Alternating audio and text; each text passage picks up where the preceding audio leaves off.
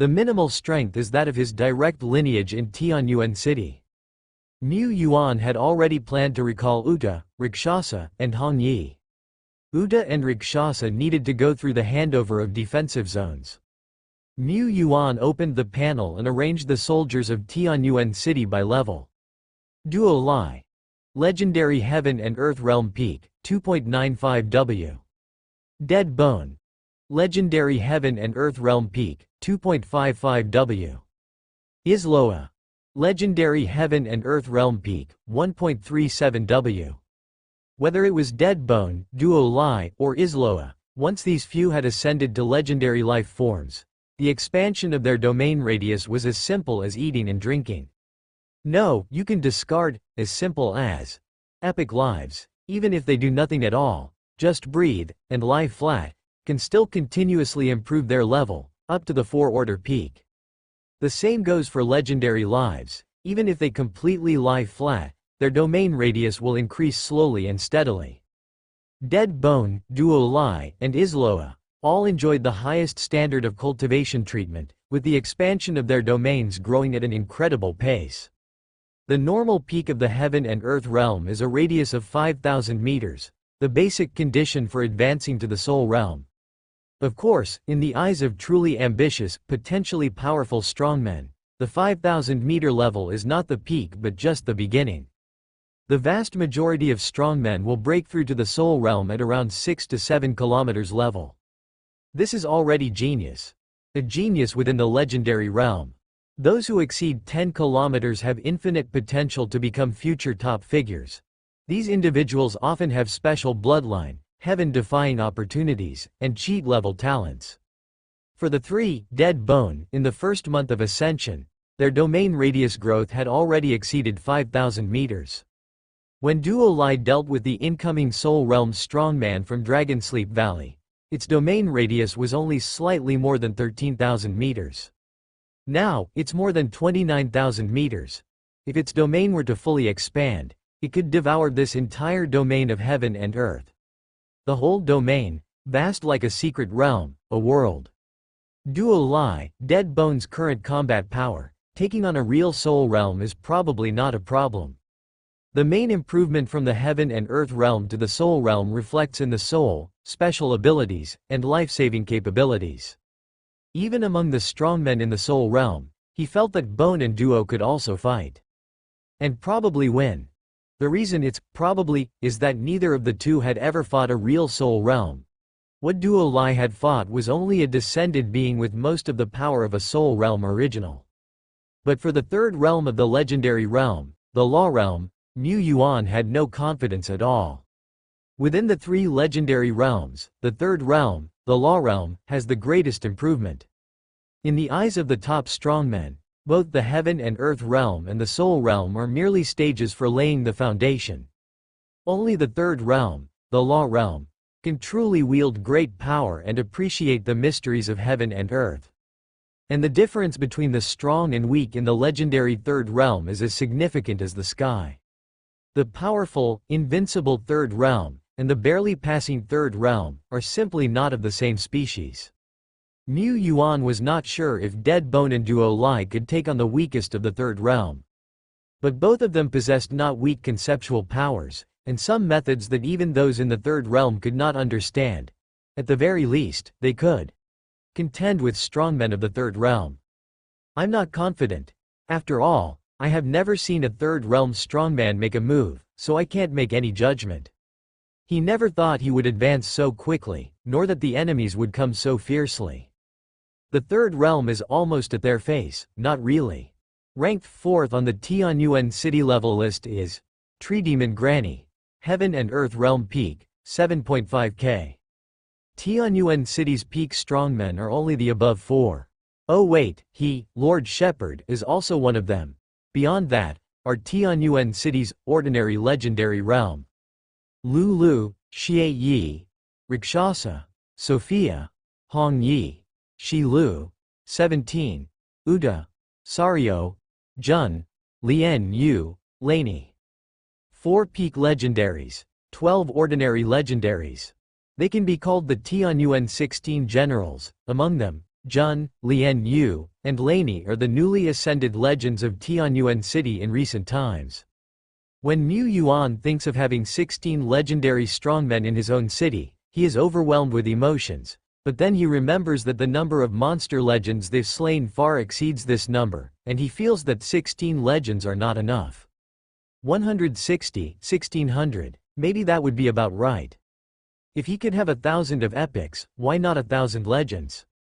Among the legendary generals, Xie Yi had ascended to epic 3 stars in the last couple of days. Generals below the legendary rank, such as the Water Mirror Dragon Difu, Bone 2, Bone 3, Bone 4, Qing Shuang, and Irene, have also sequentially advanced to epic 3 stars rank. They are only a step or two away from the legendary realm. In addition, Tianyuan City has more than 500 epic elites. These elites are basically 4 order leader strongmen, with over half of them having already cultivated to the peak of 4 order.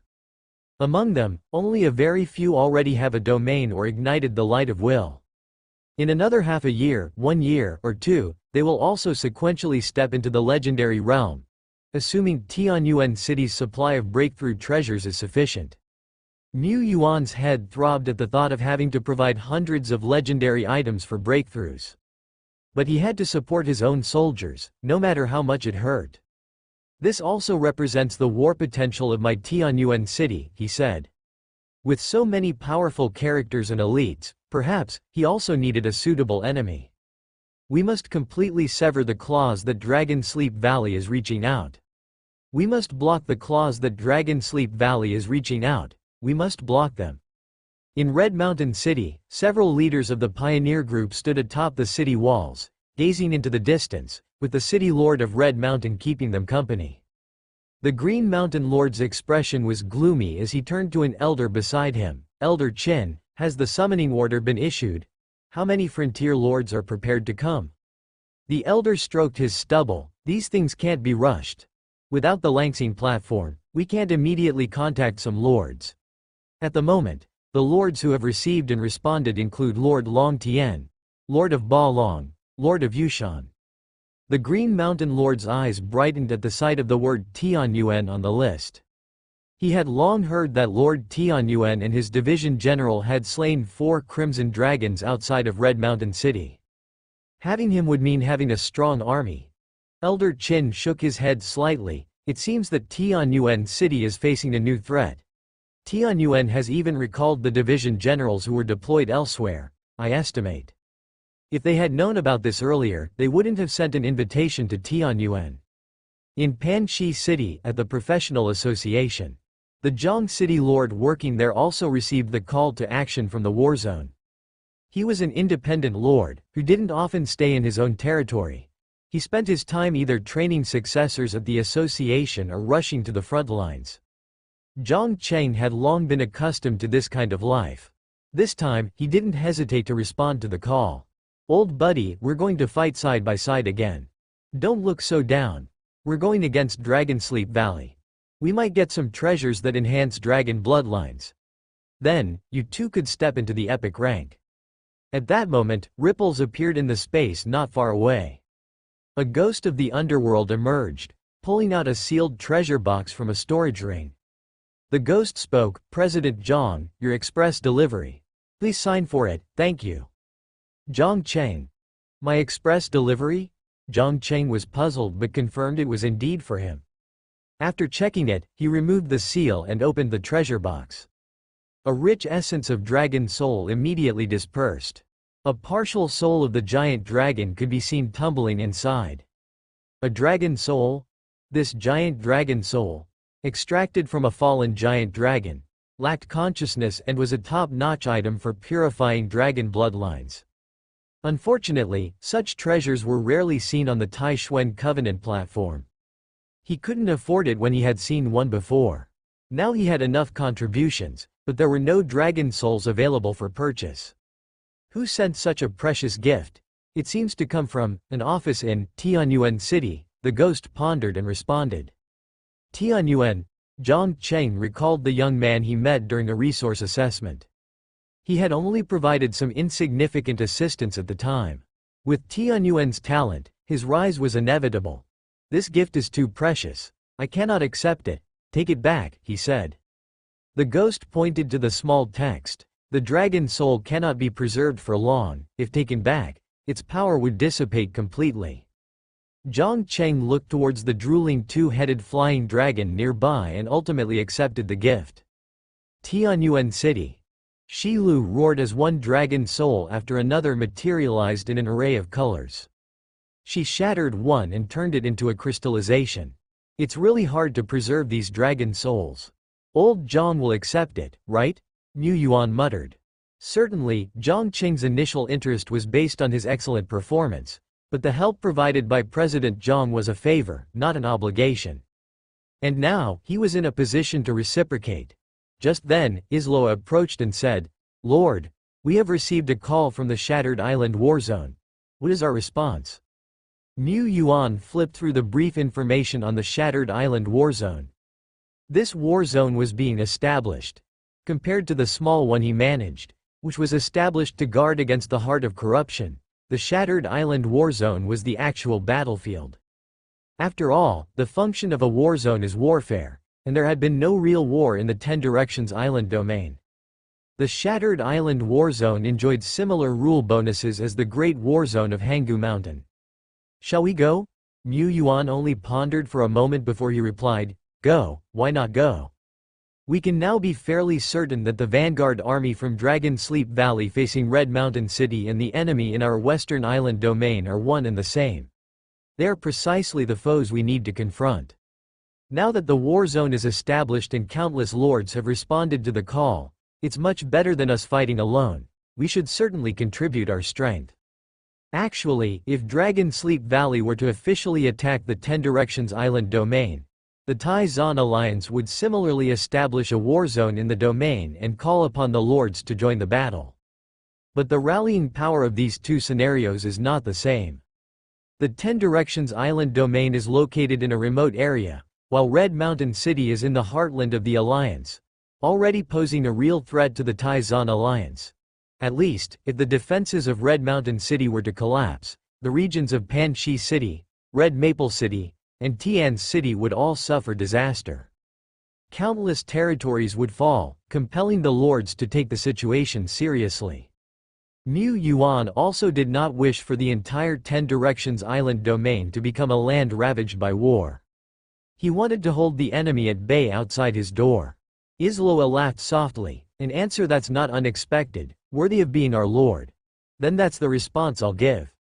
Tianyuan City is never afraid of war. Neither is she, a civil officer.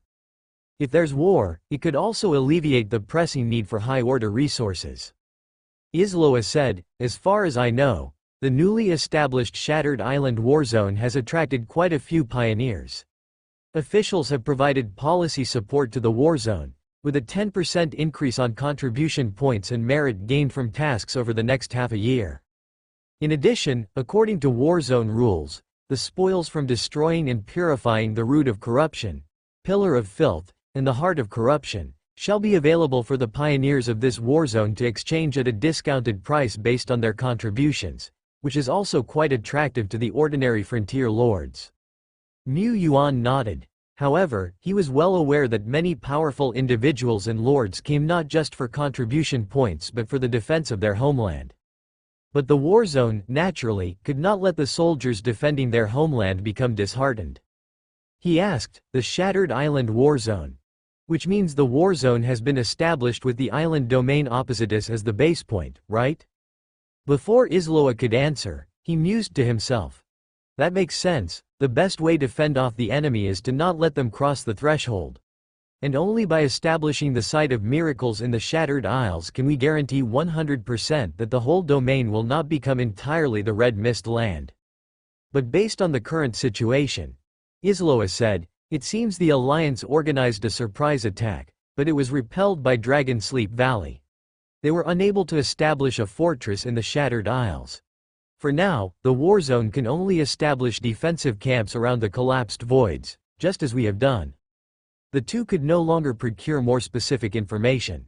Deng Long, leading a group of Tianyuan reinforcements, was still inside Red Mountain City, But Deng Long was not a warzone commander and couldn't access the real classified information. Mu Yuan said, "On our entry into the warzone this time, we'll focus on a select few elite soldiers and powerful division generals. Let's see. I'll have 17, Hong Yi who's currently in the Taishuan realm, and Rakshasa and Uda who are on their way back make a move first. The rest shall continue constructing our western defenses.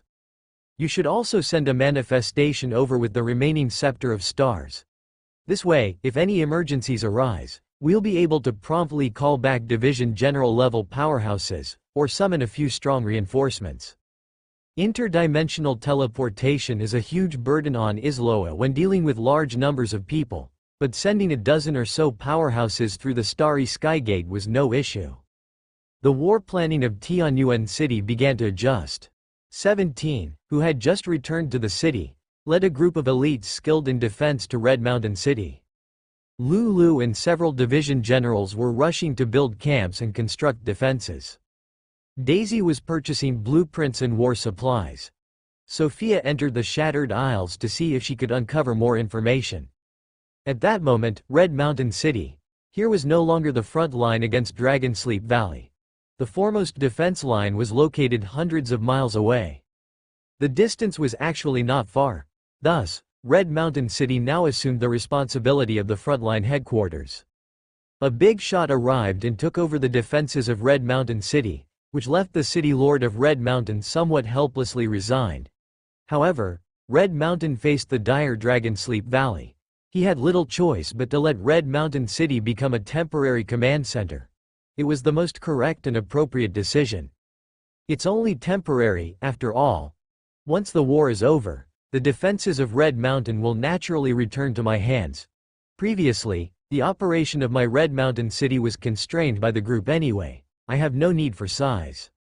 Besides, this situation is an opportunity for me, even one that might only come once in 1,000 years. Seeing something from a different angle naturally leads to vastly different outcomes. With Red Mountain City under conscription, he could earn no small amount of contribution points and pioneering merits. He could also hold a not-so-low rank within the Shattered Island war zone.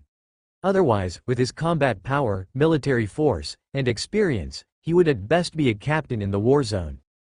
Not only that, but this time, quite a few pioneers will pour into Red Mountain City, along with professional adventurers and lords coming to aid. My ordinarily quiet Red Mountain City will also become incredibly lively.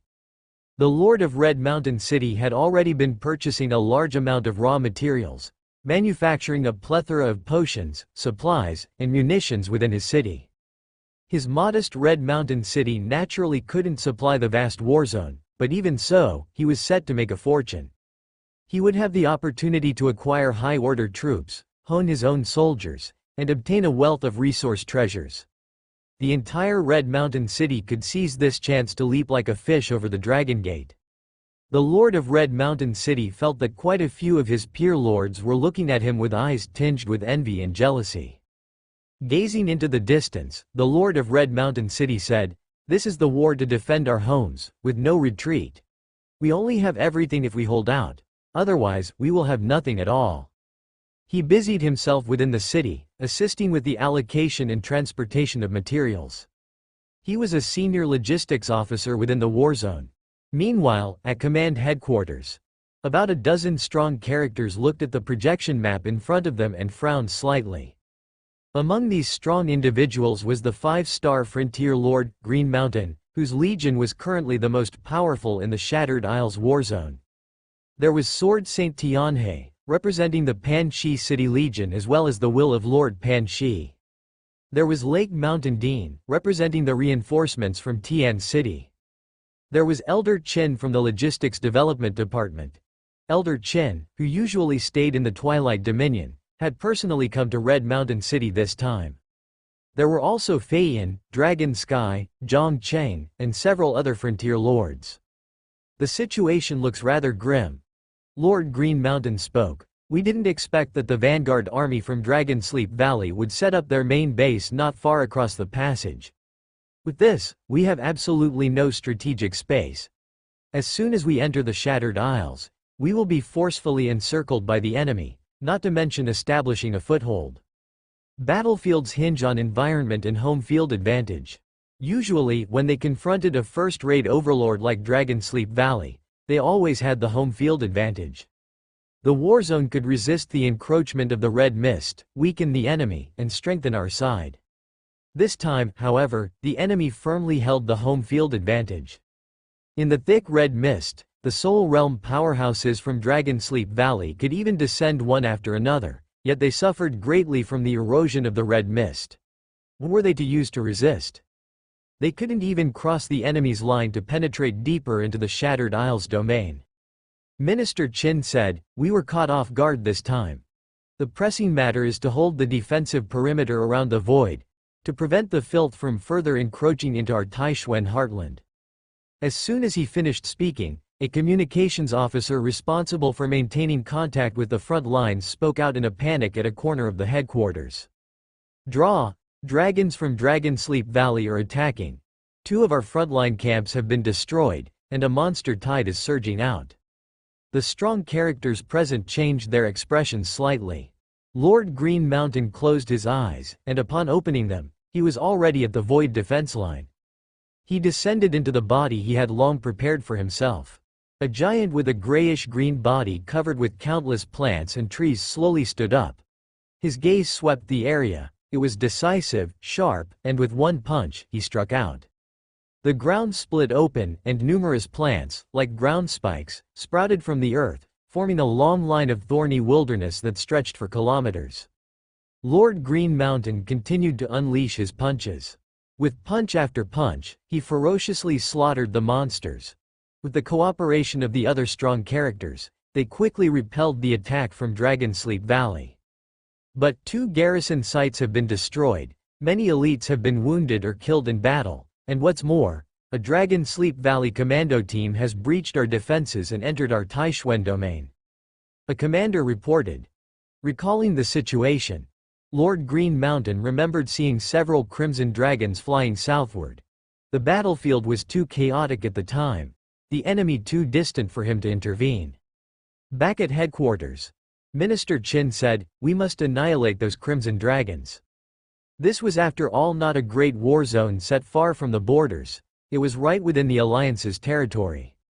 Otherwise, why would the Alliance construct the war zone at the forefront, setting up a base on an island domain opposite the Shattered Isles, if not for having some room for error?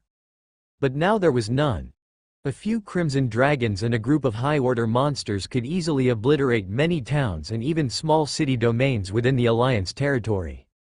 Elder Qin mounted the wings of the Wind King and flew out swiftly. Lord Green Mountain also soared into the sky. But suddenly, the front line reported another round of urgent combat situations, a new assault from Dragonsleep Valley. Lord Green Mountain stood high up, looking around, caught in hesitation. Minister Qin said, "You are to take charge of the defense. Xiaolong, Xiao Zhang, and a few others will pursue them." Lord Green Mountain. Yes, suddenly, his objectives became clear. The few people mentioned by Minister Qin were those with flying mounts. Even if they were merely 4th-order peak flying mounts, flying at full strength was faster than a legendary realm character simply harnessing the power of heaven and earth. Elder Qin's Wings of the Wind King was known for its unrivaled legendary speed. He quickly caught up to the Dragonsleep Valley raiding squad. Far off, a large group of flying monsters, led by 4 robust crimson dragons with deep red to almost black bodies, were at the forefront. Shadow dragons. Skilled in stealth and swift escape. Minister Qin, with his broad experience, recognized them immediately, even though these transformed crimson dragons differed somewhat in form from the actual giant dragons. He intercepted them with great speed, but the 4 shadow dragons had no intention of engaging with him. Flying monsters scattered in all directions. These were all 4th-order boss-level creatures with intelligence. 3 shadow dragons slipped into the shadows and swiftly departed, their figures and auras quickly fading. The Wings of the Wind King whipped up a storm. A teal tempest filled the skies and the earth, slaughtering many 4th-order monsters in an instant and forcing the shadow dragons to dodge left and right, drawing them out of the shadow mist. However, at that moment, the remaining shadow dragon spread out its domain, creating a vast shadowy spiderweb realm that enveloped everything below. Minister Qin struggled momentarily, unable to break free. After all, it was an epic dragon, desperately blocking their way. The wings of the Wind King were also of epic status, just a bit stronger. You go after the other 3 dragons. By this time, Lord Long Tian, Lord Feiyan, and Zhang City Lord arrived one after another. The fastest among them was Lord Long Tian, who rode the legendary realm Molten Steel Worm. In his hand, he held a blazing long spear. The spear shot out, nailing it to the distant space. A wall of flames, spanning 1,000 meters, was thus formed. The shadow dragon, a flame, turned back with a sinister gaze. Its form vanished suddenly, reappearing next to the molten steel worm as a crescent-shaped blade of shadow emerged. Pucci! The dragon scales shattered, the wound reaching the bone. The molten steel worm howled in pain, unable to maintain flight, and fell from midair. Lord Long Tian. Damn, he's crashed again. These shadow dragons are no joke. The reason Dragon Sleep Valley could rank among the top dominions was that all members of their direct lineage were of legendary status. There were no weaklings in the legendary realm of Dragon Sleep Valley. And these shadow dragons seemed to be more than just ordinary dragons serving as combat power units. Lord Feiyan and the leader of Zhang City soon realized the enemy was tough to handle. They simply lacked the power to intercept. Zhang City's leader, a newly emerged legend, wouldn't have lasted long if the shadow dragons weren't so intent on fleeing. There seemed to be reinforcements coming. In the distance, at the horizon's edge, a small squad was making haste. In the middle of the squad, 8 fierce ghosts with green faces and fangs, massive and gruesome, carried a palanquin. On it lay a figure, languid in red robes and dress, as vibrant as blood. Suddenly, more work to do.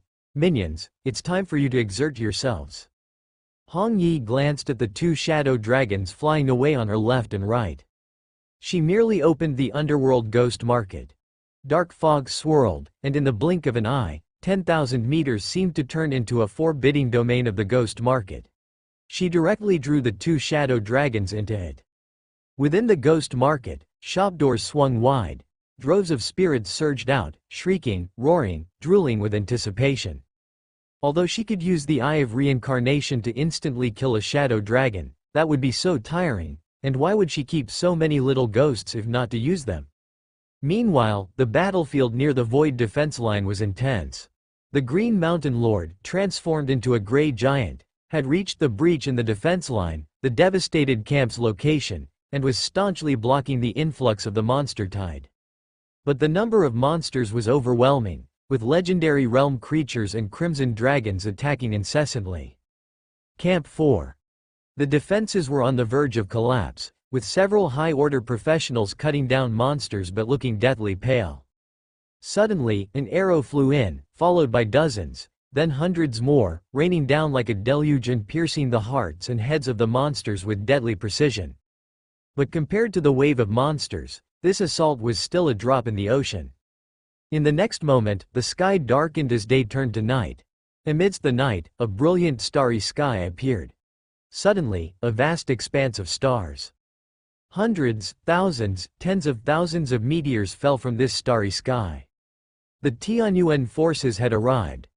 The Tianyuan army had arrived not long ago, and the mighty army of Dragon Sleep Valley, originally fighting desperately, retreated behind the void afterwards.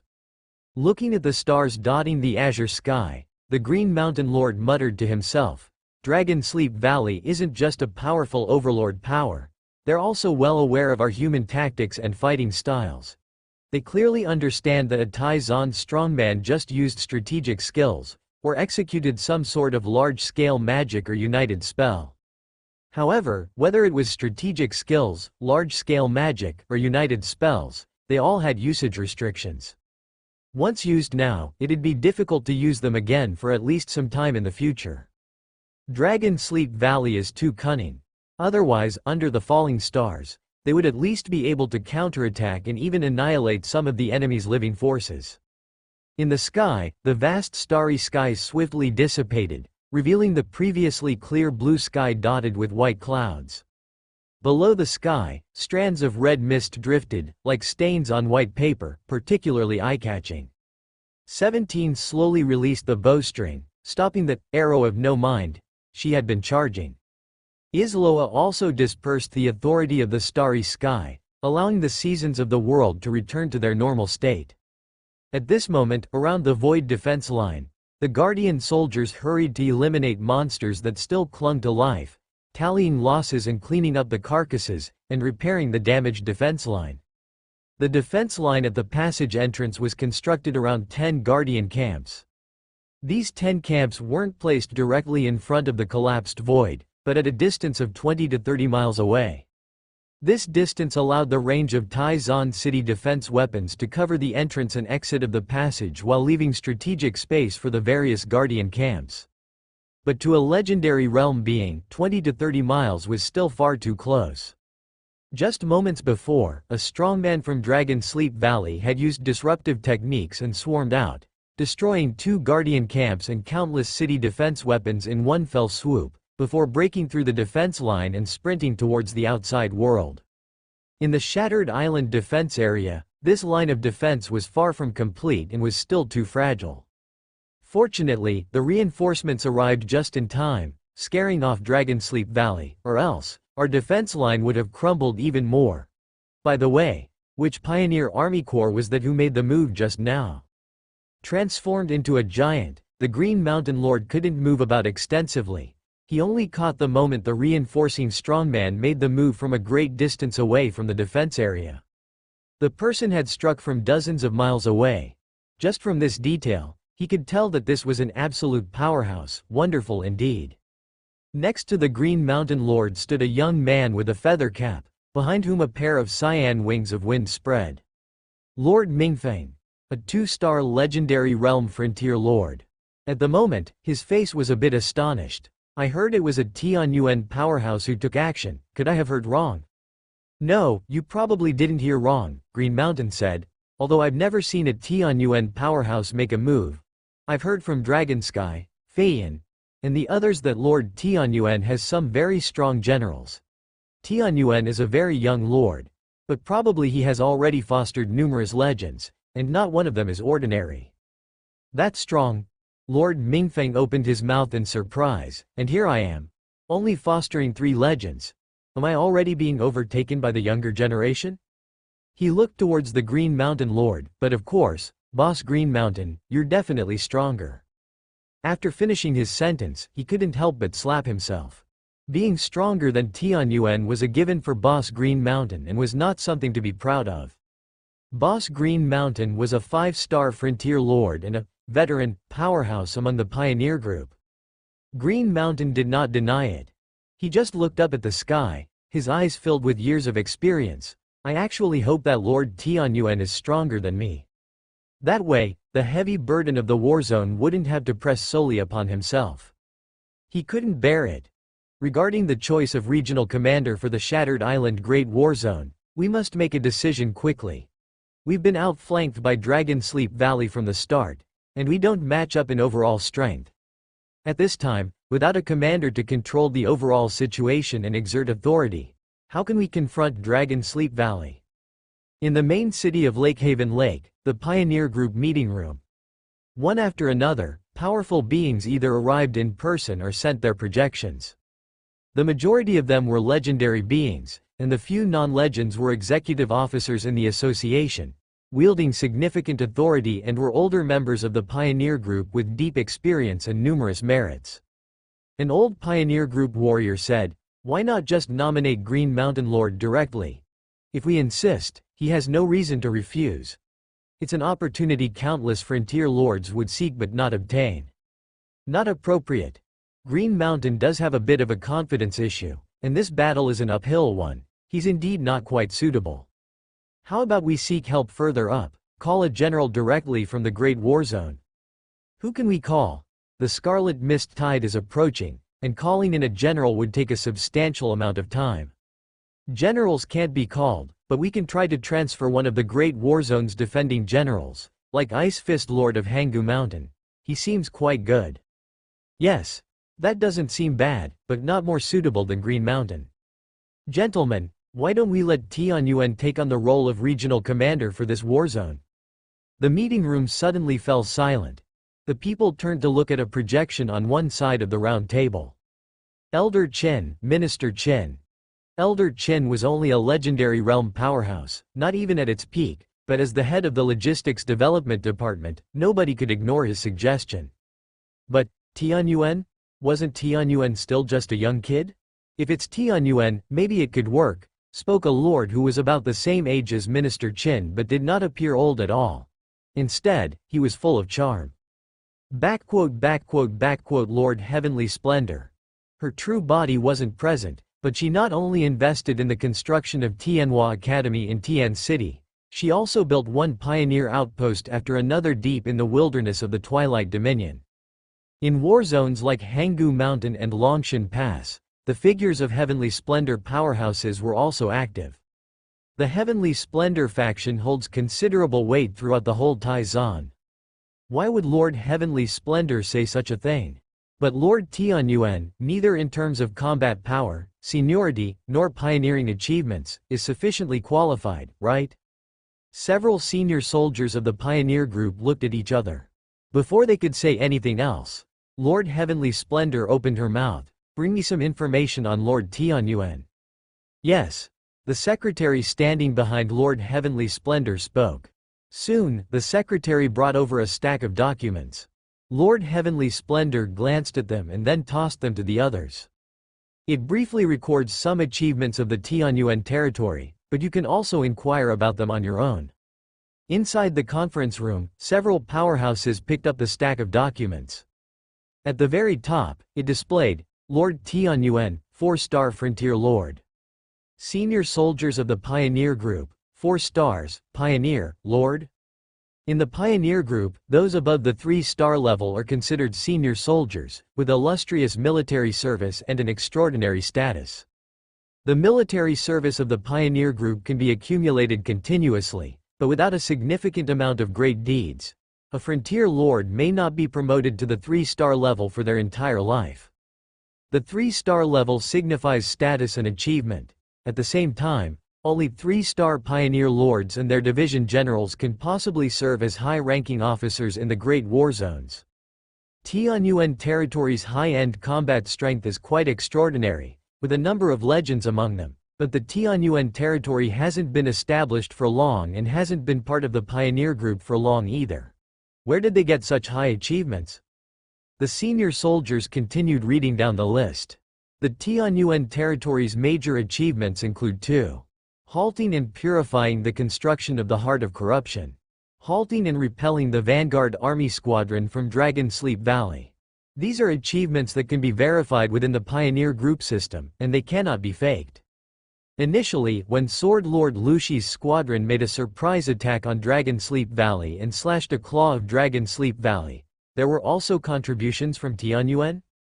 Being able to purify the Heart of Corruption and repel the Vanguard Army Squadron from Dragon Sleep Valley. The strength of Tianyuan territory, evidently, is much greater than they had imagined. These 2 are major achievements. The chance to earn major achievements are rare. But even if others were presented with such opportunities, they may not have the ability to seize them and could instead fall into danger. Tianyuan seized the opportunities, not once but twice, which speaks volumes. Tianyuan territory not only has major achievements but also a string of minor ones. Previously, Lord Tianyuan rushed to the aid of Red Mountain City, stemmed the tide, repelled the monster horde, and slaughtered the flesh giant dragon, accounting for 2 minor achievements. Besides, General Tianyuan, Hong Yi, led the logistics transport team back and forth to the Great War Zone many times, during which, by strategy and strength, he twice steered the transport team away from danger, accounting for a number of achievements. General Tianyuan, Rakshasa, and General Tianyuan, Uda, repeatedly rescued allies in Hanggu Mountain Great War Zone and killed legendary realm monsters multiple times, with outstanding military service. Tianyuan City also has several instances of defeating the monster overlords of the region. The number of flesh giant dragons slain by Lord Tianyuan and his division generals might exceed 10. Lord Tianyuan is already among those frontier lords with comparatively rich experience against Dragon Sleep Valley.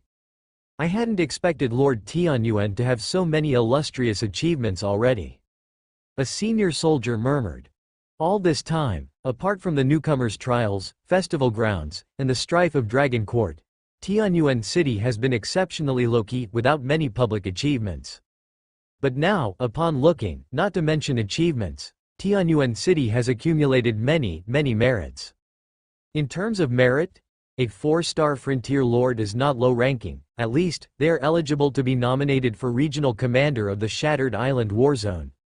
In terms of combat power, these numerous battles are enough to indicate that Lord Tianyuan wields formidable strength. In terms of experience and capability, Lord Tianyuan is not someone who has cultivated behind closed doors.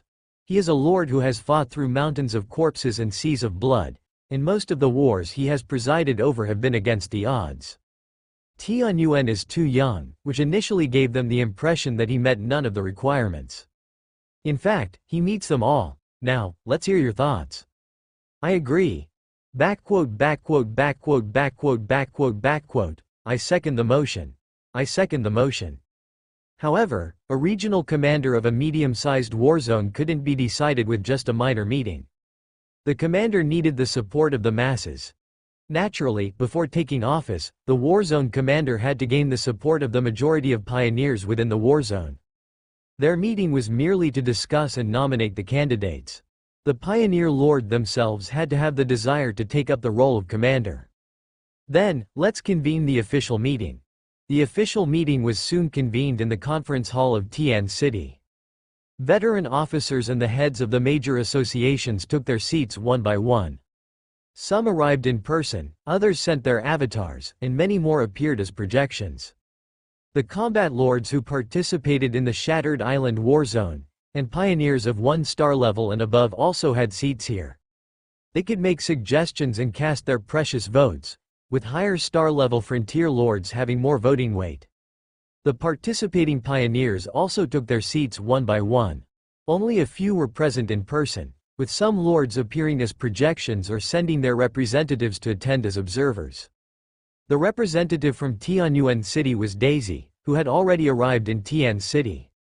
During this meeting, we will select the commander and vice commander candidates for the Shattered Island War Zone.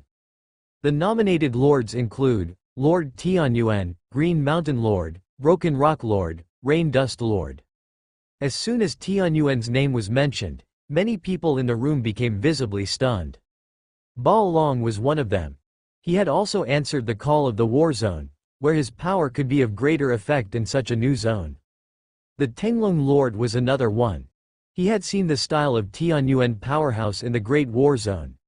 But at that time, both the Tianyuan powerhouse and his Dragon Blood Royal Cavalry were green-handed junior officers in the war zone.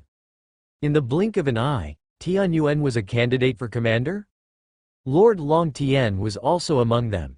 He thought everyone was still a novice frontier lord, but in the blink of an eye, he was still a novice while someone else was already a bigwig.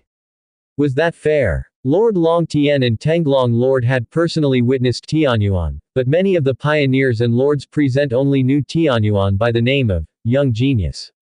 They felt this was unreasonable, too outrageous. However, upon glancing at the distributed materials, their eyes widened once again.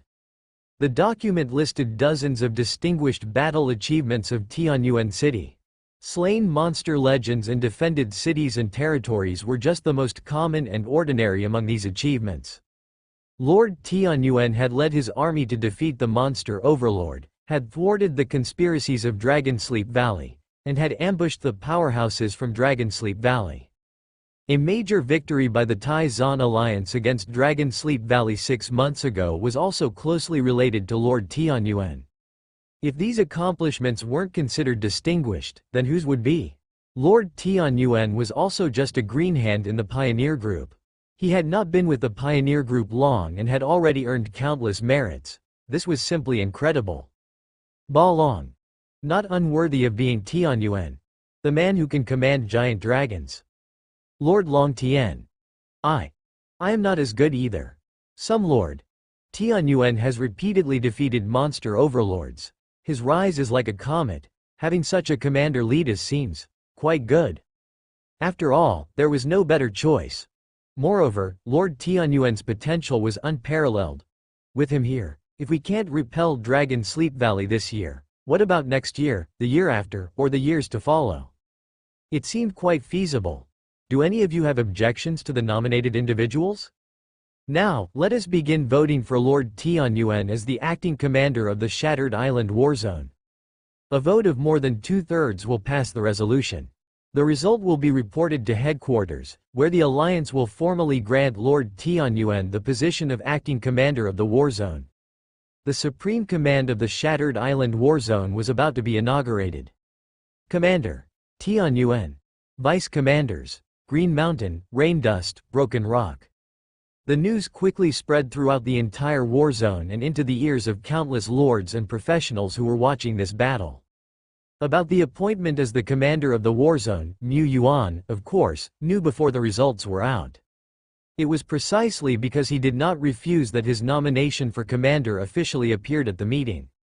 A commander of a Warzone. It's inconceivable that he didn't want to be the commander. However, he had never entertained such a notion before. He was just a small lord of shouting, with very little experience, and in terms of combat power, he only had a dozen or so generals of the Heaven and Earth realm. With numerous strong individuals emerging from the Tai-Zan alliance, compared with the real giant lords, his own forces were very weak. When Elder Qin told him that the organization intended for him to take command of the Shattered Island Warzone, Mu Yuan couldn't help but be astonished. Me as the commander? I'm battling Dragon Sleep Valley?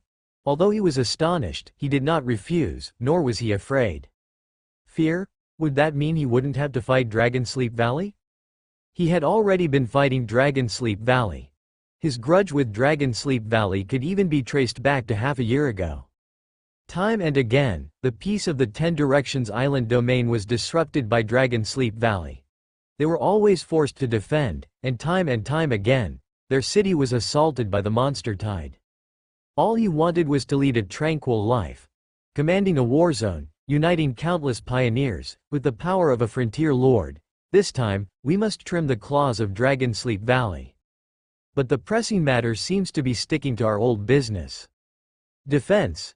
The appointment has been issued, but he has to wait for the Alliance to officially confer authority before he is the commander of the war zone. There is no difference between the authority of an acting commander and that of a commander.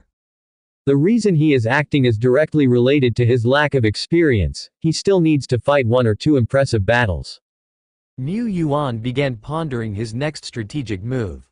At this time, Shattered Island Warzone, the collapsed hollow area. Defense lines are still being constructed, level by level. According to the plans of the Warzone staff, they would establish 2 defense circles in the hollow area, one small and one large. With 2 big defense circles, there would not be another incident like last time when the Crimson Dragon forcibly broke through and invaded deep into our territory. However, the first defense circle was not yet completed, not to mention the more peripheral one. Today is the 4th day since the establishment of the Shattered Island Warzone. Over these days, monster tides have occasionally surged out from the collapsed hollows, but direct line powerhouses from Dragon Sleep Valley have seldom launched raids. Even though there are few raids, the warriors outside the defense line still dare not let their guard down, especially when the monster tide appears. The defending soldiers, particularly the warriors at the legendary realm, cannot afford a moment of complacency and must always be on high alert. Perhaps, this is the tactic of Dragon Sleep Valley. But once the defense line is built, and with sufficient early warning methods, they won't always have to use the human radar. The construction of the defense line is swift, with miracle buildings rising from the ground, and one after another transport teams bringing war resources and weapons. Thanks to the location of the Shattered Island Defense Zone, situated within the Alliance territory, there's no strategic depth and absolutely no margin for error. But the Shattered Island Warzone does have some advantages as well as disadvantages. It's much easier for the Warzone to acquire resources than for the frontline Great War Zone.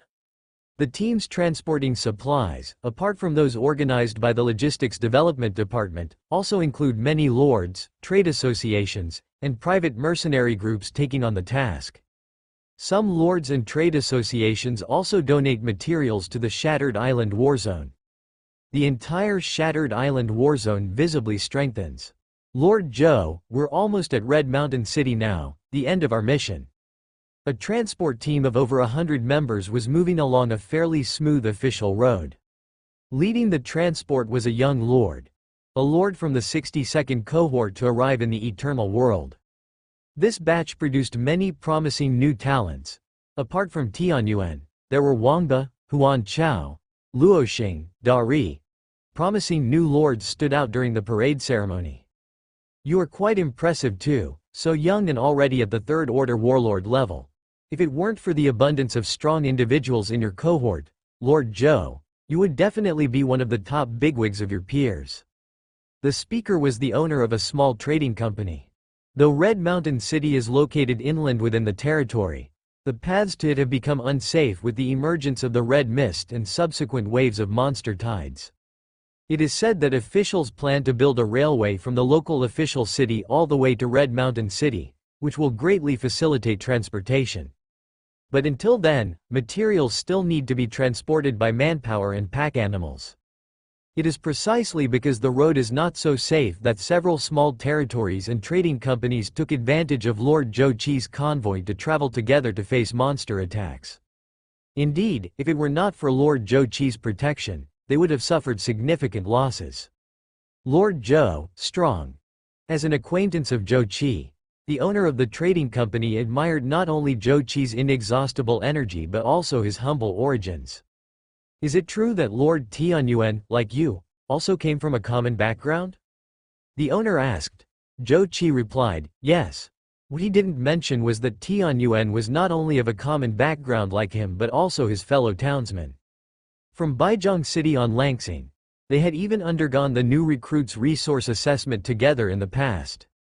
He barely passed, while Tianyuan already shone brilliantly at the time. Now, Tianyuan has become a frontier lord. I'm not yet qualified to join the pioneer group, but bringing supplies to Red Mountain City this time is also my contribution to the war effort. With the establishment of the Shattered Island Warzone, will Tianyuan also be here? The news from the Warzone, for the average lord, was predominantly still classified. After all, they were not members of the pioneer group. They could only arrive at Red Mountain City, and beyond that was a restricted military area. Red Mountain City was still several hundred kilometers from the front line. Yet even so, while they stayed in Red Mountain City, they occasionally would hear the distant booms. It was the roar of war. Boom, hold the line, don't let the tide come near our walls, just in case there are legendary realm creatures hidden within.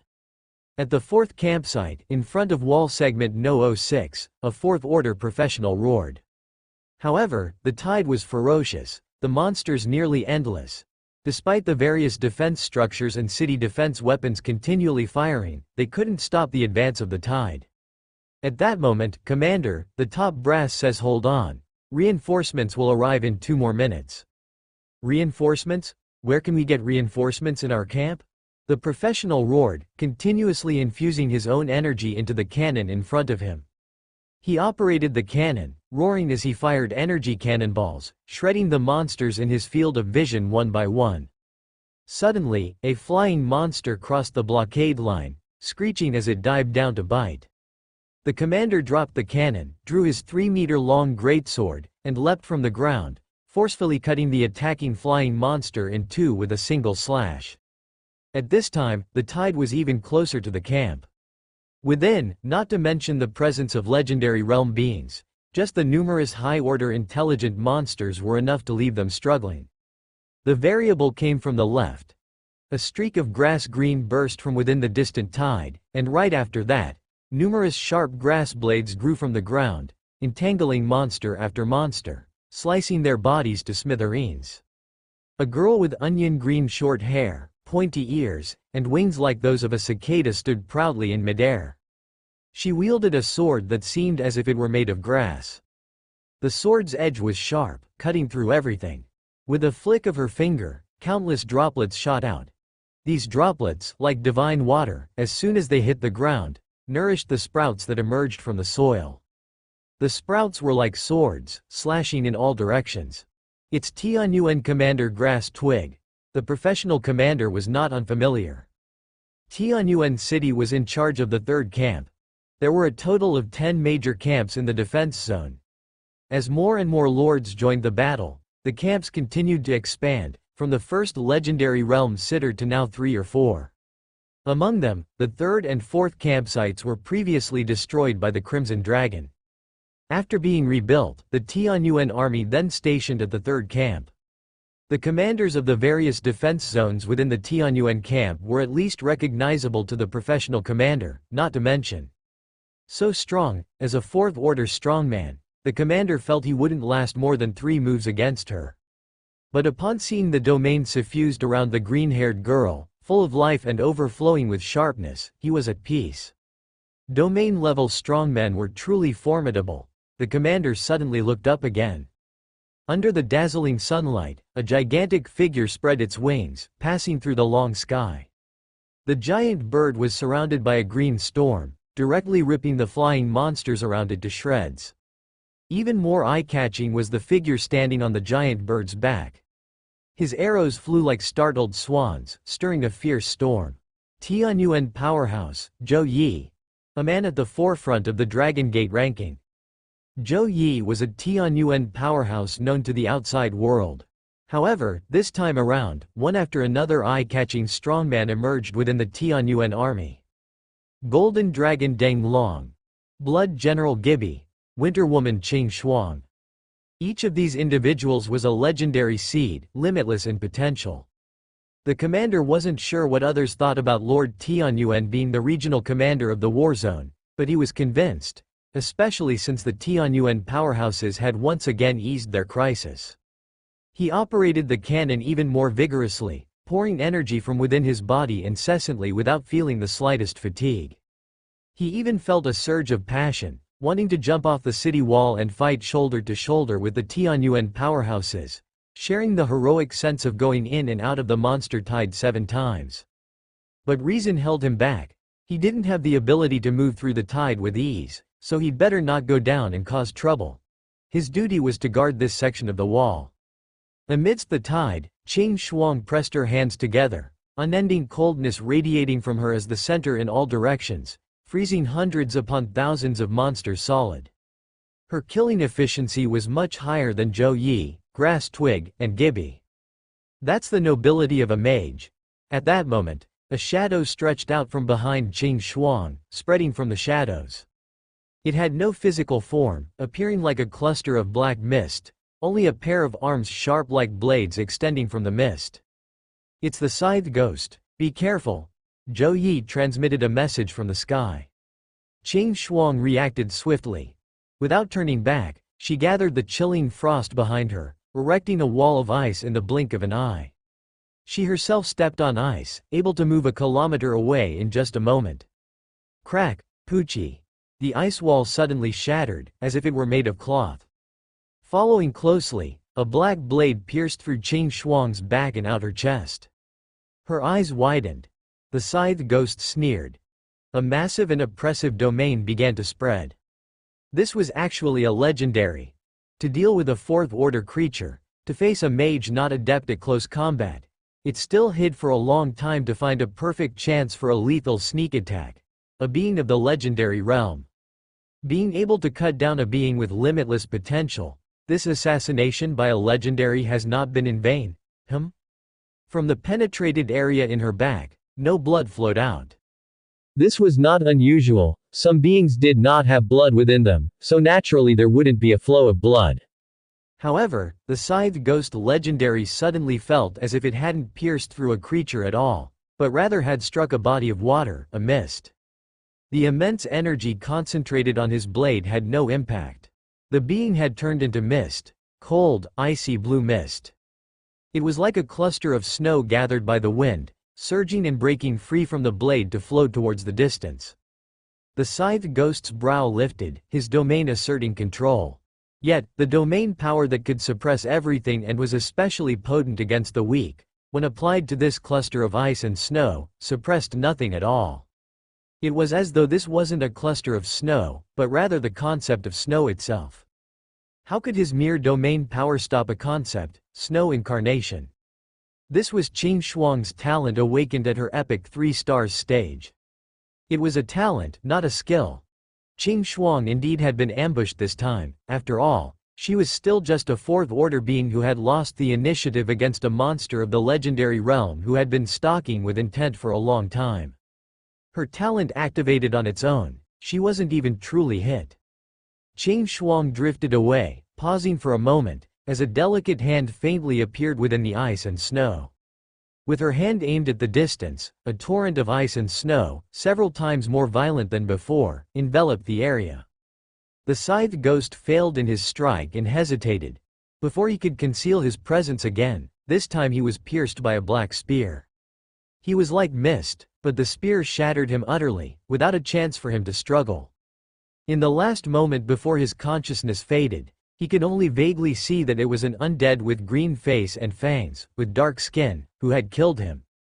In the Shattered Island war zone, there are currently 4 camps, each guarded by a Land Territories army. The other camps are defended by several frontier lords and pioneers joined together. In the second camp, the Green Mountain Lord is stationed here. Transformed into a giant, he strides into the tide of monsters. He holds his ground here, making the second camp considerably stable. However, the Green Mountain Lord worries about the other defense areas. We need to quickly crush the tide and support the other defense areas. How are the other areas doing? How many have sent out distress signals? He asked his heroes. The heroes seemed to consider before speaking. Just now, both the 4th and 6th camps issued distress signals, but they have both been cancelled.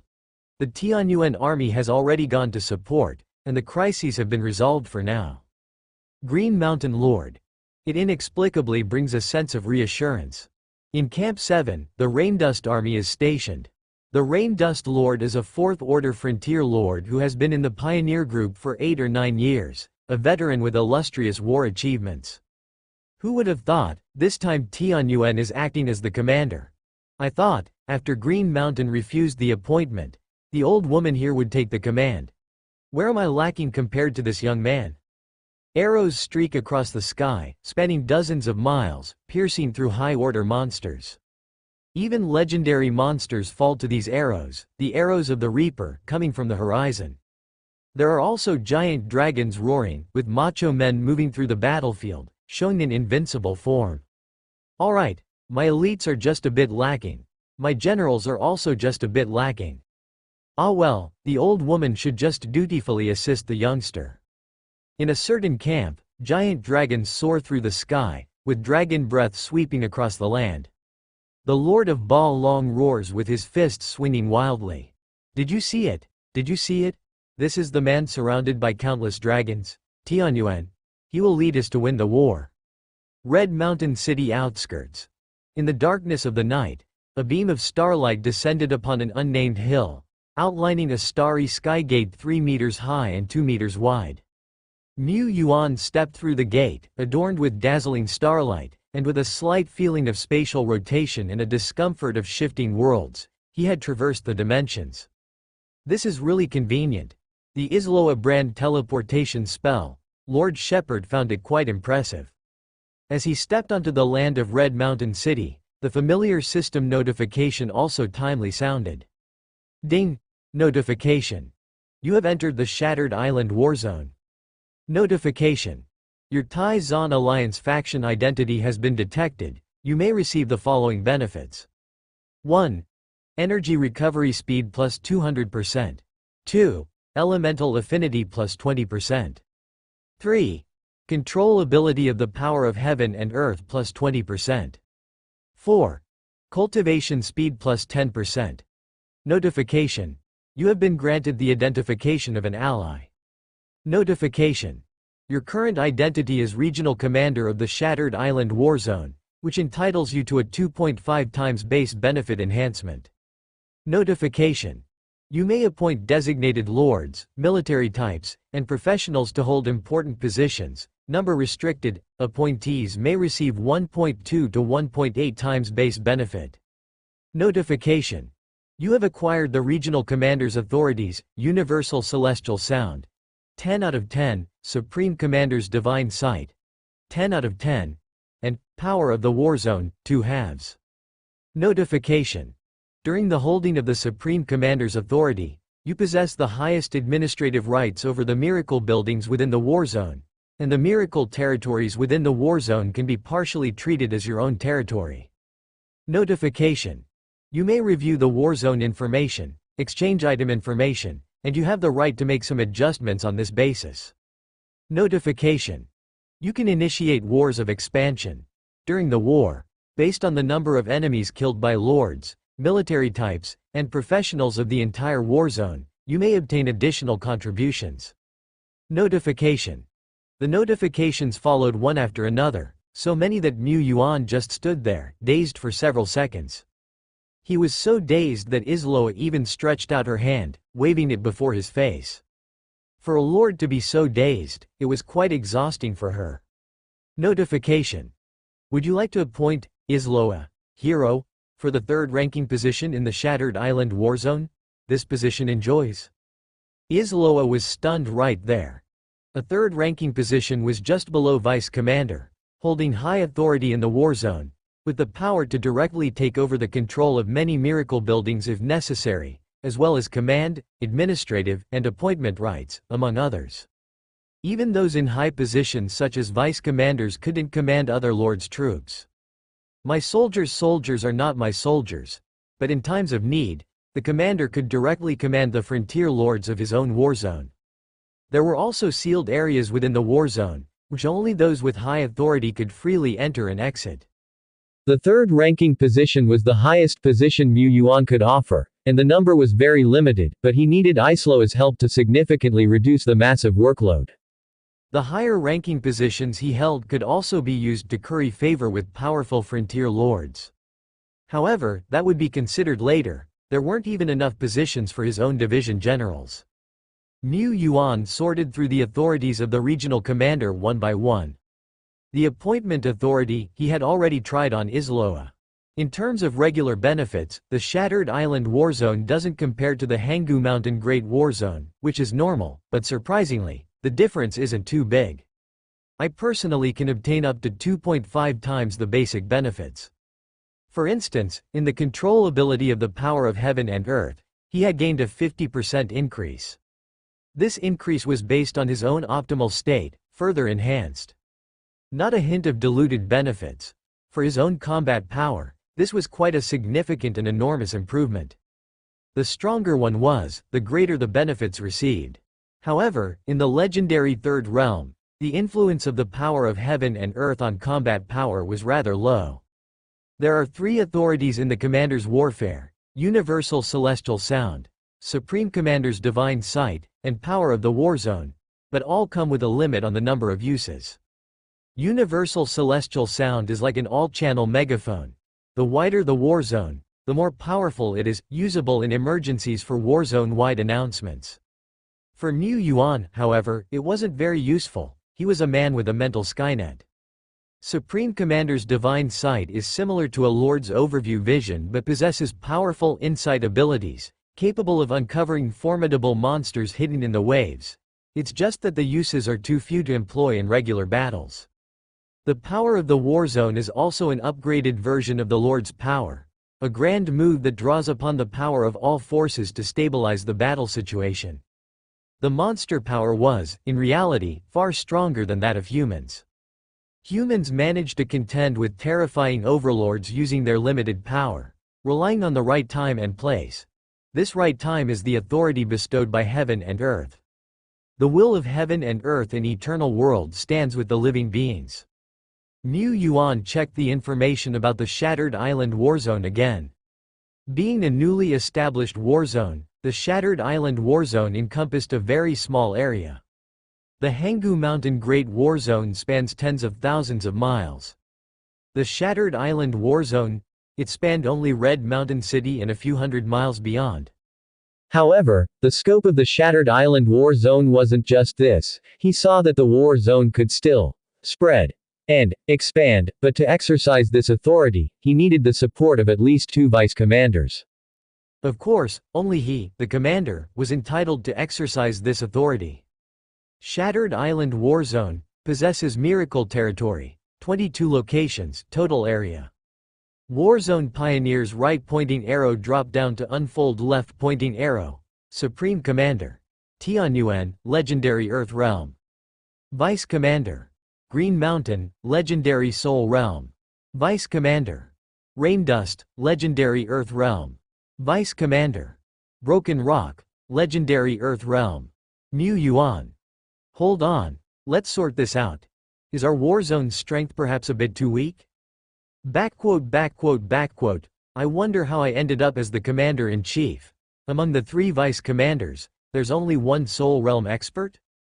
Of course, it couldn't be ruled out that there might be other Soul Realm generals under the vice commanders. The vast majority of those in the legendary realm only ever stay in the heaven and earth realm in their lifetimes.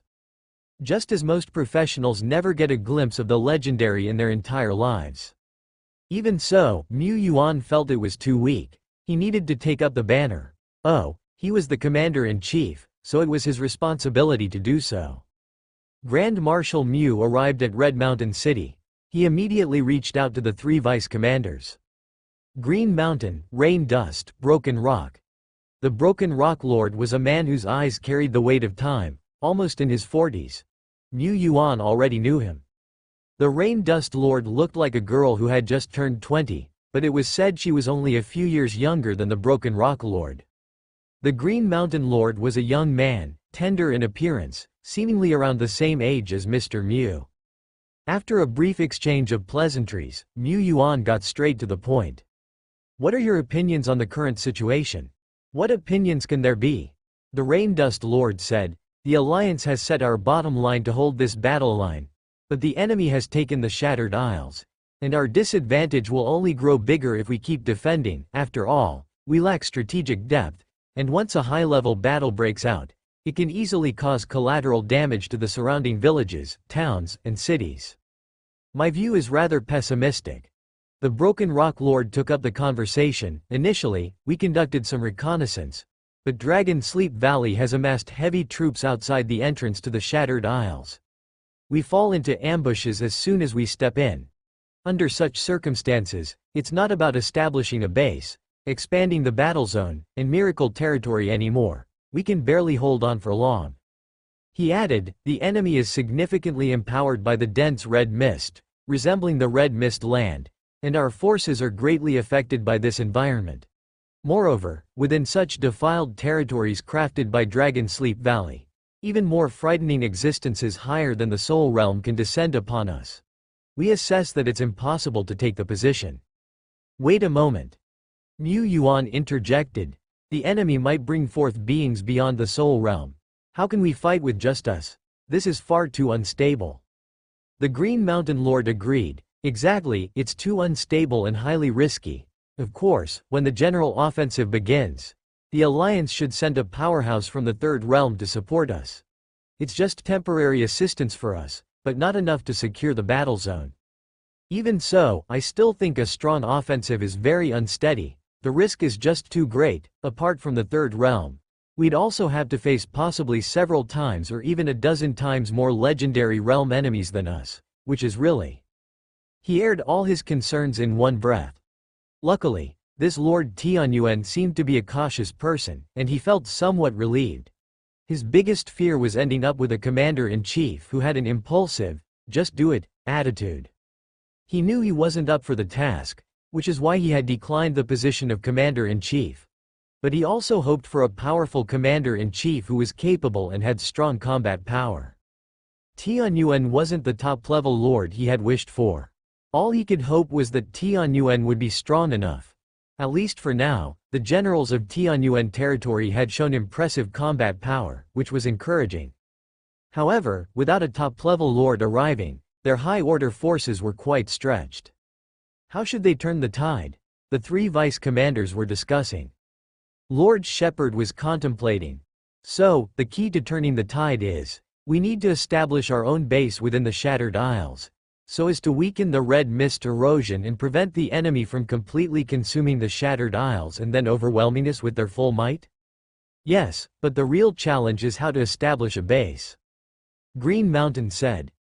Mu Yuan pointed the tip of his pen at the Shattered Isles and drew an arc to the side. What if? I'm just hypothesizing if we can take another route into the Shattered Isles. Bypass Dragon Sleep Valley's cutting edge. Is there a possibility to establish a battle zone base? Such a route was now in his hands. Red Mountain City, temporary resting place. Mu Yuan rubbed his temples. The plan is generally feasible, but we still need the staff department to conduct more detailed analysis, prepare a full plan, and it takes time for the Alliance to dispatch reinforcements. Mu Yuan actually hoped they could launch a surprise attack now. But that wasn't possible. The Tai-Zan alliance was strong, but such a large, powerful machine was made of countless components. The operation of the alliance was slow to change. For now, they still had to firmly hold the area outside Red Mountain City. At this moment, Isloa, as the Lord of Tianyuan, representing the Commander-in-Chief, had begun liaising with the various pioneer legions and took over most of the affairs. Rakshasa returned from his training in the Great War Zone. His time in the Great War Zone was short, but his experience as the leader of the defense camp was already richer than that of most in the legendary realm. He guarded the front lines, patrolled, and patched up any oversights or omissions. The construction and planning of the war zone, as well as the completion of the details for surprise evolutionary attacks, were all handled by the staff department. Mu Yuan went around in circles and realized that although he was the regional commander of the war zone, it seemed he was an idle man. In his territory, he still had to stamp and sign, serving as a merciless document approval tool, but in the war zone, many of these trivial matters did not require the commander's attention. If the commander could fight, or if a great general from the commander's family could fight, that was enough. Isloa assisted with the few trivial matters, allowing Marshal Mu to lead a leisurely life. He felt somewhat guilty for being idle. The soldiers at the front were still fighting. But before an emergency arose, he as the commander was not even suited to take direct action. Taking action also required an appropriate occasion. What should a commander do? Aside from turning the tide, what else can inspire the troops? It was material rewards. For this reason, the Tai-Zan alliance had established a relatively fair contribution and military merit system. Mu Yuan opened the war zone exchange list. The list was not much different from the Tai-Zan platform exchange list, except for the first few pages, which highlighted special products of the war zone. Pioneers from this war zone and frontier lords could exchange for these at discounted rates. However, as the Shattered Isles war zone was newly established without any unique miracle buildings, the special products of the Shattered Isles war zone were particularly unimpressive. Just some junk dropped from monsters repelled during the recent defense against Dragon Sleep Valley. What if I offer some special products on the list? Mu Yuan stroked his chin. Lords could submit their treasures to the alliance in exchange for some contribution points. However, officials would only accept high-order treasures. Now that he was the regional commander, providing some special products for the pioneers of the war zone to exchange would also save the difference that middlemen would earn. But what kind of treasures could he offer that would be truly unique and have extraordinary appeal? Did he have such things? He truly did. In Mu Yuan's palm, a cluster of miracle power swirled, visible only to himself. This cluster of miracle power could be applied to troop types beyond his own. It was a change that had occurred during his last Evo power evolution. But offering evolution to others had drawbacks such as long durations and severe dispersion of the Evo power. Compared to evolving his own troops, this seemed to have a low-cost performance ratio. However, for others, it was not necessarily the case. Epic was a threshold. Many lords would even bankrupt themselves to obtain an epic creature. Evolving an epic isn't too outrageous. Legendary lives have the ability to mass-produce epics, strike through, as do some bloodline purification methods, breeding masters, chances, sacred lands, and top-level miracle buildings. They all have the opportunity to create epics. This is reasonable. First, this could motivate the pioneers in the war zone to bravely fight the enemy. Second, it could enhance the strength of the war zone. And third, the number of my remaining contribution points could also quickly bounce back. This could be described as killing 3 birds with 1 stone. After some thought, Mu Yuan found it feasible. He opened the war zone panel and began editing. Epic evolution opportunity. An Excellence 3-star troop will have the chance to evolve into an epic life. Applicable range. Most common troop types. Success rate. 92.66%. No side effects in case of failure. No contribution points charged for failure. Quota limit. 5. Exclusive to pioneers of this war zone. Exchange price. Lord Jingang was a senior lord, holding a city with more than 2,000 elite soldiers. In many people's eyes, he was a successful figure, a significant character. However, in the pioneer group in the war zone, he was just an ordinary frontier lord here. When he went to the Great War Zone, he couldn't even make it to a commander. Most of the time, he served in ordinary war zones, starting as a minor commander, slowly accumulating merit and improving his strength.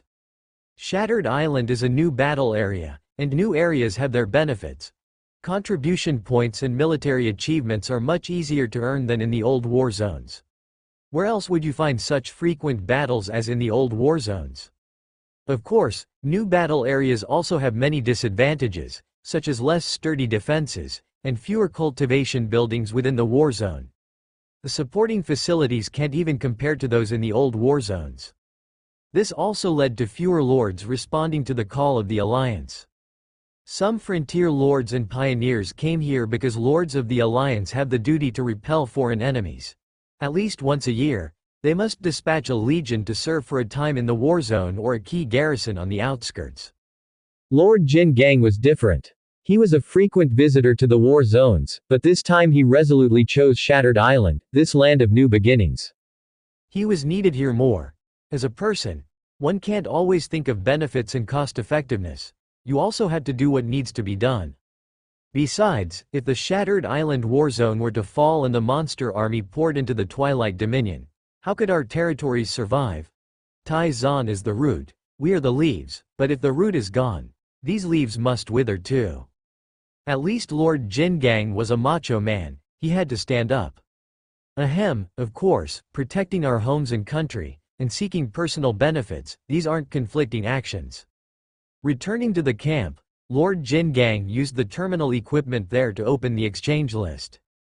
He needed to exchange for some cultivation items. These days, his harvest of contribution points was not small. He contemplated that he could be a bit more generous with his spending. Suddenly, Jingang's eyes widened. He was accustomed to flipping to the later pages as soon as he opened the exchange catalog, skipping the Warzone Special Supply at the very front, which hardly had any high-grade items, but he paused abruptly. His gaze focused on the top item on the first page, marked with a pin symbol. Epic evolution opportunity, epic? Am I seeing things? Jingang rubbed his eyes. An opportunity to evolve Excellence 3-star troops into epic rank? On the Alliance platform, such treasures weren't non-existent. However, they usually came with restrictive conditions, like evolution potions suitable for usage by worm species. The Bone Gigantic Pit suitable for ghost-type troops to evolve. Bloodline implantation, more widely applicable but not without its hazards. All these Lord Jingang had merely heard of but never seen. Such treasures might exist, but as a 1-star frontier lord, he did not have the qualifications to exchange for them. And now? Is this for real? This opportunity, is it from Lord Tianyuan? By conventional wisdom, Lord Jingang found it hard to believe, even though the Tai Zan exchange platform was very secure and almost impossible to list fake items. But if the opportunity came from Lord Tianyuan, it wasn't that he trusted Tianyuan. Tianyuan was the commander-in-chief, but ultimately, he was a newcomer, a young man. Jingang trusted his own eyes. He had already seen within Tianyuan territory the unparalleled mighty generals dominating the battlefields. Legendary realm generals were like gods, beyond his understanding, and he dared not speculate. However, Tianyuan territory also had one after another emerging 4-order commanders. The grass twig who used grass as his sword, Deng Long, who turned into a giant dragon. Zhou Yi, whose arrows never missed, Gibi, who turned blood into a cloak. They had extremely powerful forces that made many of their peers at the same level embarrassingly inferior. Lord Jin Gang and the other frontier lords weren't fools. They had long been speculating that each of these Tianyuan commanders was an epic life, and even among the epics, they were exceptionally talented. Deng Long was deemed a giant dragon swordsman, and Zhou Yi was the arrow of Polar Star. This was almost certain.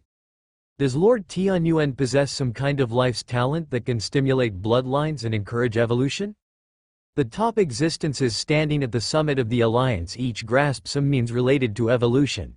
Rather, those who don't possess similar means cannot reach the extreme peaks. The Lord of Han Yu City could change professions to high-order troops, Moon Sword Immortal, and through some means elevate and purify the bloodline of the Moon Sword Immortal, stepping into the epic rank. In the Northern Duke's domain, it was said there was a miraculous bloodline tempering pool. High-order professionals who entered could undergo repeated tempering and cleanse their mortal bodies, ascending to epic. The Twilight Elephant City Lord possessed a set of bloodline battle formation. Commanders who used this formation over a long period could advance even further, possibly into epic rank.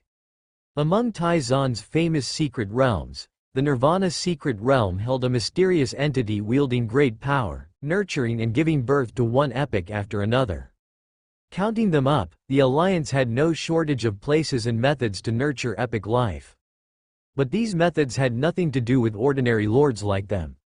Now, Lord Tianyuan has actually taken out an evolution method and put it as an incentive treasure on the exchange item list of the war zone? Such evolution is not only costly, but it also requires a lot of time and effort. Can Lord Tianyuan really bear to do so? Contribution points are precious, but epic lives are even more valuable, something that can't even be bought with contribution points. Considering it from his own perspective, Lord Jin Gang was reluctant.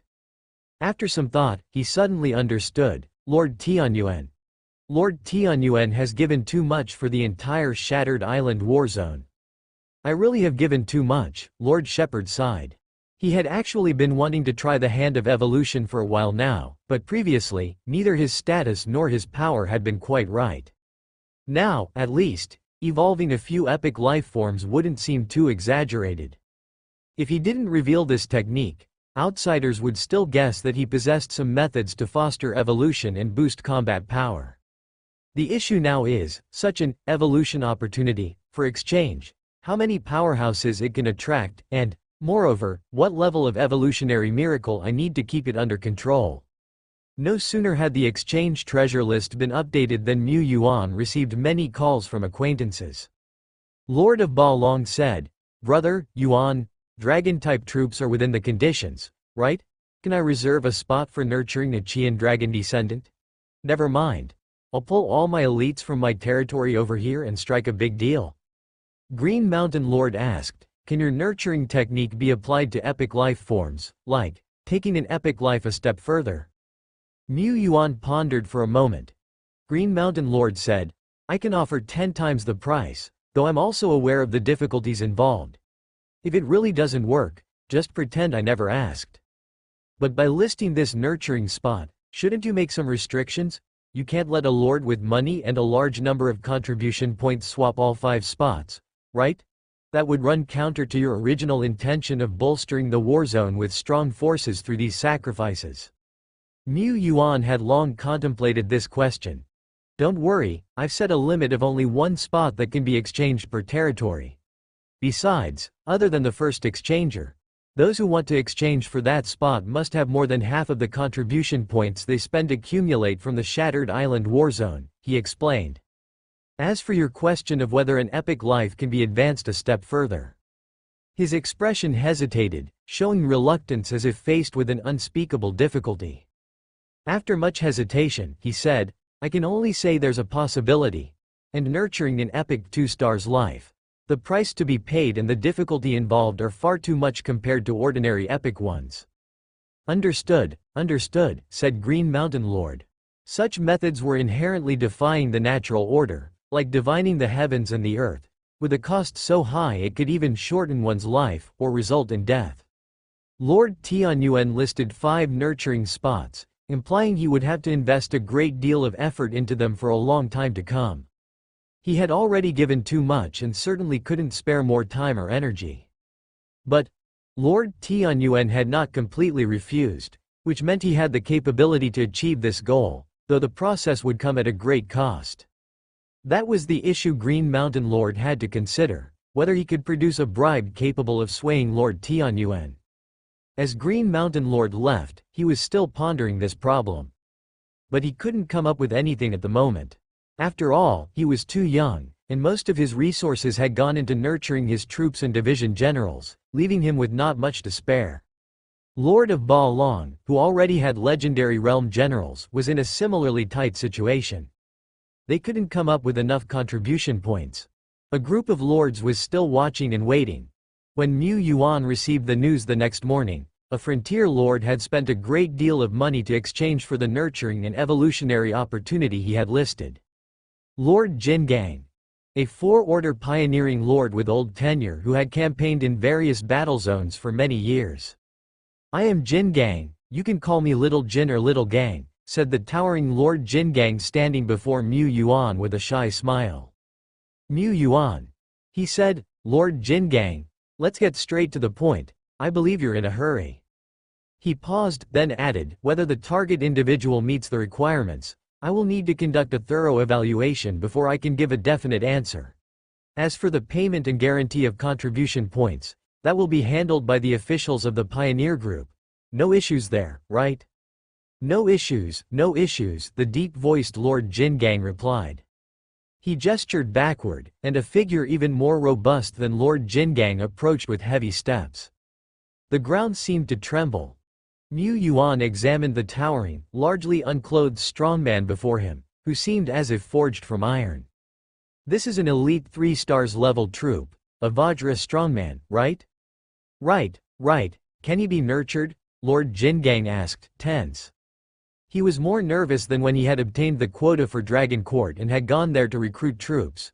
At that time, with only 2 spots in hand, he hadn't even hoped to recruit an epic life. His aim was merely to secure strong high-order sub-dragon troop types. Now, it was directly about having or not having. If he had it, his great general's legend was within reach. Then he too would be a legendary lord, and wouldn't earning contributions and merits be 10 times easier? To go broke for it was worth it? This Vajra strongman can be nurtured. Mu Yuan, after observing and thinking for a dozen seconds, finally spoke. He continued, "I will use special abilities and some treasures to stimulate and purify the methods of this Vajra strongman. The entire nurturing process will last approximately 1 to 2 days.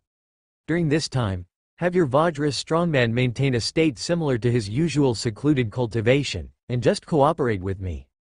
Like Lord Biting's bloodline tempering pool, which fully fired up to temper bloodlines in just 2 to 3 days. Like the legends of the Nirvana secret realm, creating an epic life was a matter of hours, but creating too many epics would drain one's primal strength, and after advancing to legend, Dead Bone only nurtured a few undead dragons. A day or 2 should be about right. Any longer would inevitably lead to mistakes. If it weren't for the fact that snapping his fingers to complete the evolution was too outrageous, too unrealistic, he wouldn't want to drag it out for so long. After all, it's just evolving an ordinary epic being." Under official notarization, Mu Yuan quickly signed a contract with Lord Jin Gang. Lord Jin Gang put forward a total of 1 million large contribution points, which were also deposited into the official account. Accompanied by Lord Jin Gang and his strongmen, Mu Yuan arrived at the recently established excellence-level miracle building, the Breakthrough Dojo, within Red Mountain City. Naturally, it was the Pioneer Group that invested and built it. It is an objective fact that the Shattered Isles war zone cannot compare with the old war zones, but that doesn't mean it should lack some basic practice and recovery buildings. The Breakthrough Dojo is one of them. The evolution service provided by Mu Yuan contained almost no fluff. It included the evolution formation improved upon by Isloa and Tianyuan City from numerous iterations, some auxiliary materials, and his hand of evolution. Several Starlight scholars stationed in Red Mountain City quickly arranged the site. Such a mystic and impressive evolution site also makes others feel they're getting their money's worth. Evolution truly is not easy. Lord Tianyuan has paid too much. After Lord Jingang left, Mu Yuan had the Vajra strongman step onto the evolutionary platform. Under the influence of the platform, the miracle building, and assorted treasures, the Vajra strongman quickly entered an immersive practice mode. Stripes of light spread across the platform, wrapping around the Vajra strongman like an enchantment, trapping him within. Mu Yuan stepped forward. In his palm lingered the evolutionary miracle power. He frowned slightly. Indeed, evolving an outsider is so much more difficult than evolving one's own troops, he murmured. To evolve his own troops, he only needed a thought to control the Evo power as if by instinct. But now, he had to personally control the evolutionary force, extending it with precision toward the Vajra strongman not far away. During the process of spreading the Evo power, it inevitably dissipated continuously. It was as if the Vajra strongman before him was not a suitable target for evolution, and Mu Yuan was just enveloping the area with the power of the evolutionary miracle. The entire process not only consumed several, even dozens of times more power, but the evolution time also became much longer than normal. It took a full half hour. That was too long, but Mu Yuan still had to slack off for a while. After he sprinkled down the Evo power, he noticed the Vajra strongman had undergone some slight changes. It seemed he could perform multiple, short-term, outputs. Mu Yuan noted down the experience, then walked out of the breakthrough dojo after releasing a few more strands of miracle power. Of course, he could not stay here the entire time. Thump! Crossing the doorway bathed in starlight, Mu Yuan set foot upon the ground. Here, watchtowers and arrow towers stood densely, among them numerous advanced sentinel towers. This was the western extreme of the Ten Directions Island domain, adjacent to the gateway to the Shattered Isles domain, also within the Shattered Isles war zone, naturally not lacking advanced sentinel towers and some essential defense buildings. The surprise attack plan was to be launched in 3 days, with reinforcements already en route. However, Mu Yuan still needed more strength. Evo power. 1,550,000 feet. He could still evolve another legend. The surprise attack was only the beginning, and once they established a stronghold in the Shattered Isles, how to hold it was also a matter for him, the commander, to consider. So, this almost brings us to the critical point. It's time to evolve, he said. All in all, approximately 45,000 Evo power has been expended. I've indeed invested too much. Isloa, you need to make sure this freshly acquired contribution points are put to good use, he instructed. Already planning, Isloa replied helplessly. This amount is considerable, but our territory's expenses are even greater. If this contribution is used to purchase breakthrough treasures for the legendary realm, especially the main materials, we could only buy about 20 or so pieces. If they were buying sets, they could purchase even fewer. The contribution points were both a lot and a little. She felt melancholic. I'm already working on research to reduce the cost of breakthroughs. However, before I can deliver any results, many will face the challenge of breaking through to the legendary level. Lord, you certainly wouldn't let the elites of our territory risk a breakthrough without proper resources. We must still incur this expenditure, so we have to be prepared, she explained. Isloa considered many things, but for Great Lord Mu Yuan, simply evolving was enough. At that moment, inside Red Mountain City, Lord Jingang, who had just come off guard duty to rest, walked up and down the street outside the breakthrough dojo. He glanced again from a distance and continued pacing. Though it had only been a day since he sent the Vajra strongman for training, it felt to him as if he had passed countless days and nights, unbearably long. Can it really be done? Lord Tianyuan mentioned there's a certain chance of failure. Surely I won't be so unlucky to hit that chance, will I? Can it really be? He murmured to himself. Suddenly, a heavenly notification, ding, sounded in Lord Jingang's ear. Important information popped up. Your hero, Li, has received a special opportunity, his bloodline refined, and has now advanced to an epic life. Overjoyed, Lord Jingang burst into tears. He cried and laughed unrestrainedly on the street, like a giant child over 3 meters tall. This was like a whirlwind, sweeping through the entire city, the whole evening, all of Taizan. Have you heard? If you go serve in the Shattered Isles war zone and accumulate merits by slaying monsters, you have a chance to get an epic opportunity, one said. Brothers, we must consider whether this is the only chance of a lifetime, another urged. At Red Mountain City, Rain Dust Lord lounged with legs crossed, mouth slightly agape. I had thought it over. With Tianyuan's identity and potential, it's impossible for him to engage in shoddy business, yet I just couldn't bring myself to believe it. I had enough contribution points. I could have secured this spot. I'm so foolish, truly. According to the rules listed on the exchange platform, lords who wish to claim the remaining 4 slots must at least earn 500,000 contribution points in the Shattered Island battle zone. In the short term, no one could achieve this. Even the strongest among them, Green Mountain, Raindust, and Broken Rock Lord. The battle zone of Shattered Island had only been open for a few days, and even with fierce fighting, accumulating that many contribution points would require a combination of strength, time, and opportunity. This left many powerful lords who missed the no conditions exchange, sighing in regret. Why hadn't they discovered it a bit earlier? The number of lords applying to our battle zone, including powerful professionals, is increasing, said Isloa, holding the freshly acquired data in Tianyuan City. Of course, it's still early days since the Shattered Island battle zone was established, and the peak period for pioneers to rush in. So it can't be said that these strong individuals are here just for the evolution slots. The powerful do not act so trivially. Mu Yuan allocated his forces and expended Evo power to evolve numerous epics within his own territory. He then turned his attention to the Dragon Mound Fertile Land Secret Realm. There, an evolution ritual far surpassing epic standards was underway. The Tianyuan powerhouse bathed in the glow of the miracle was Lulu. Mu Yuan had considered early on evolving another legendary life. There were 4 suitable candidates: Lulu, Tree Demon Granny, Uda, Sophia. Tree Demon Granny, the current 4th-ranking war commander in combat power at Tianyuan City, had the highest level.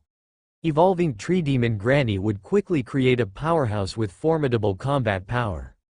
At the same time, Tree Demon Granny was also skilled in defending the city.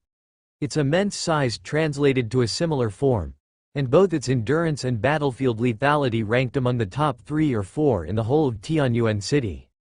But there were many restrictions on using it. Due to these restrictions, Tree Demon Granny had few war achievements and far fewer contribution points than Lulu and Sophia. Choosing Uda related naturally to combat power. Uda was extremely good at striking assaults, killing strong enemies decisively. His moves were simple and singular, but from another perspective, he was not easily countered. Sophia was currently the only division general in Tianyuan City who possessed a potent scouting ability. Her skills were irreplaceable, however, she couldn't extract herself just yet. Lulu had many advantages. He was skilled in defending, meticulous in his duties, and his combat power wasn't much inferior. He also had the most war achievements among the remaining division generals in Tianyuan City. A day and a night had passed since the evolution of Lulu began. The legendary evolution was predictably lengthy, consuming far more than the basic 500,000 units of miracle power. The light was still radiating. Several hours later, changes finally began. Lulu's domain emerged, inch by inch expanding outward. 2,000 meters, 3,000 meters, 4,000 meters.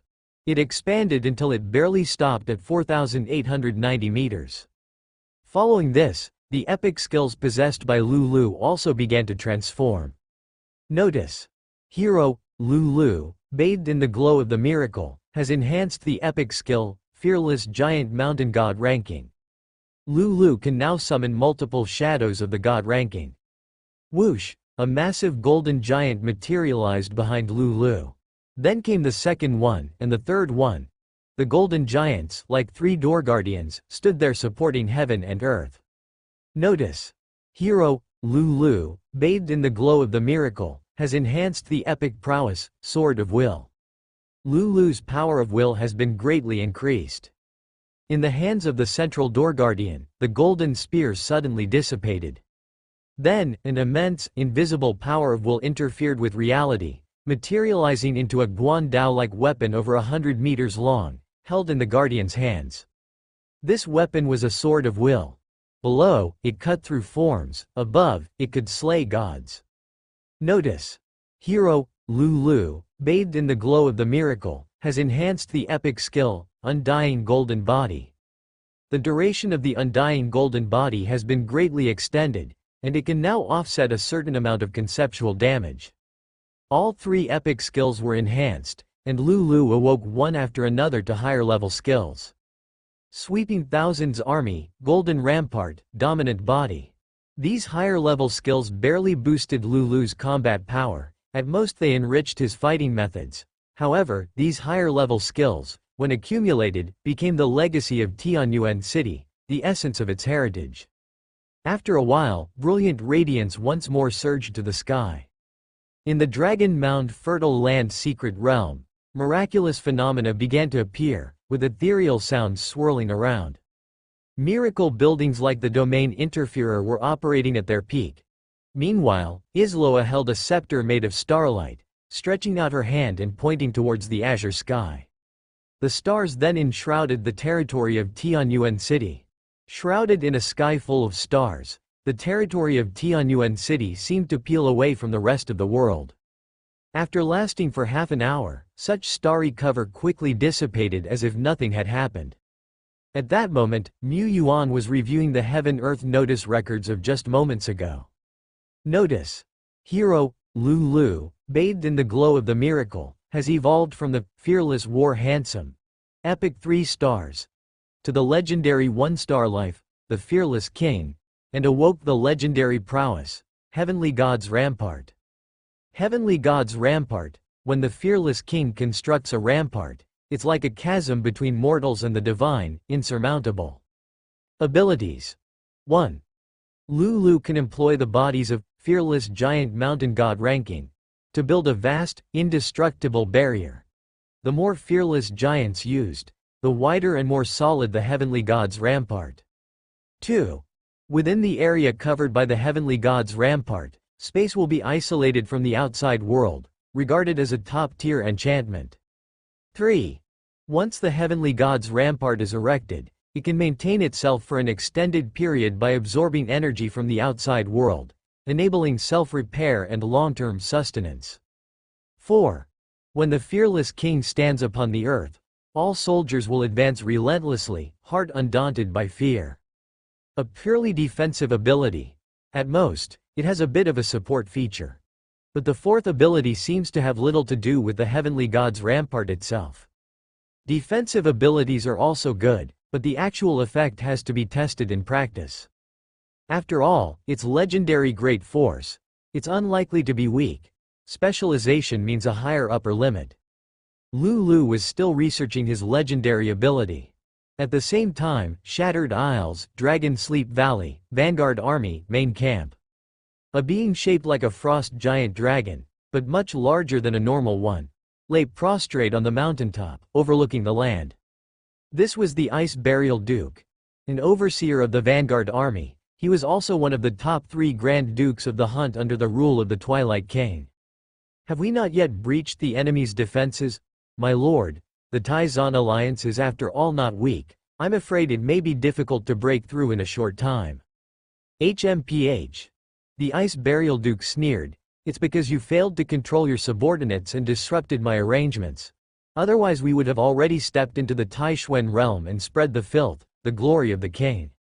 His gaze swept across, and the powerful crimson dragons in the distance, as well as the other Grand Dukes of the Hunt, couldn't help but lower their heads.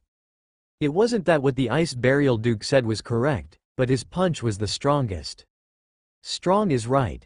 One of the Grand Dukes of the Hunt spoke. Whatever the case, we currently hold a firm advantage. As long as we turn the entire island domain into Red Mist Land, the power of Dragon Sleep Valley will be able to spread here. When that happens, crushing Taishuan will merely be a matter of time. The Ice Burial Duke didn't refute. We can't just sit around waiting. proceed with the plan to strike Taishuan's defenses, and send the Faceless Ones, soul-devouring demons, and heart bewitchers to infiltrate and see if they can disrupt Taishuan's lines from within. Also, he paused, search the entire island domain for me, especially for any passages leading to other great domains. Do you understand? Amidst the swirling red mist, the roar of the dragons resonated from here to there. Half a day later, 2 crimson dragons received news that on the outskirts of the island domain, a significant surge of monster tide was spilling out. This area could very well contain a passage leading to another domain. Dragon A said. Dragon B, we need to report this to the Ice Burial Duke. Dragon A, no, it's not proper to report directly. We're unclear on the precise location of this passage to another domain, and it's possible that it's not a passage at all, but rather a secret realm or some concealed vitality force. Both scenarios could attract a monster tide. We must clarify the situation, otherwise how would we answer if the Duke asks us? This made sense indeed. During their time on this island domain, they had discovered several vitality forces, but unfortunately, they were all too small, not even enough to fill the gaps between their teeth. The 2 crimson dragons pondered for a moment, then called several legendary realm beings from their subordinate forces, and rushed off into the distance together. After they left, under the red mist, in the dimness, a pair of red eyes appeared on a withered tree. It was a pitch-black crow, almost indistinguishable from the common monsters seen everywhere here, except for the red glow swirling in the depths of its red eyes. Red Mountain City. Mu Yuan pushed the door open and saw Green Mountain, Rain Dust, and Broken Rock. The plan is almost ready, the reinforcements will arrive today, a familiar face, Sword Lord Lu Shi. Broken Rock Lord said. Last time, during the surprise attack on Dragon Sleep Valley, it was Sword Lord Lu Shi who led the team, a macho man with extensive dragon slaying experience. Green Mountain Lord added, the lords of Pan Shi City and Tian City have also sent several powerful reinforcements who have arrived. Later, a few more warriors from Soul Realm should be able to come, at the latest the day after tomorrow, we'll be able to launch our offensive. No, Mu Yuan tapped his fingertips on the table. He had been waiting for Sword Lord Lu Shi all along. Without the strong warrior Sword Lord Lu Shi, they indeed could not strike directly at Dragonsleep Valley. God Soul Realm warriors naturally are also super reinforcements, but if it were to delay them for 1 or 2 days, no, that wouldn't do. He pondered for a while then said, once Sword Lord Lu Shi arrives, we will launch the attack. If we delay any further, the enemy is very likely to find another passage entrance, and we will miss the opportunity for a surprise attack. But isn't the other passage entrance in the 10 Directions Island domain? Lord Rain Dust said, according to the plan we previously set, there are 2 routes to attack. Sword Lord Lu Shi leading the strong warriors to launch a frontal assault to attract the enemy's attention, while the rest of us go around to the other entrance and enter the Shattered Isles from the side to establish a position as quickly as possible. Our second route's warriors heading to 10 Directions Island domain, if they set off now, will likely arrive at the passage entrance the day after tomorrow. Isn't that roughly the time frame I had planned? They had been discussing and preparing to leave when they contacted Lord Tianyuan. Mu Yuan said, if it's just a few people, I have a way to send you to 10 Directions Island domain. Now, we need to discuss the team selection for the position squad. He looked at the 3 people. Sword Lord Lu Shi is responsible for the assault, decoy squad. We will be responsible for the position squad, which I will lead. I need 2 of you 3 to assist me, no problem? I have no problem. Me neither. Naturally, she looked towards Tianyuan. The position squad might seem less directly confrontational with Dragon Sleep Valley, but in reality, because the position squad needs to go deep into the Shattered Isles to find a suitable area to establish a stronghold, the risk factor is higher than the assault squad. Not to mention the assault squad has Sword Lord Lu Shi. The position squad, sparse in strong warriors. Lord Raindust wouldn't fear, and she guessed Tianyuan would not shy away either, but taking on the most difficult task so directly and decisively was still somewhat admirable to her. Green Mountain Lord took a deep breath and said, I am a God Soul Realm warrior. I must join the position squad. In my Green Mountain City, Aside from myself, there is another God Soul Realm warrior, Emerald Giant Dragon Qingmu, as well as a Heaven and Earth Realm warrior, Life Sage Wu Sen, with a domain radius exceeding tens of thousands of meters. However, as this is a surprise attack, I cannot bring my ancient mountain giant incarnation. Rain Dust and Broken Rock Lord were both somewhat surprised. The power that Green Mountain Lord possessed indeed surpassed them by far. And he still held a vast amount of potential that had yet to be realized. The future was boundless. Broken Rock Lord spoke, "Let me be the remaining member then. I also have several Heaven and Earth Realm peak level warriors under my command, and I have experience in launching surprise attacks on Dragon Sleep Valley." "No," Lord Raindust spoke, "it should be me. The position squad needs more high-end combat power, and I have a God Soul Realm general." She seemed to issue a command. Soon after, a powerful figure arrived on the scene. She was a strong warrior wearing a sky blue cloak, with a feminine and slender figure but appeared rather unremarkable. However, wisps of the might of a divine soul surrounded her. Is this the Water Sky Doctrine, Epic Life? Niu Yuan was actually quite certain. Lord Raindust said, "Lord Tianyuan is truly discerning. This is indeed my right hand, Water Sky Doctrine Yala. Skilled in water control, able to change weather conditions within a certain range." She too was fortunate enough to have a recent breakthrough and entered the Divine Soul Realm. She said it was by luck. But luck is merely modesty from the successful. Broken Rock Lord sighed silently. The three looked towards Tianyuan. Niu Yuankai spoke, "I will take Uta, Rakshasa, 17 to the front lines, and Hong Yi will remain here. Of course, I will also dispatch several generals to join the position troop, who are currently at the front line in the 10 Directions Island domain. My Tianyuan city is quite new with not many strong warriors. Indeed, I cannot produce any God Soul Realm warriors." The three weren't surprised. The Heaven and Earth Realm generals under Tianyuan City's command were also one stronger than the next. If the other generals were of Rakshasa's and Uda's caliber, or just slightly less, they would still be fierce warriors of the current age. They thought, only to hear Tianyuan City's lord say, "However, I do have several Heaven and Earth Realm peak, as well as tens of thousands meter-level warriors in my Tianyuan City. The gap between the Soul Realm and the Heaven and Earth Realm isn't as large as that between the Heaven and Earth Realm and the Fourth Order leader level. The tens of thousands meter-level strongmen of the Heaven and Earth Realm, in terms of combat power, are capable of matching those of the Soul Realm, just lacking some special techniques. Tianyuan City, has it already obtained such a level of strongman? Yes, since Tianyuan City has already several strongmen whose combat power is close, comparable to peak Heaven and Earth Realm, it doesn't seem so hard to accept having this level of strongman." Only Broken Rock Lord sighed again. Looking around, he found himself to be the weakest one. He should have thought of this earlier. If the city lord of Tianyuan didn't have overwhelmingly powerful, convincing high-end combat power, those above wouldn't have nominated Tianyuan to take up the role of commander. Looking at it this way, the combat power of our position group is not weak either. This sudden attack has great potential. Green Mountain Lord couldn't help but clench his fist. Aside from him, Raindust, and Tianyuan, the strongmen who had emerged from the three territories, among the reinforcements from Panchi City and Tian City, there were also strongmen of this level. Their position group's grounding was far from the main base of Dragon Sleep Valley's vanguard army.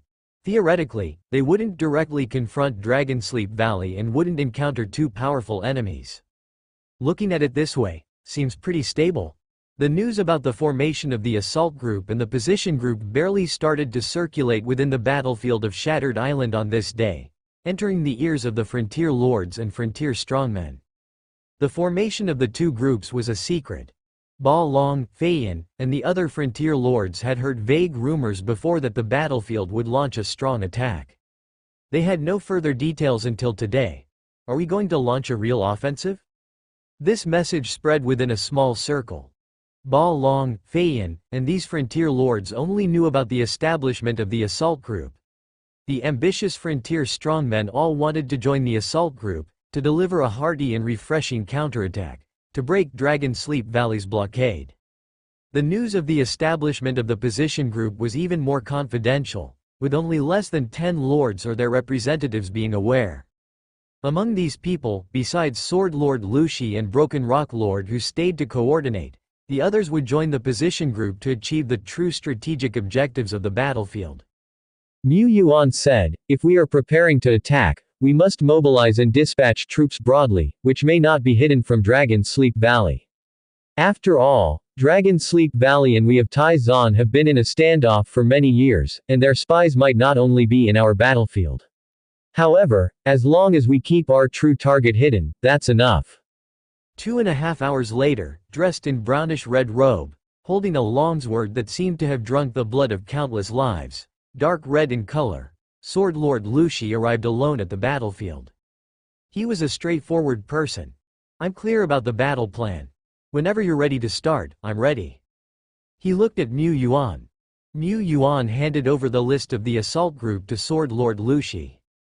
Within the assault group, there were also top strongmen. After all, Sword Lord Lushi didn't have very strong subordinates. He alone couldn't hold back such a large vanguard army. The plan is 2 hours from now, Mu Yuan said. He allowed the Rakshasa to join the assault group, which also facilitated contact between the two groups at any time. Rakshasa followed the actions of Sword Lord Lushi. 17 and Hong Yi stayed within the defense area. In this way, he could always pay attention to all three places. Sword Lord Lushi drew a circle with his sword tip, and from within the circle, a black armored division general stepped out. This is one of my heroes. I will have him act together with you. Sword Lord Lushi and Broken Rock Lord immediately went to the front-line defense area to start appointing officers. Lord Shepard, who was fully committed to playing the part, also sculpted a starlight avatar to come to the camp in the defense area to inspect all directions. His real body, along with Green Mountain, Rain Dust and several frontier lords, arrived in an inconspicuous valley just outside the territory of Red Mountain City. From here, we can directly reach 10 Directions Island Domain? Seems like there's nothing here at all. Rain Dust Lord muttered. Beside her moved a Soul Realm strongman, Church of Sky and Water Yala, and another 3 Peak Heaven and Earth Realm strongmen. The division generals accompanying Green Mountain Lord were more numerous, totaling 7. In addition to these, there were 8 strongmen from Tian City. Among them were 2 Soul Realm strongmen, Lord Fuchao Vito, and Water Zeal Giant Dragon Bu, subordinates of the Lord of Tian City. The officers from Panchi City were mainly Peak Heaven and Earth Realm strongmen, Great Stone Lord, and Sword Saint Tianhe. Aside from the strongmen from these 4 routes, there were several from ordinary frontier territories. Lord Long Tien was one. His participation in the battle was related to his possession of legendary Realm Dragonkind troops, which allowed for fast travel. Yet, without a doubt, he was among the least conspicuous strongmen in the position group. Lord Long Tien swallowed hard. Just a short while ago, he considered himself on par with Lord Tianyuan and even harbored thoughts of competition. But in a blink, he found himself trembling amongst these strongmen while Lord Tianyuan commanded these invincible strongmen. He felt envy and inferiority. Regardless of the reason, if he were in Tianyuan's position and had to command these Peak Heaven and Earth Realm and even Soul Realm strongmen, he couldn't be as composed. Tianyuan was stronger than him, but in the assault group, he was only middle-ranked, right? How could he be so at ease? Mu Yuan looked around. Some were nervous, some were solemn, some were as casual as if they were on an outing. Command was indeed a problem. Lord Shepard clearly understood that his credentials were insufficient, his public achievements were too few, and convincing everybody wasn't so simple. Hence, he arranged the direct lineage division generals of both Lord Pan Shi and Lord of Tian City to be in his own group. Frontier lords like Dragon Sky were among the younger, more ambitious, and fearless leaders within the battlefield lords. Even someone like the Rain Dust Lord, a old woman, over 30, strictly speaking, is still a young lord. Among the battlefield, there were also elders with great strength. For instance, Lake Mountain Dean from Tian City, who would join the assault group under Sword Lord Lushi's command. This time, he actually made 2 sets of preparations. If the assault group could directly break through the blockade of Dragonsleep Valley, it would be more than wonderful. However, the likelihood of this happening was extremely slim. Inside the valley, only two people, Uta and Isloa, were with Mu Yuan. He said to Isloa, "Let's begin." The valley was thick with trees that blocked out all daylight, making it quite dim. Clearly, there was no sunlight and the clear blue sky was not visible, yet Rain Dust, Green Mountain, and several other lords were still somewhat astounded. It was as if they had seen the starry sky, the stars had fallen. Mysterious and dazzling, the light of stars touched down on the nearby earth, and in the blink of an eye, interwove to form a profound and extraordinary starry skygate. Creak! The stargate opened, and within the resplendent light one could faintly make out a vastly different scene on the other side. Could it be that the other side is the 10 Directions Island domain? Lord Rain Dust guessed there would be a means of transport. After all, only by transportation could they reach the distant foreign lands within a short 1 or 2 hours. But even with transportation, the mere sight of this pink-haired hero from Tianyuan City conjuring up the gate with a wave of her hand was still astonishing and enviable. How convenient and important transportation was something every lord was acutely aware of. It seems this hero is the very one Tianyuan recruited at the festival grounds, known as the Starry Sky Maiden, Isloa? At that time, Tianyuan gave up several well-known heroes to recruit the then unknown Starry Sky Maiden, leaving many puzzled. Now it seems, indeed, Tianyuan's vision is incredibly keen. He probably saw through the heroes at the festival grounds long ago, and that's why he recruited this Starry Sky Maiden without hesitation. Transportation overrides 99.99% of other advantages. Perhaps back then, the Starry Sky Maiden's transportation ability was weak, but first, she needed to have this ability in order to improve it as she advanced. For veterans like Lord Raindust, who had a broad perspective and an abundant array of means, sometimes, a soldier with a special ability and rare traits might be more precious and harder to find than a common epic life. The Starry Sky Maiden was undoubtedly one of those rare beings. Mu Yuan said, "You don't need to guess anymore, it is indeed a transportation ability. Such transport has many limitations, let's hurry." On the other side of the Starry Sky Gate, Tianyuan generals like Lulu, Duo Lai, and Sario were already fully prepared. People began to step through the gate one after another. A few from Green Mountain Lord's group. A few from Lord Raindust's group. The number of people passing through the Starry Sky Gate was nearly a few dozen, which was somewhat pressuring for Isloa. The powerful individuals passing through the gate occasionally glanced to the side, fearful that the next moment, this Tianyuan powerhouse would be unable to maintain it, and the Starry Sky Gate would crack open abruptly. Fortunately, no accident occurred, and they arrived at the 10 Directions Island domain in the blink of an eye. Upon arrival, they saw a gigantic frost giant dragon, its body exuding a cold, deadly stillness. Its eyes, larger than the front of a truck, glared down at the people below. This posture, this body, this incomparable dragon's might. Lord Tianyuan was truly skilled in commanding dragonkind.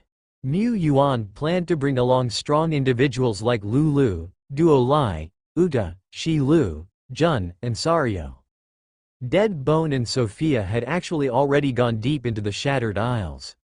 The time is about right, we should set off now. Mu Yuan looked at everyone. He would lead from the front. After all, with lords like Green Mountain and Raindust personally present, and an ordinary powerhouse like Dragonsky showing no fear, how could he stay at the rear? He already possessed a certain amount of strength. Mu Yuan took out a cleansing potion and drank it in one gulp. There were not many powerhouses in Shattered Island battlefield, but backed by Tai Zan, their preparedness in terms of war materials was extremely abundant.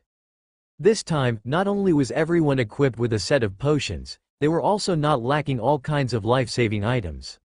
Looking towards the far distance, at the monster tide still surging out, he reached out. The vast power of heaven and earth converged towards him. Like cleaving through a giant wave, he slashed through the monster tide. He took large strides forward, stepping over the scattered bones without hesitation, without pause, and moving towards that dim, cramped passage with the ominous red mist at its end. Lord Rain Dust, Green Mountain, and the other lords took a deep breath and strode forward, following the figure not far ahead. Cold, dim. The air was filled with a nauseating stench. It was the filth, the red mist. It swept in from all directions, penetrating domains, protective energies, equipment, and flesh, seeping into the body, into the marrow, into the soul. It would slowly corrupt the soul. This was erosion. The body's instincts were constantly reminding to leave such an area as quickly as possible. I've entered the red mist land again. It's not completely eroded yet, but it's close. Before me, the red mist was thick and pervasive. The ground was parched, and the crusty, blood-stained like brownish-red cracks spread like spider webs with no end in sight. More severe than I imagined. The Green Mountain Lord said, if the majority of the Shattered Isles are like this, then it might only take half a month or a month before the entire domain becomes red mystified and utterly turned into a map of filth. By then, they would be powerless to reverse it. He squatted down, caressing the ground. Faintly visible were shoots breaking through the completely dried soil, with strands of greenish light spreading towards the distance. The Rain Dust Lord also made a move, with raindrops coalescing in the space between heaven and earth. She was reading information from the raindrops. They were reconnoitering. Not all the powerhouses present had superior scouting methods, but at their level, they each had at least some scouting skills. Otherwise, they would be completely blind in unfamiliar domains, easily falling prey to ambushes. 11 o'clock direction, 6 legendary monsters are about to emerge, and we need to slay them at the fastest speed. Mu Yuan spoke. Green Mountain and Rain Dust Lords focused their attention in the 11 o'clock direction and indeed made a discovery. The red mist swirled, barely concealing the emergence of enormous figures.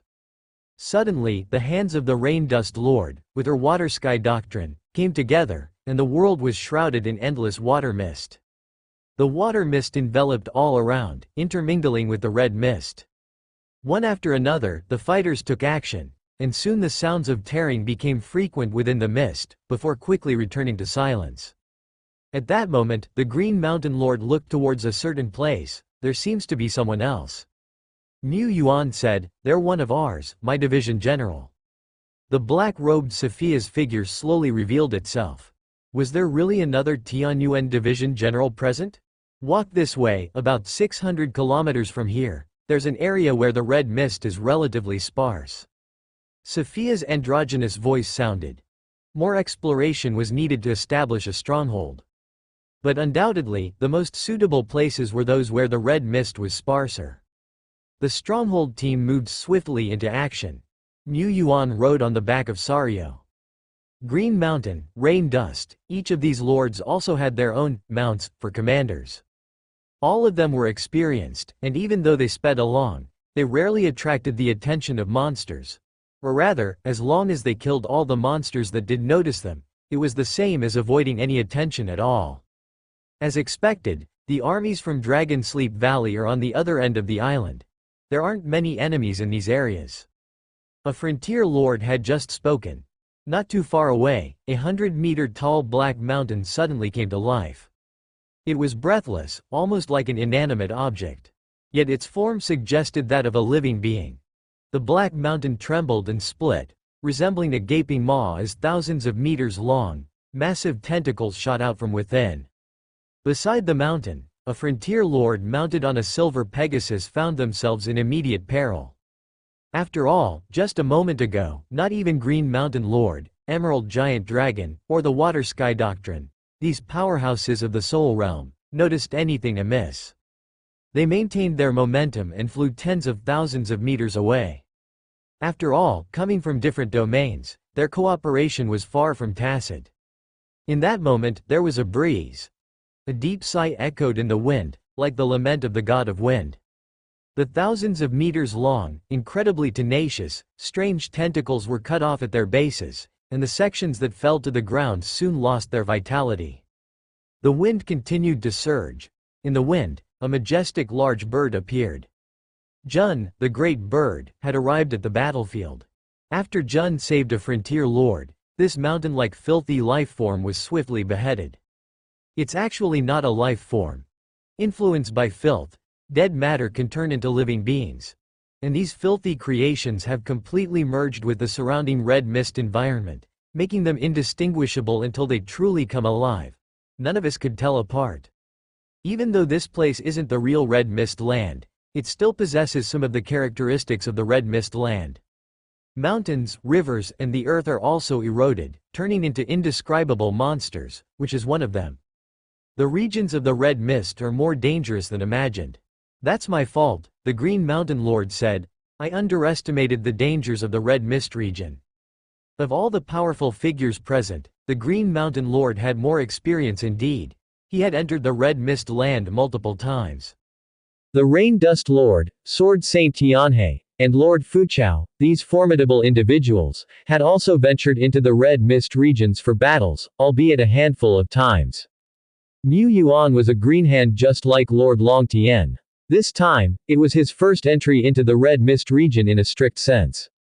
Sophia had been in the Shattered Isles for several days, exploring around, except that she didn't step into the southern part of the Isles, which hosted the largest island. That was the enemy's stronghold. Despite having covered much ground in her measurements, she hadn't encountered a situation like today's. It was a lapse in my scouting, Sophia said via mental communication. Mu Yuan seemed to see her hang her head, utterly dejected. This isn't your fault, he said. This means as long as our level of concealment is sufficient, we won't attract the attention of these weird monsters. But their positions consisted of several dozen individuals this time. They couldn't completely hide their presence. They could only respond with more careful and cautious attitudes. Mu Yuan looked around at the distant mountains whose shapes were all bizarre, like monsters showing their fangs and claws, with striking brownish-red lines resembling blood trickling down from the peaks. Naturally, among these mountains, rivers, and the earth, only a very few underwent changes and fell into being filthy creations. Mu Yuan kept Jun in a ready-to-strike state and had Sophia stay vigilant at all times. Xie Yi, who possessed long-range bombardment abilities, also watched the distance, ready to fire a critical shot at any moment to assist their allies. However, each of the legends in the position group was carefully chosen and not so frail. After being on guard, several weaker frontier lords quickly adapted to the environment of the Red Mist region. Since they truly couldn't detect the filth-transformed land, they used their own methods, whether setting up bait, accumulating transfer skills, or anticipating through subtle changes. There were indeed a few overly cautious moments, battling wits with the air, suddenly making a mid-air swerve and dodging thousands of meters away. But nobody found it preposterous. Being overly cautious was always better than carelessness and losing one's life. The position group soon reached the first location. Selected by Sophia, it was a place where the red mist was less dense. But they still needed to survey the ley lines of the area and some heaven and earth factors he couldn't fully explain. Mu Yuan took out a twig emanating a faint golden glow and inserted it into the earth. Green Mountain and Rain Dust, both vice commanders, each also took out a similar twig and performed similar actions in the distance. Silken red threads climbing onto the twig collided and intertwined with the golden glow above. The golden light seemed to be reluctantly retreating. Rain Dust said, "It's still slightly lacking." Mu Yuankai spoke up, "We'll head to the second area immediately." Sophia led the way. Within the vast area shrouded by red mist, all directions seemed filled with filth, and even after one previous exploration, one could still get lost again. Sophia, who had a black crow to guide her, was untroubled by this. She had already left 3 nether ravens at each spot where the red mist was thin, as anchors for orientation. The position group swiftly arrived at the second area, this time. The golden light wasn't pushed back by the red lines but rather seemed to be in a position to suppress them. This area meets the criteria. I didn't expect us to find a suitable area so quickly. Green Mountain clenched his fist in excitement. This meant that the first strategic step had been achieved. However, Rain Dust stared at the golden twig and suddenly spoke up. "Thanks to Lord Tianyuan's detailed exploration in the early phase, we have moved far faster than expected, which also means we still have time. Perhaps we can find an area even more suitable for establishing our position." She looked towards Tianyuan and Green Mountain. The Green Mountain Lord's expression was conflicted. Mu Yuan pulled out the golden twig. That's exactly what I think. If a region is more closely connected to the will of the eternal world, the more benefits we can gain after establishing our position. Establishing the position is only the first step. We still need to hold our ground in the Red Mist region, cut off the reinforcements from Dragon Sleep Valley, and even push back and crush the enemy. That's our ultimate strategic goal. To achieve this, we need to enact every step to the utmost. Within the allocated time, the Green Mountain Lord sighed. All right, if both of you think so. He wasn't strongly opposed. This was why he didn't want to be the main commander. A decision that could affect countless comrades, a war zone, a great domain.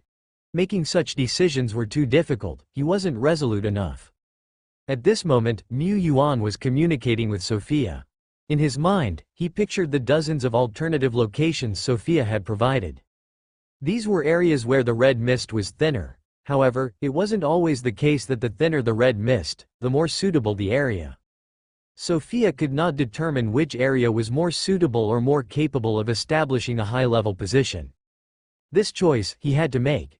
If he chose correctly, future battles would be half as difficult. If he chose wrongly, they might waste a great deal of time, and even miss strategic opportunities. It was time to make a decision. We cross the sea, we head to another Shattered Isles. The Shattered Isles were comprised of a multitude of islands, big and small.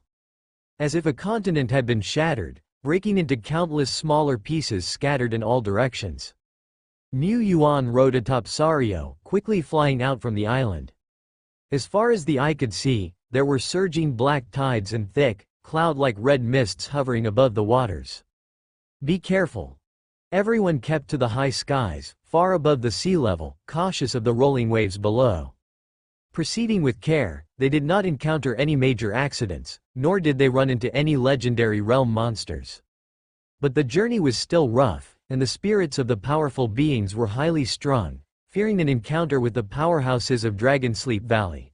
Although statistically speaking, the chance of them encountering top-tier powerhouses from the Dragon Sleep Valley's vanguard army in the vast isles was close to zero.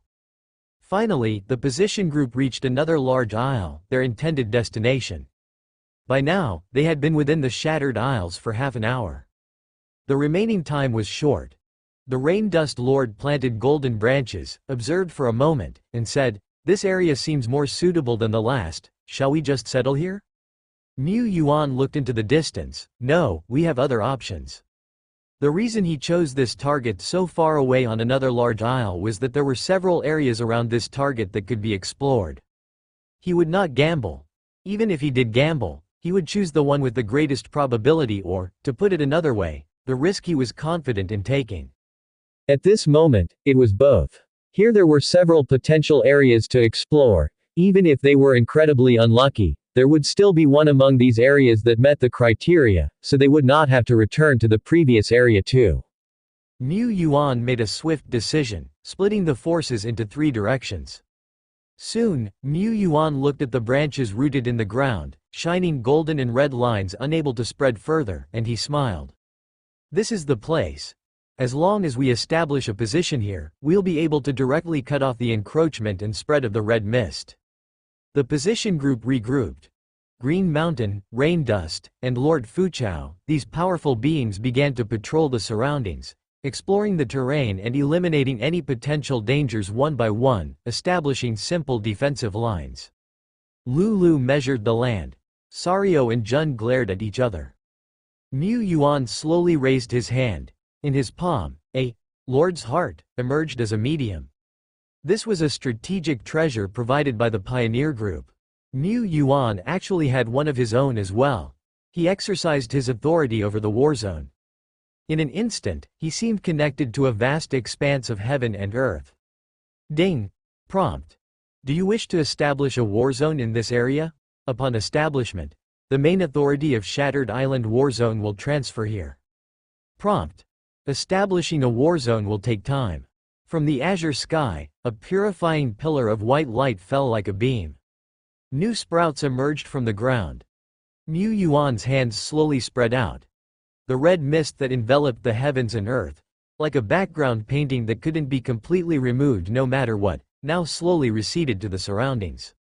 The light of the sky cascaded down. At the same time, in another location within the Shattered Isles. Roar! The war had escalated to an intense stage, and one after another, the ethereal figures of army spirits emerged, lining the space between heaven and earth, breaking free from the boundless red mist. Annihilate! Bao Long's muscles bulged inch by inch, and his bones crackled, while the image of the giant dragon above him roared.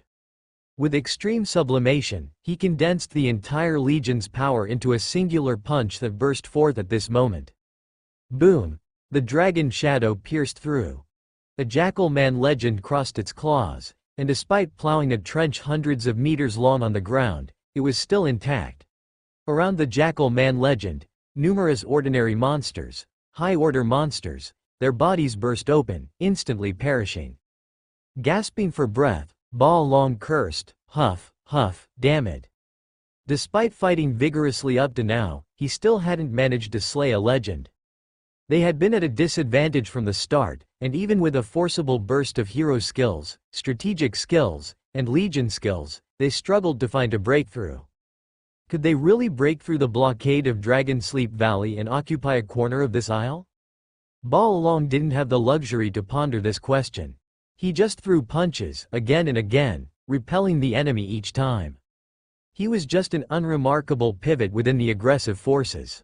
And high above in the azure sky, here the red mist drifted, and at the peak of the towering black mountain, a terrifyingly cold behemoth loomed. His pupils were like two icy moons, and his body lay as if atop the clouds. His breath turned into a terrifying black storm, and wherever his gaze fell, the world revealed a frosty sadness.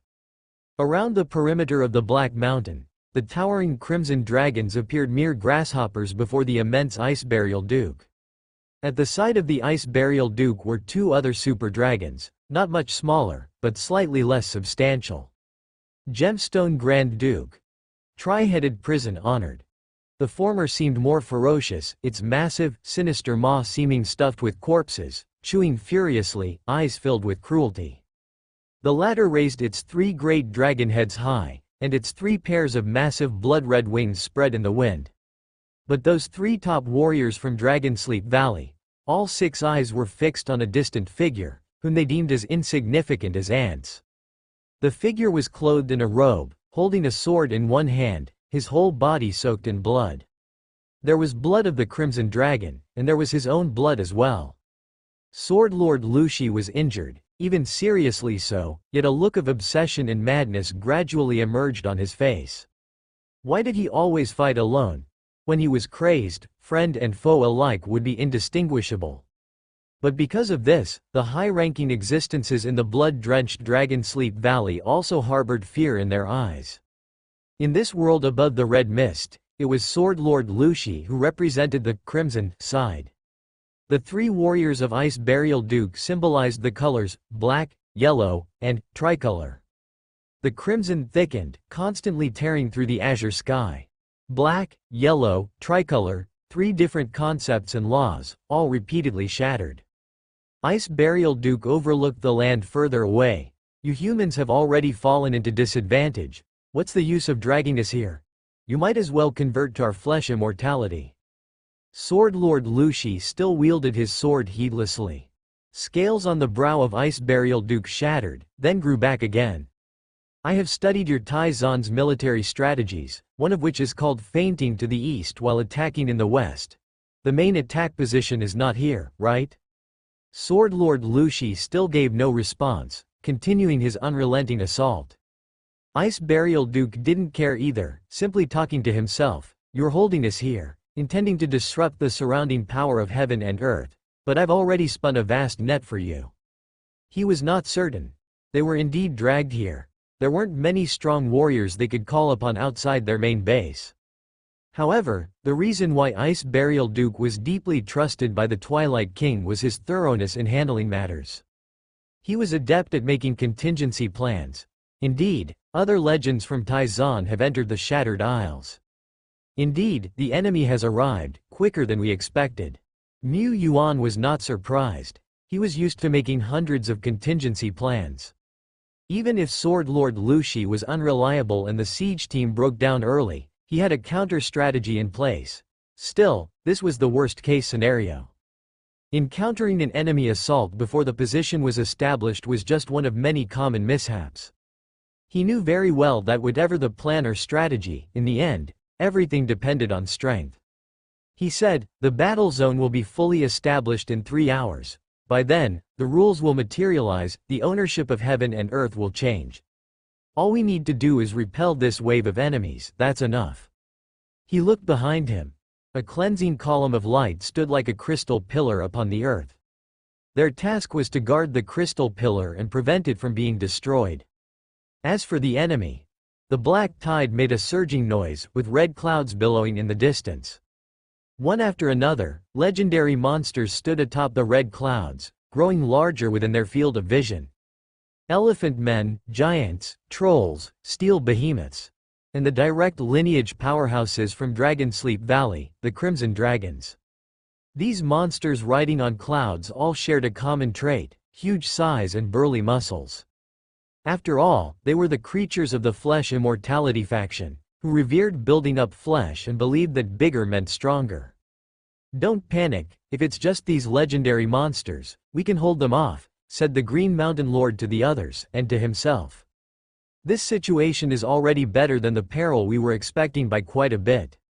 Before he could finish the word, better, great swaths of red mist corrupted their way from a distance. Everyone held firm to the light of will. After the red mist storm had passed, strong warriors like Green Mountain and Raindust realized that the corrosive force wasn't as strong as anticipated. "Wait, something's wrong."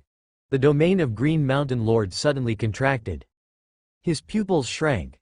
The power of heaven and earth. Alert! Due to special factors, current heaven-earth seal activated, entering dustless state. Alert! Dustless state.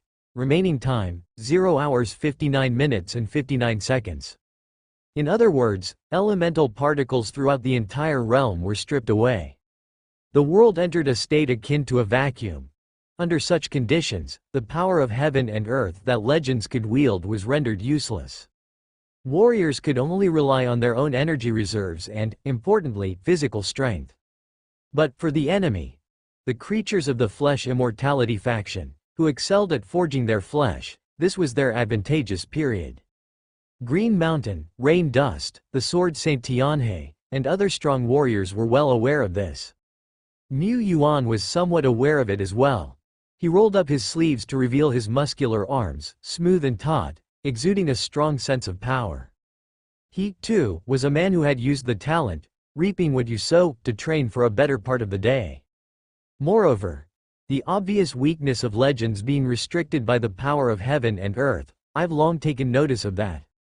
Was this also considered an accident, in front of the fortifications under construction? Green Mountain, Raindust, Sword Saint Tianhe, Lord Fuchao. One after another, the strong figures looked solemn. As seasoned legends, as Taishuan legends, were they not clear about the most obvious weaknesses of the legendary Earth Realm and the Soul Spirit Realm stage? There was a type of secret realm in Eternal World that banned the power of heaven and earth. The Green Mountain Lord had experienced it. At that time, he had not yet stepped into the Soul Realm, but his domain had reached the 9,000-meter level. Even under such circumstances, he was defeated by a mere common legend. This was his shortcoming, but even with a clear understanding of this shortcoming, it wasn't something that could be remedied easily. People have their own strengths and weaknesses. The legends could not merely focus on their weaknesses, as doing so would only turn them into mediocre individuals without any strengths. Besides, the characteristic of a legend was to control the power of heaven and earth. Being restricted by the power of heaven and earth cannot even be called a weakness. Dustless land, such a special environment, except in rule-banned secret realms, where else could it appear? Today, it appeared. The Green Mountain Lord clenched his teeth. My mountain giant incarnation is relatively better at physical combat, but this incarnation is not easy to carry. It just happened to be absent. The Raindust Lord was even more at a loss. Her trump card, the Water Sky Doctrine, excelled at altering celestial patterns, relying on the right timing and geographical advantages in battle. Yet without the ability to invoke the power of heaven and earth, how could they rely on these advantages? Trying to forcibly change celestial patterns with just their own energy reserves, they couldn't last even a dozen seconds. Without the power of heaven and earth, a legend was basically just a Super 4 order. And the soul realm? Just a larger scale heaven and earth realm. The gap between the strong and the weak was narrowing drastically. And the advantage of a strong physique would become immediately apparent. A legendary monster leapt down from the red mist clouds. Slash! Sword Saint Tianhe made his move. He first slashed out a vast and dazzling sword light. In an instant, the sword light swept across the sky, and an elephant man who had just stepped onto the earth was stunned. A bloodline spread from his forehead downward on his body. Not understanding what happened, his entire body was severed by a single sword. He had died. A legend was slain. With his first strike, Sword Saint Tianhe showed an unrivaled dominion among those in the earth realm. However, his face still bore no trace of ease. If the power of heaven and earth were still present, he could have slain a common legend with one sword. The difference was that under normal circumstances, he could have released tens or hundreds of swords like the vast sword light of the Tianhe. But now, he could at most unleash 3 strikes before being drained. Sword Saint Tianhe took out a precious potion and drank it without hesitation. He stepped forward. The surrounding strong figures also began to emanate power, but this dustless state not only greatly weakened everyone's strength but also forced them to change their battle habits. Normally, legends would start with their domains and have the power of heaven and earth envelop them. But now, if they were to fully expand their kilometer-level domains without the power of heaven and earth to call upon, at best they could maintain them for a few minutes, perhaps a dozen minutes. Too short. Instinctively they expanded their domains, yet rationality made them shrink them back to a level of low consumption. They also dared not waste their energy recklessly. In such a situation, the most suitable combat method was close quarters combat, to maximize the energy within their bodies. Clang! The Green Mountain Lord wounded a Dragonman legend with a sword and then forced back a crimson dragon flying past from mid-air. Indeed, the main force of the enemy is not here. Dozens of legendary monsters, and among them, there might be several from the Soul Realm. His gaze swept across the surrounding crimson dragons. Most of the crimson dragons were 60 to 80 meters in length, but there were also a few whose presence differed from ordinary dragons, with bodies reaching at 200 to 300 meter level. Unquestionably, they were Soul Realm crimson dragons. Some monsters from the Flesh Immortality faction with petite builds weren't necessarily weak, but the larger ones were definitely powerful. The Green Mountain Lord normally wouldn't fear these creatures, but now his domain swirled around him, and the majestic shadow of a mountain appeared above. On the mountains, covered with sturdy ancient trees, one could vaguely see armored and well-armed elite soldiers. A shadow of crimson giant enveloped them from above. The Green Mountain Lord boldly swung his sword, with blossoming blue lotuses on the sword light, filling the air with a profound and mystical artistic conception. Peefed, sword light and blood shadow crossed paths. The Green Mountain Lord rolled back to his feet and saw that he had left a 16-meter-long wound on the Crimson Dragon. On a body over 200 meters long, a 16-meter wound. The shallow wound disappeared after a few seconds, with only the Green Mountain Lord's grim face remaining unchanged. This was too tough. Without the enhancements of the power of heaven and earth, not only was his endurance drastically reduced, his maximum damage capability was also greatly diminished. Unless he resorted to burning life, risking his life. But at the moment, we had to drag it out, keep maneuvering. He determined this was the best tactic, but could they hold on until the duration of the Heaven-Earth seal passed? The Rain Dust Lord was already faltering. The tip of her staff rotated with circles of light, gathering droplets and water arrows that the Crimson Dragon shredded with one swipe of its claw. Damn it! If I could borrow the power of heaven and earth, would I be in such a sorry state? Damn it all! Rain Dust rolled away clumsily, dodging the claws of the Crimson Dragon. The battle had descended into chaos. and it was a terribly fierce close-quarters fight. The enemies and allies mingled together, shadows blurring. However, Roar, a giant ice-blue shadow, even larger than many of the Crimson Dragons, plunged down from midair. With a gesture as casual as sweeping away trash, it knocked away an Elephant Man legend and ferociously bit into a flesh giant dragon 80 meters in scale. The two entangled together, wrestling and tumbling until, in the blink of an eye, the ice-blue giant dragon had only a few scrape marks on its scales, while the flesh giant dragon was half crippled. "This is General Sario of Tianyuan." Roar. It let out another roar, glancing at Jun. In such a battlefield, Jun, like the vast majority of Taizan's strongmen, had become powerless as birds without restraints on dragons. At this moment, the once divinely powerful Jun could only peck back and forth with regular Crimson Dragons. Among the Tianyuan powerhouses, Xie Yi and Sophia both faced significant restrictions, able to exert less than 20% of their combat power.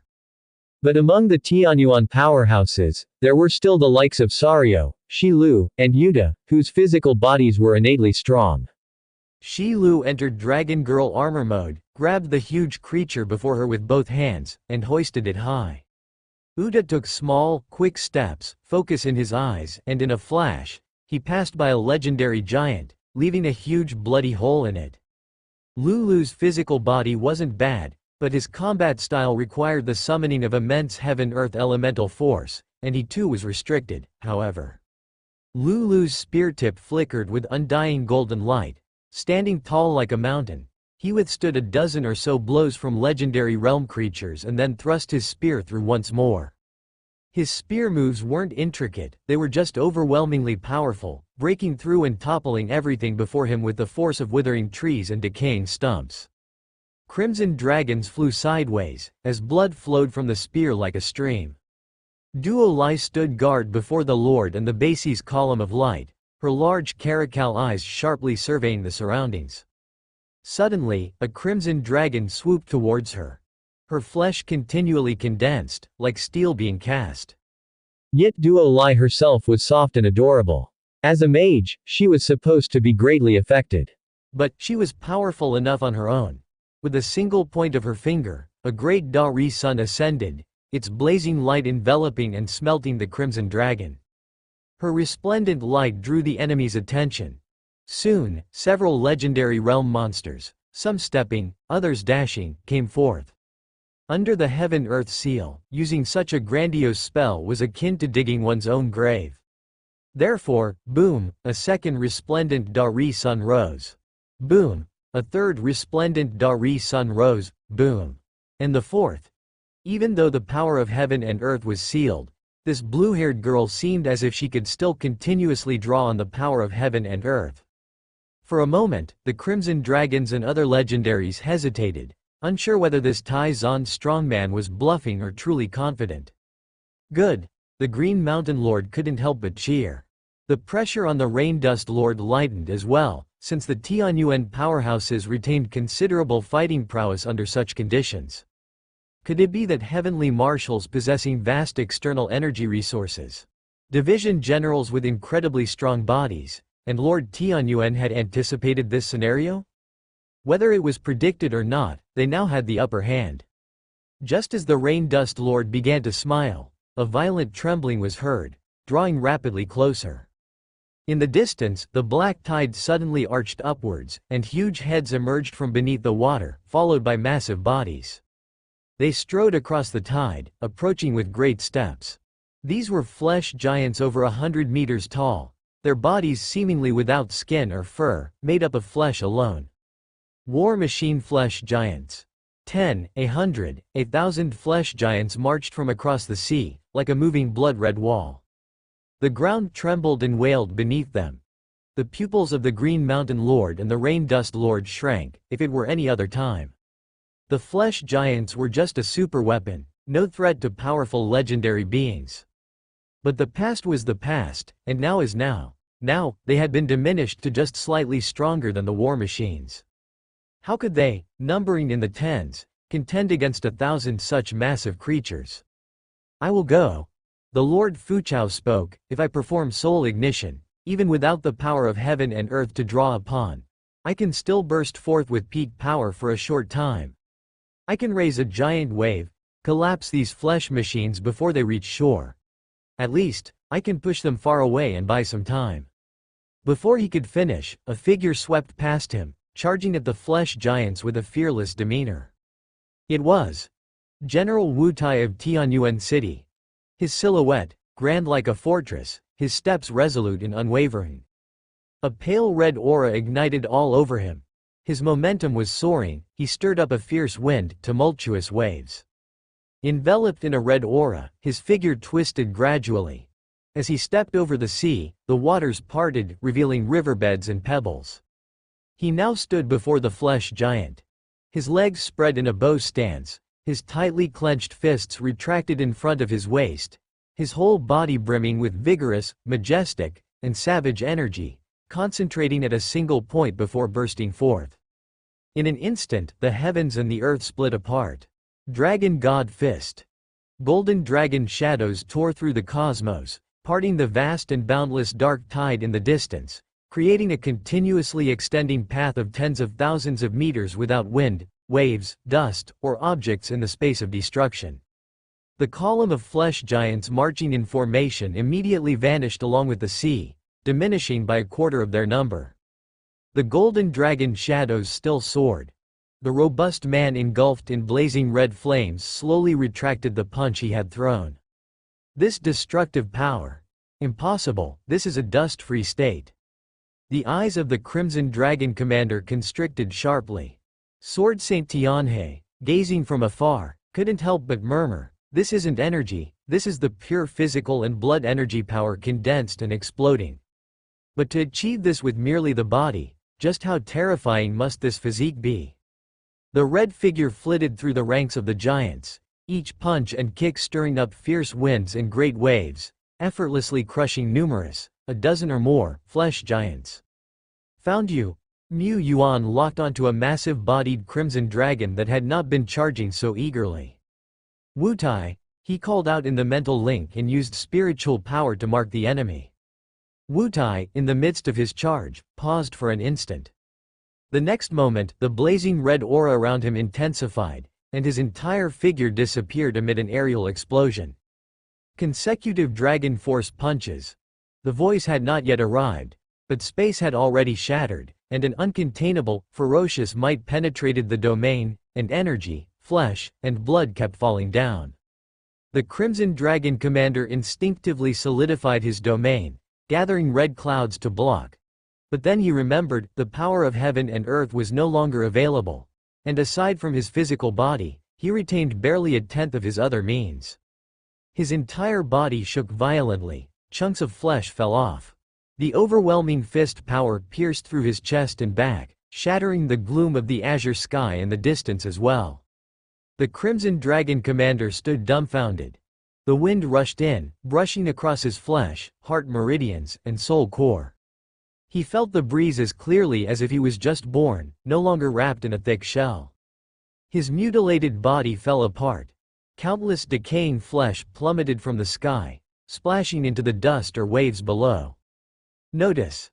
Heaven-Earth seal has ended. Green Mountain, Rain Dust, Sword Saint Tianhe. One after another, powerful warriors felt the vast power of heaven and earth rise within them once more. They once again wielded the great power. But still, they looked with respect and admiration at the figure in the distance whose body was broken and scattered, yet still stood tall, Tianyuan City's fierce warrior. Tianyuan City's Wu Tai. General Wu Tai. With the strength of one man, with the strength of his physique, he vanquished countless war machines, legends of flesh and blood. Legend has it that General Wu Tai had poor innate talent, far inferior in controlling energy or learning skills compared with his peers. He did not give up. Lord Tianyuan also unearthed this talent of his. He tempered his body millions of times. Time and again, he pushed past his own limits. Wu Tai did everything he could, rewarded by a body honed to perfection, capable of suppressing all enemies in the world. The light of purification blossomed once again. Circle after circle of pure white halos spread rapidly outwards from the purification epicenter. Deathly stillness and decay quickly retreated, as specks of new green broke through the soil to grow. The clouds dispersed, rays of heavenly light descended one after another. And far away, the red mist hovering over mountains, rivers, dead forests, and dark seas also melted away like the ice and snow of early spring. They were welcoming spring. Shattered Isles, originally an unremarkable, desolate, and utterly decrepit large island, was greeted by light this day. First came the cleansing radiance that shone upon the earth, followed by strands of warm sunlight piercing through the gloom. It was like sunshine breaking through the night, as the entire world visibly brightened before our eyes. Pure white light patterns centered around the initial pillar of light, spreading rapidly in all directions. Hundreds of meters. Thousands of meters, tens of thousands, hundreds of thousands of meters. The wind swept across the land, continually dissipating the red mist. Tens of miles away, a 1,000-meter-tall black mountain suddenly erupted, and from a distance, the entire peak seemed to twist and roar as if it were a sharp appendage shaking violently, trying to break free from the earth's embrace. After a while, everything settled down. The 1,000-meter-high mountain was still bare, the ground ashen and black pebbles scattered all around, just like before. However, upon looking again, the mountain had lost its eeriness, now mundane and ordinary, one among the countless hills and ridges surrounding it. Even the sea outside the island, which had always appeared dead black and like thick, filthy water, was slowly recovering. Mu Yuan surveyed his surroundings. The Warzone establishment, covered by the heaven and earth rules, spanned approximately several hundred kilometers. Not too small by any measure, it was already the size of several Shilling city regions. But not too big either. Even within a small domain like Shattered Isles, a few hundred kilometers was just an insignificant corner. However, when we establish a war zone here, miracle power will spread from this point as the fulcrum, affecting the entire Shattered Isles. In short, before they established the war zone, the corruption erosion of Dragon Sleep Valley across the entire Shattered Isles was at an alarming rate. Even with their relentless assaults, they could only delay, but not stop it. Now, the foul erosion had stopped, not merely stopped. Outside the war zone, in the many places yet untouched by the miracle light, the red mist had also begun to thin. Mu Yuan looked up, his gaze penetrating the superficial, red mist, gloom, and skylight, to see the deeper principles of heaven and earth. A concept like a stream, flowing gently, in a blood-red color, was severed here. With the erosion cut off, Dragon Sleep Valley's top forces will find it hard to spread over here. But, in exchange, we are now closer to the enemy's vanguard army, and the war has only just begun. Shattered Isles, the southern end. The assault group had sounded the retreat, withdrawing wave by wave back to the defense lines in the Red Mountain City area. Ba Long, Yushan, Feiyan. One after another, the frontier lords looked distressed. They had failed. They had fought fiercely for over 2 hours, engaging in relentless combat, and fought bloodily. Yet, not to mention establishing a position to counter the enemy, they couldn't even break through the defenses of Dragon Sleep Valley. Far from it. We failed. Watching the medics running back and forth, tirelessly treating the wounded, Ba Long and the other powerful fighters were somewhat bewildered. What should they do next? What could they do next? Continue preparing and wait for the next all-out attack? But if this sudden assault achieved nothing, let alone the next one, Dragon Sleep Valley would surely be more prepared. As he was feeling perplexed, Ba Long heard the news of a great victory from within the Warzone establishment. A great victory? That can't be right. No, it's a major victory. The neighboring frontier lord came over and said, I thought we had failed too, but it turns out that our real mission, the attack group's true purpose, was to draw the enemy's attention and hold them firmly here. The real objective, the more critical mission, was actually entrusted to another group of powerful fighters. The enemy was fooled, as were we. Ba Long furrowed his brows, pondered for a moment, and then realized. I was wondering what felt off before. It's because we haven't seen Tianyuan and a few other lords. The Warzone establishment was no small field. The assault team had also opened up several battlefields. Not having seen Tianyuan for a while didn't strike Ba Long as odd. But thinking carefully, each general from the Tianyuan family was memorable, each a dazzling presence on the battlefield. How could Ba Long miss seeing even one of them? You really have confidence in Tianyuan, the frontier lord said with a sigh, but from what I've just learned, the other group's strategic victory is closely linked with General Wu Tai from Tianyuan City. That General Wu Tai, his true combat power far exceeds what he's shown before. Shattered Isles War Zone New Area. Established on an unnamed island in the Shattered Isles. At this time, several days had passed since the establishment of the new war zone. In just a few days, the defense lines of the new war zone had been roughly constructed, and one miracle building after another rose from the ground. Building a large number of miracle buildings not only fulfilled the daily necessities of the warriors in the war zone. As the number of miracle buildings increased, the power of the rules within the entire war zone also became stronger and more stable. This was something Mu Yuan had just realized. The benefits of the Shattered Isles war zone remained the same, but the resistance was different. As the Shattered Isles war zone's miracle power and world power strengthened, the cleansing of the Isles by the war zone was also slowly intensifying. Now, like presently, the forces of Dragon Sleep Valley could no longer seal the world through some special means. Here, now, was their home ground. Over these days, the Shattered Isles war zone had been relatively calm. Dragon Sleep Valley, having lost the strategic upper hand, did not rush to take their revenge. This was because Sword Lord Lu Shi and many other members of the pioneer group had now moved onto this island. In a situation where there are many strong martial artists stationed, Dragon Sleep Valley would not launch an attack lightly. At this moment, in the heart of the battle zone, within a newly built arena-like structure. The ground is spacious, emitting a cold, faint light. Two figures stand at opposite ends, confronting each other from a distance. On the right, stands a brawny man with his upper half bare, his muscles knotted and bulging. Red flames slowly rise around his body, like smoke, like fire, accompanied by the faint sounds of chains being split asunder, fueling a violent, terrifying gale. To seal one's physical strength with shackles and to cut oneself free when necessity dictates. That's extremely ruthless. But if he weren't that ruthless, how could General Wu Tai have forged such an immensely powerful path for himself? Inside the arena, there are a few spectators. They are none other than Green Mountain and Rain Dust, who had witnessed Wu Tai demonstrating his divine power a few days ago, subjugating heaven and earth with his fists and feet. The man standing opposite Wu Tai is the temporary guardian of the battle zone, a formidable presence renowned throughout Tai-Zan, throughout the eternal world, Sword Lord Lu Shi.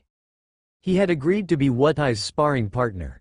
This is a mutual recognition between strong men, warriors, and ruthless fighters. After all, Sword Lord Lu Shi is indeed a true ruthless man, often inflicting injuries upon himself.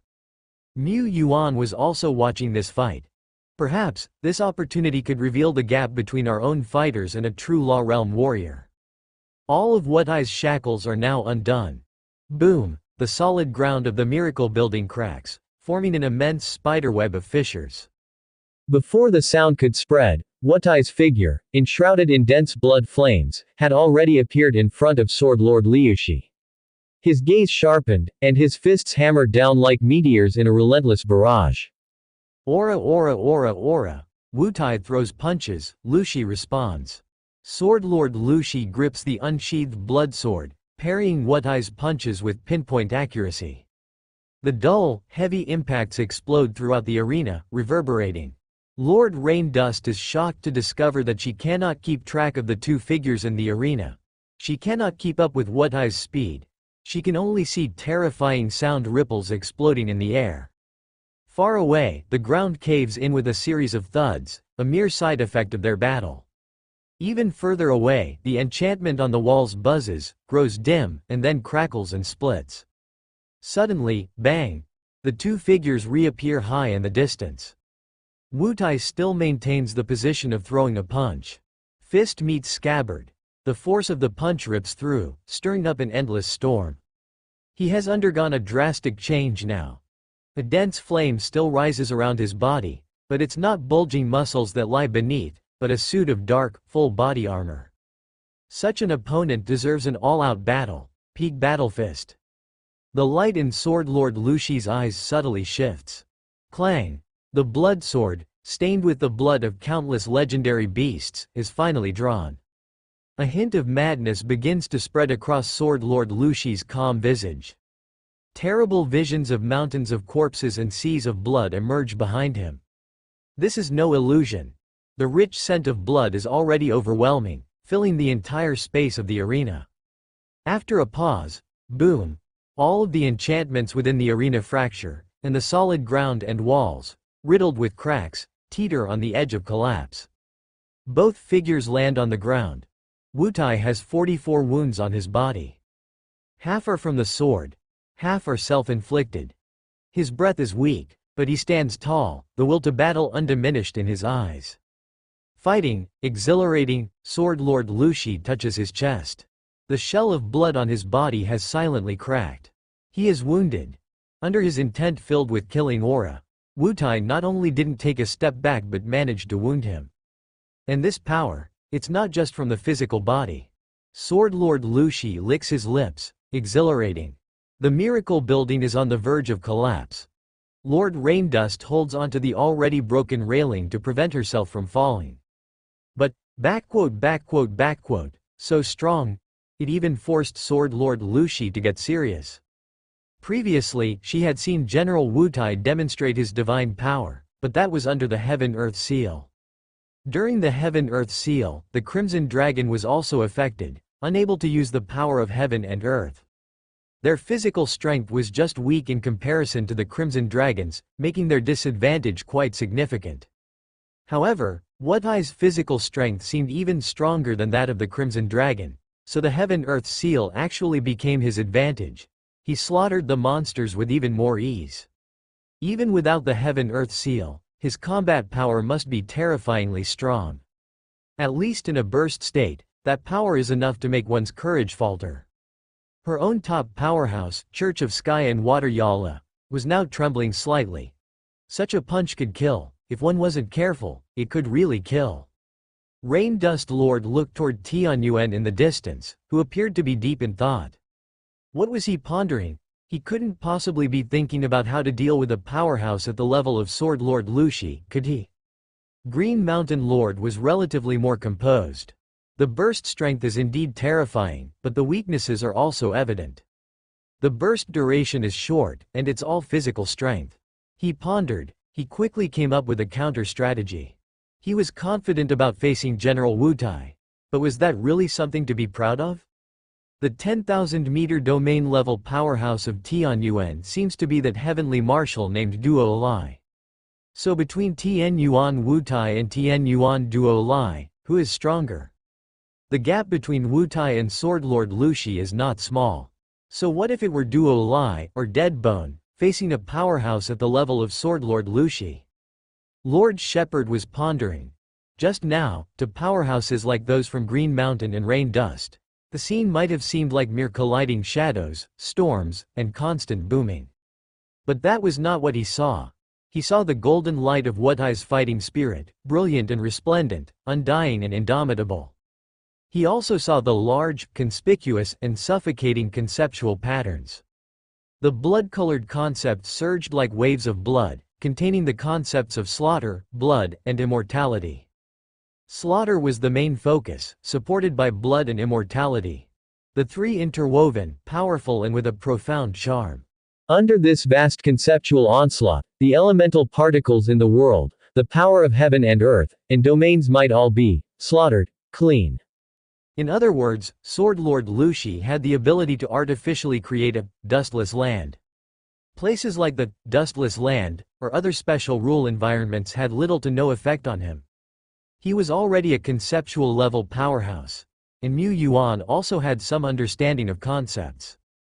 With the concept of slaughter, Sword Lord Lu Shi could possibly nourish slaughter with killing, continuously recovering himself amid the slaughter, never running dry. Of course, he wasn't clear on the specifics of the opponent's conceptual abilities. Name is just an abstraction of the concept. The specific effects and focuses vary from person to person. Similarly, the cultivation of concepts also varies depending on the individual. Or perhaps, Tai Zan had a wealth of experience and techniques for cultivating the heaven and earth realm, thanks to the accumulation of predecessors. However, in the cultivation of the law realm and concepts, the Tai Zan alliance had little relevant information. The few available were marked, for reference only, and, do not imitate directly. The path of conceptual cultivation has no one to teach, no prior path to follow. One can only rely on oneself, and perhaps 2 or 3 fellow travelers on this journey. Dead Bone's primary concept is death and life. Duo Lai's primary concept is devouring. Their practice methods were completely different. Aside from the most basic observation of the natural patterns, slow and inefficient, and absorbing fitting treasures, rare treasures, both found their own paths. Dead Bone awakened the undead. The undead symbolize death, yet at the same time, they are a form of life. They bathe in death for rebirth. Dead Bone also explored many different pathways. Duo Lai's path was simple, direct, and the effects were not slow to manifest. Awu, it stood at the peak of Black Mountain, devouring the filthy chi of the world. Devouring ordinary lands. Devouring the frenzied area. Devouring red mist regions. This was a new battle zone, where the light of heaven and the gloom converge. Duo Lai stood here, engaging in the act of devouring. The effects of its cultivation were significant, although, it too was completely clueless about the reasons. Shattered Isles War Zone, temporary resting spot. Mu Yuan held a pen, noting down his judgment on blank, tough paper. Speculations about conceptual power I and II. In these days, Sword Lord Lu Shi had made several moves. Twice it was to spar with Uda. Once, he repelled a strong individual from Dragon Sleep Valley who had come to probe their strength. And once, it was the earliest assault campaign, when Sword Lord Lu Shi led the surprise attack squad deep into the Red Mist land. Mu Yuan also observed the magnificent battle from a distance through the eyes of Black Crow. But at that time, what he saw was merely some manifestations, the aftermath of the battle. Now, he could see the essence. When Sword Lord Lu Shi battled, the concept of killing enveloped the azure sky like tens of thousands of fine threads, darkening the heavens and earth. Within the killing, there was also the fusion of blood, the concept of indestructibility. 3 concepts intertwine, Mu Yuan pondered. Normally speaking, beings of the legendary skill realm can only wield one type of conceptual power. They might have entered the beginner stage and comprehended multiple laws, creating different conceptual effects, but they could only use one at a time. Concepts are exclusive. A huge wave that possesses the concept of resilience would maintain its form and roll forward, even if bombarded by energy several or tens of times more powerful. A huge wave with the concept of continuous would persist endlessly, without stopping. Law realm powerhouses can only use one conceptual power at a time and mainly cultivate one concept, but there are exceptions. If they can fuse 2 or 3 concepts together, then they can exercise multiple powers at the same time. Undoubtedly, the latter is stronger. Dead Bone, Duo Lai, currently only use a single conceptual power. This is probably because they have not yet reached a high enough realm. After pondering for a moment, Mu Yuan wrote further. The strength of conceptual power is influenced by many factors, multiple concepts being an extremely rare situation. Usually it is dependent on the scale of the concept, the carrier of the concept. Scale, as the name implies, strong is just strong. Like Jun and Sario, these Tianyuan powerhouses, their third epic skill awakened also has conceptual qualities, but this conceptual power is very weak, only a thread, a few threads. This power, when used against enemies without conceptual power, is like a high-dimensional strike. But if they face off directly against legendary beings of the third realm, this bit of power is like a pebble tossed into a lake, hardly causing any ripples. They do not have the capability to enhance their conceptual power.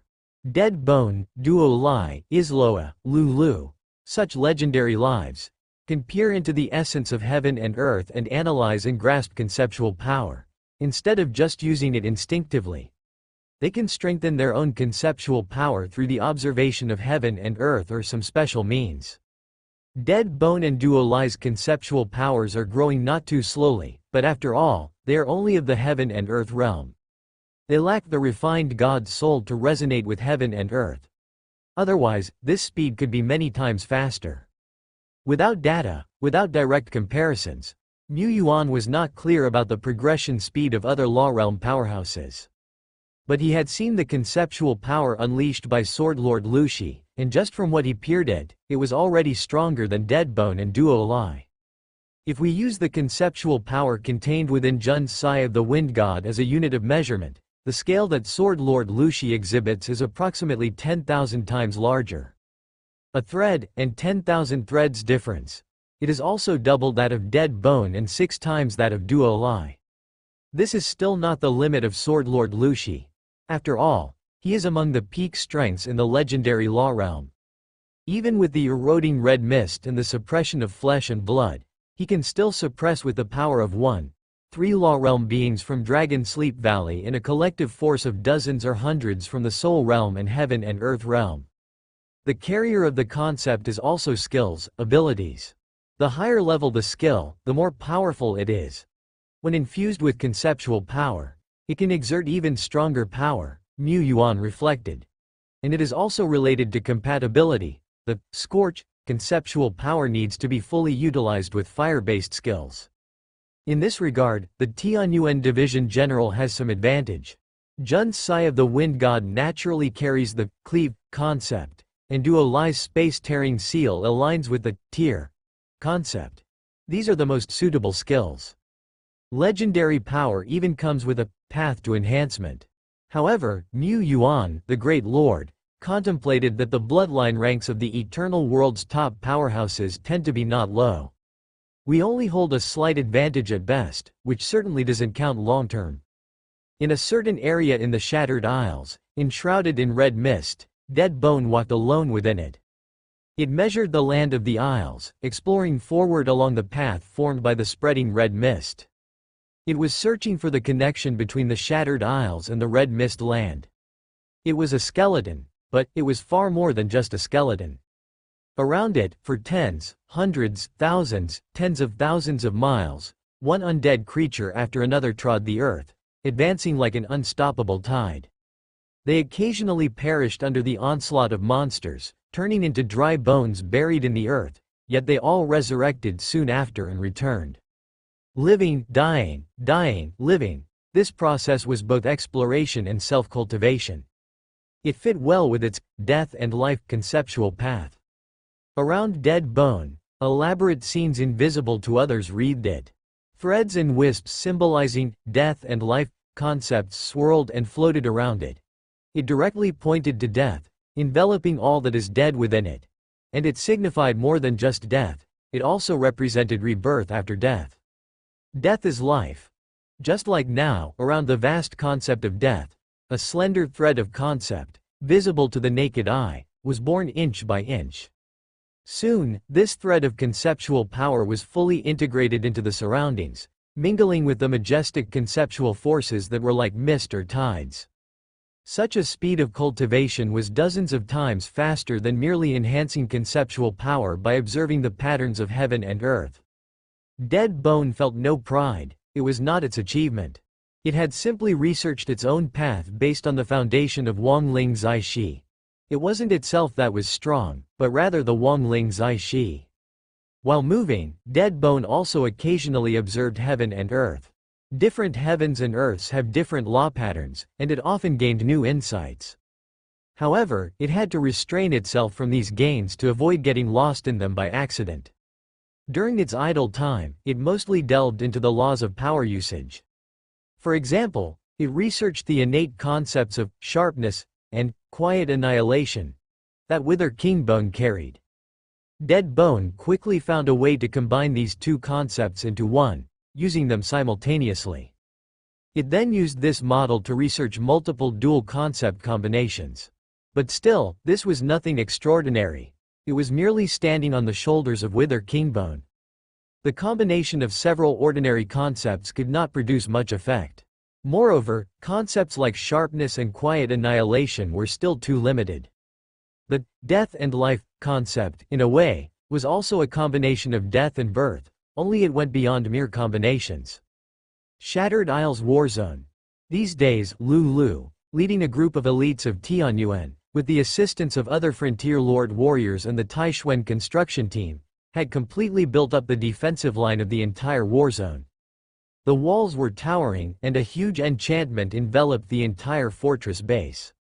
The enchantment also contained several sophisticated detection methods, so that even legendary creatures like the Faceless Ones could not infiltrate the base.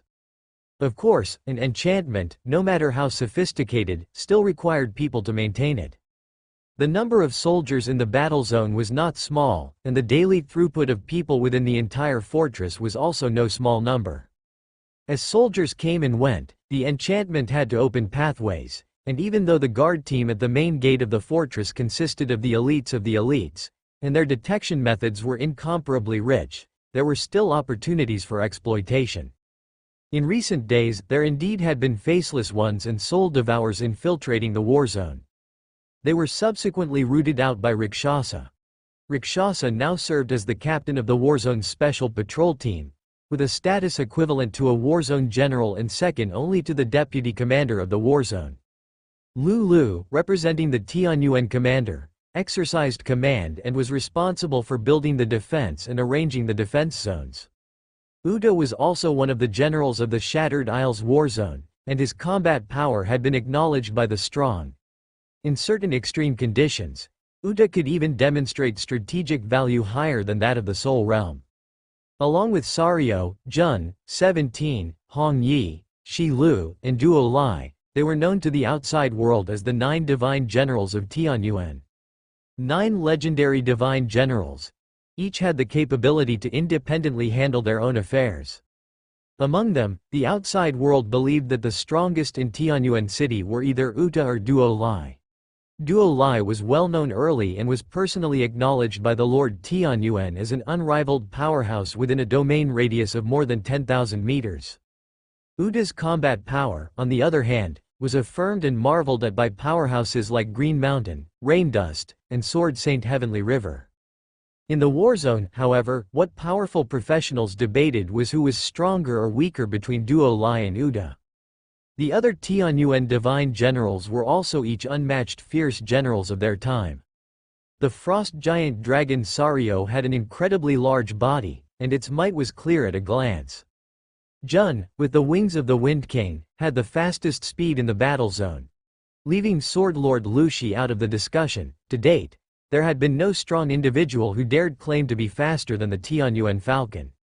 Lu Lu, although he did not have outstanding military achievements, had earned recognition from many generals and lords because of his meticulous style and rich experience in fortress defense and army arrangement.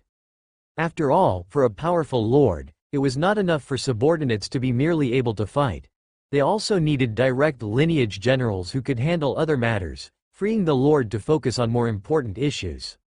The generals under the Lord Tianyuan were quite capable. By this time, the Lord of Taizan had come to realize that the paths of Lord Tianyuan and the lords of Hanyu City and Sword Lord Liushi were distinctly different. The other two had overwhelming personal combat abilities, but few strong direct followers.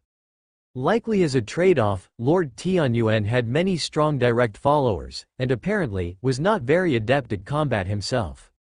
Indeed, to this day, Lord Tianyuan had never shown any public military achievements, not even once. Dragon Sleep Valley, the main camp of the Vanguard Army. The Warzone commanders of humans are just at the heaven and earth realm? And not adept at combat? Yes, but this commander of the heaven and earth realm is not simple. The division generals under him are not simple either, some of them even possess the stature of the law realm. Ice Burial Duke stroked his chin. The weak point of the human defense seems to lie with this battle zone commander. But if he doesn't leave the battle zone, we can't do anything about him. A warrior from the Dragon Sleep Valley at the Soul Realm cautiously said, and now, it's very challenging to directly attack the human battle zones. The Blood Sword Saint Lushi is right there. Here, powerful beings like Ice Burial Duke who are at the top of the power spectrum cannot venture out from their headquarters. An addition and a subtraction, they don't have the winning odds. Of course, Ice Burial Duke was aware of this, otherwise, he wouldn't stand by and allow the existence of the human battle zone. He was waiting for Tianyuan Lushi to leave. He knew that this blood sword saint wouldn't stay here forever. He had dealt with Taishuan after all these years, however. He couldn't just sit back and wait. With Blood Sword Saint Lushi stationed in the human battle zone, he can only oversee that area. We'll attack other areas, establishing more points of our corrupt filaments in more places on this island. In this way, his power could extend. They hadn't done this before because they wanted to erode the entire island in one fell swoop. Ice Burial Duke paused. Additionally, focus on gathering intelligence on this Taishuan Tianyuan, and if it's worth it, I can dispatch a God Soul Realm expert who is proficient in infiltration and assassination to behead this Taishuan Tianyuan. If it's a weakness, he wouldn't let it slide. If there's no immediate opportunity to deal with this Lord Tianyuan, then target his subordinates, the potentially powerful beings under his command. At this time, Lord Shepherd, who was mentioned by numerous people and monsters, wasn't in the battle zone, but in his own territory. He stood in a cultivation treasure land filled with heavenly fire, naked, enduring the extreme fire's tempering. His muscles were like high-order ironstone. His will was tempered over and over again, turning into an indestructible sword. His bones shone like jade and glass, beautiful but extraordinarily tough. Tempering, continue the tempering. Mu Yuan was well aware that his combat experience was somewhat lacking. He was also clear about his situation. He couldn't always stay in his territory. Besides, as Tianyuan's reputation grew, various dangers would come one after another. But Mr. Mu had a clear understanding of his own role. Did he need to be very capable at combat? No, what he needed was the ability to save his life. If I use reaping what you sow to temper my body, wither king bone to temper my bones, use sword of will to sharpen my will, and combine combat will armament, undying golden body, incarnation of the nether raven, evil ether prison sea, soaring 9 heavens, these abilities, wouldn't my survival ability be considered somewhat decent? While cultivating and thinking, Mu Yuan received a message from Lulu. Not long after, he had donned his armor and arrived at the Shattered Isles Warzone headquarters. Miss Sophia and several scouting teams from the field have reported back. In several areas, the red mist has become dense and sticky, like red clouds, said Lulu. According to the experience of some old frontier lords at the headquarters, the enemy is establishing dirty veins, and Dragon Sleep Valley has officially launched a new round of attacks. Mu Yuan was well aware of what dirty veins were, like the spreading branches of a large tree. He spoke, there may be traps in this, but we only have one option, to face the battle. But he also had countermeasures. Mu Yuan reached out his hand. In his palm, one after another, mysterious objects shaped like seeds appeared. These were the spirit seeds he had taken a considerable amount of time and energy to condense into a physical form. Spirit Seed, Excellence ++, created by Lord Tianyuan, who expended a great deal of energy to condense this special creation. The user can inject spiritual power into it to communicate with other holders of a spirit seed at any time. This special creation has a wide range of communication. Note: the power of the spirit seed slowly dissipates, and after a certain period, the creation will lose its effectiveness. If analyzed using a high-order detection crystal or similar tool, one could obtain the effects described above. Communication in the eternal world was already inconvenient, and it was especially severe in the Red Mist land.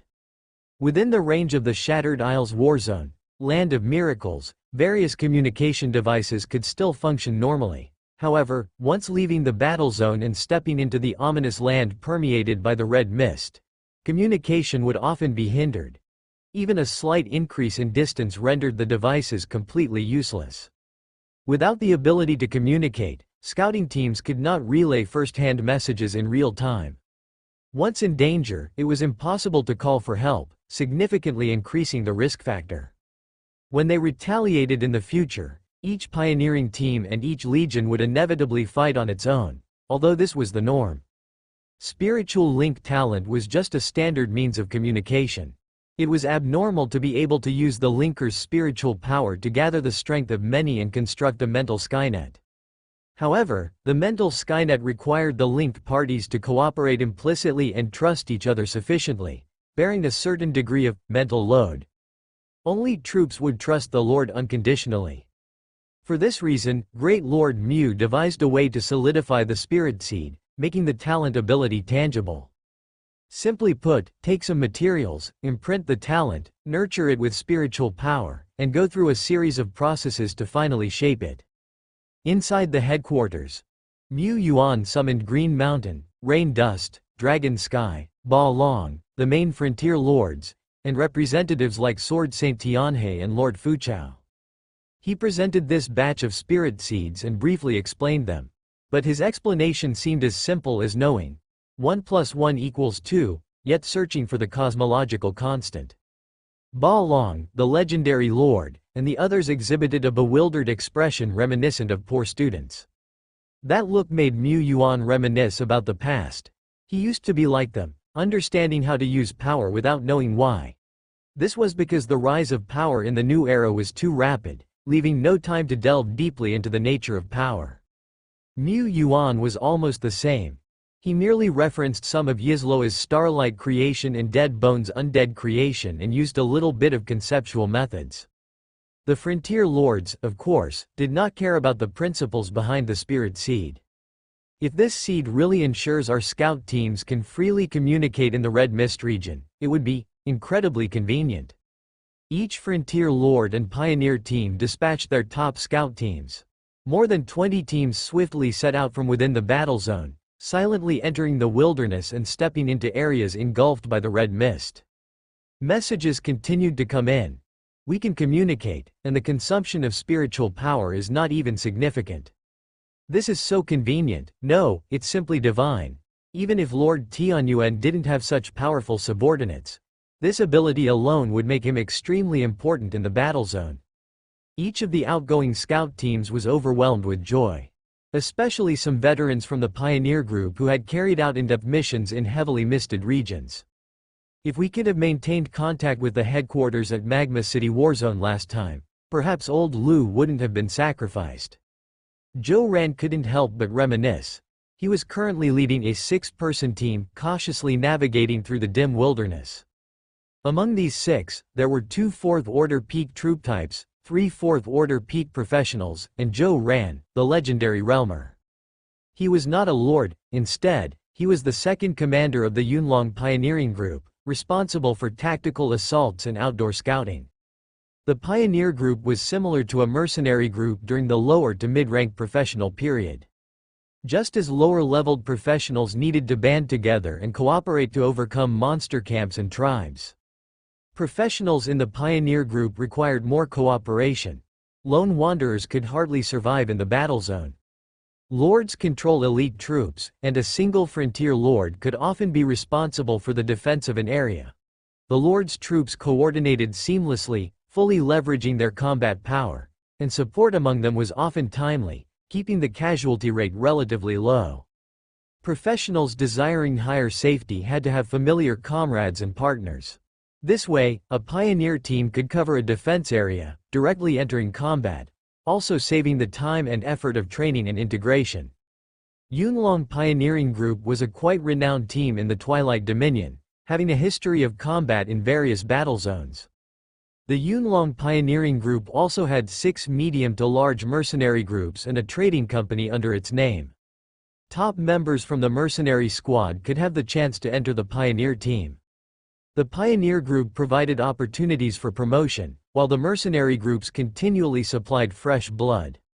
Upon hearing Zhou Ran's words, the scout also sighed. If reinforcements could have arrived a few hours earlier, Brother Lu might have survived. The cover agent in the team was a rookie on his first mission in a high-risk area, taking over the position formerly held by Old Lu. As he moved, he looked around nervously, his hands grasping the gray orb trembling like a frightened bird. Zhou Ran patted his shoulder. You just need to maintain the covering mist. Leave the rest to us. Don't think or worry about anything else. Backquote backquote backquote. You'll get used to this kind of operation after a few runs with us, said Mu Yuan. The covering hand swallowed hard and said, but I've heard that there are countless legendary creatures in the Shattered Isles, terrifying crimson dragons, and even existences more dreadful than the crimson dragons. There are indeed such creatures, acknowledged Zhou Ran with understanding. He remembered how afraid he had been during his first deep mission. Being afraid isn't something to be ashamed of. I'm afraid too, which is why we must overcome it. Zhou Ran paused before continuing. The Shattered Isles are vast. A dozen crimson dragons scattered among them would be as inconspicuous as grains of rice. We won't easily run into a crimson dragon. Before he could finish, a terrifying dragon's might swept across the land. It was as if they saw two scarlet disaster moons hanging high in the azure sky. Those were the eyes of a giant dragon. The reconnaissance squad, especially the young covering hand, had his pupils shrink suddenly, and his lips turned pale as he breathed heavily. Yet, his hands still clutched the gray treasure sphere tightly, never ceasing the energy output. It seemed like an eternity before the dragon's might had moved on. The covering hand was soaked through, looking like he'd just been fished out of water. Gone? Is it gone? He asked. It's gone. I told you it wouldn't find us, replied Zhou Ran, serenely lighting a cigarette. He then took out a map, compass, and spacing tester for a brief adjustment. After a moment, he channeled his spiritual power into the spirit seed. Headquarters, this is Yunlong Squad. We have spotted a crimson dragon around Area C-16 and are preparing to scout in the direction it came from. Report complete. Headquarters received, understood completely. A strand of spiritual communication entered his mind. Zhou Ren carefully stored the spirit seed, extinguished the nearly burnt-out cigarette butt, and disposed of it in the small storage ring designated for temporary trash. Damn, the spirit seed is really freaking convenient, he exclaimed. In the Shattered Isles war zone at the command center. Information Transmission and Summarization Department. Beep beep. Qingfeng Reconnaissance Squad has discovered a filth tributary and is investigating more concrete information. Beep beep. Liuyan Squad's position has been exposed, surrounded by several legendary realm creatures and has hidden within a damaged secret realm. Beep beep. A firefighting team led by General Ajin is already on their way. Beep beep. Inside the department, a green-haired girl with antennas on her head marveled in amazement. Isn't this means of transmission too simple? Hey, has Tianyuan City always had such conveniences? Darn, I'm so envious, she complained. She looked towards a short-haired, round-faced girl nearby. This girl was responsible for communication and record-keeping in Tianyuan City. Their positions were somewhat similar, but the difference was like modern versus primitive communication, worlds apart. Tianyuan City Orange considered for a moment, it hasn't always been this convenient, I suppose. After all, when she worked in the communications department of Tianyuan City, she usually handled the less convenient means of message delivery. The truly convenient and swift spiritual communication often didn't require going through the communications hub at all. However, she did not mention this. The strategic value of spiritual communication was even more significant than the pioneers and other strongmen had imagined. Gaining the most timely information, providing the most immediate assistance, using the advantage of information to engage in sniping and ambush tactics against the enemy. Communication was immensely convenient, with no need for cumbersome methods, no visible fluctuations. Even a recon squad on the run could easily send out distress messages through a spirit seed. The advantage of having information was well understood by all the strongmen. But prior to this, none of them had experienced such a convenient method of information transmission. They had all thought that Lord Tianyuan's spirit seeds must have their limitations, for instance, being prone to distortion from interference, or, that beyond a certain distance, communication would become difficult. Perhaps, the further the distance, the less information could be transmitted. These assumptions were based on their general knowledge. But the spirit seed did not adhere to common sense. Many techniques in the eternal world defied common sense, which was not entirely unreasonable. After all, the spirit seed does not exist in isolation. The mental Skynet constructed by our Tianyuan City Legion is also the foundation of each and every one of these spirit seeds, explained Mu Yuan confidently, not daring to claim that there were no limits to the spirit seed's communication. But for now, within the range of the Shattered Isles, even a bit of the red mist interference could not shake the spiritual communication in the slightest. One day. 2 days. 3 days. Time passed. Various reconnaissance squads continuously sent back intelligence, and occasionally, distress alarms for emergency rescues would sound. The situation of the war was generally optimistic. All the frontier lords, frontier generals, and their teams were also very effective. These days, the reconnaissance squad and assault squad of the Green Mountain Lord had discovered and exterminated 4 corruption branches, while the Rain Dust Lord had discovered and eliminated 2. The Pan Shi City team had wiped out 3 corruption branches. The Tian City team had eradicated 4. In comparison, the Tianyuan City team had only exterminated 3. The main issue was the lack of experience. Sophia's Black Crow had a wide range of vision, but she was not familiar with the corruption branches. Sometimes she was deceived by the disguises created by Dragon Sleep Valley, wasting a lot of time. But even so, this time, we were able to gain such a great advantage mainly because of Lord Tianyuan. Yes, without the spiritual seed of the Tianyuan commander, not to mention gaining a significant advantage, we might have suffered considerable losses.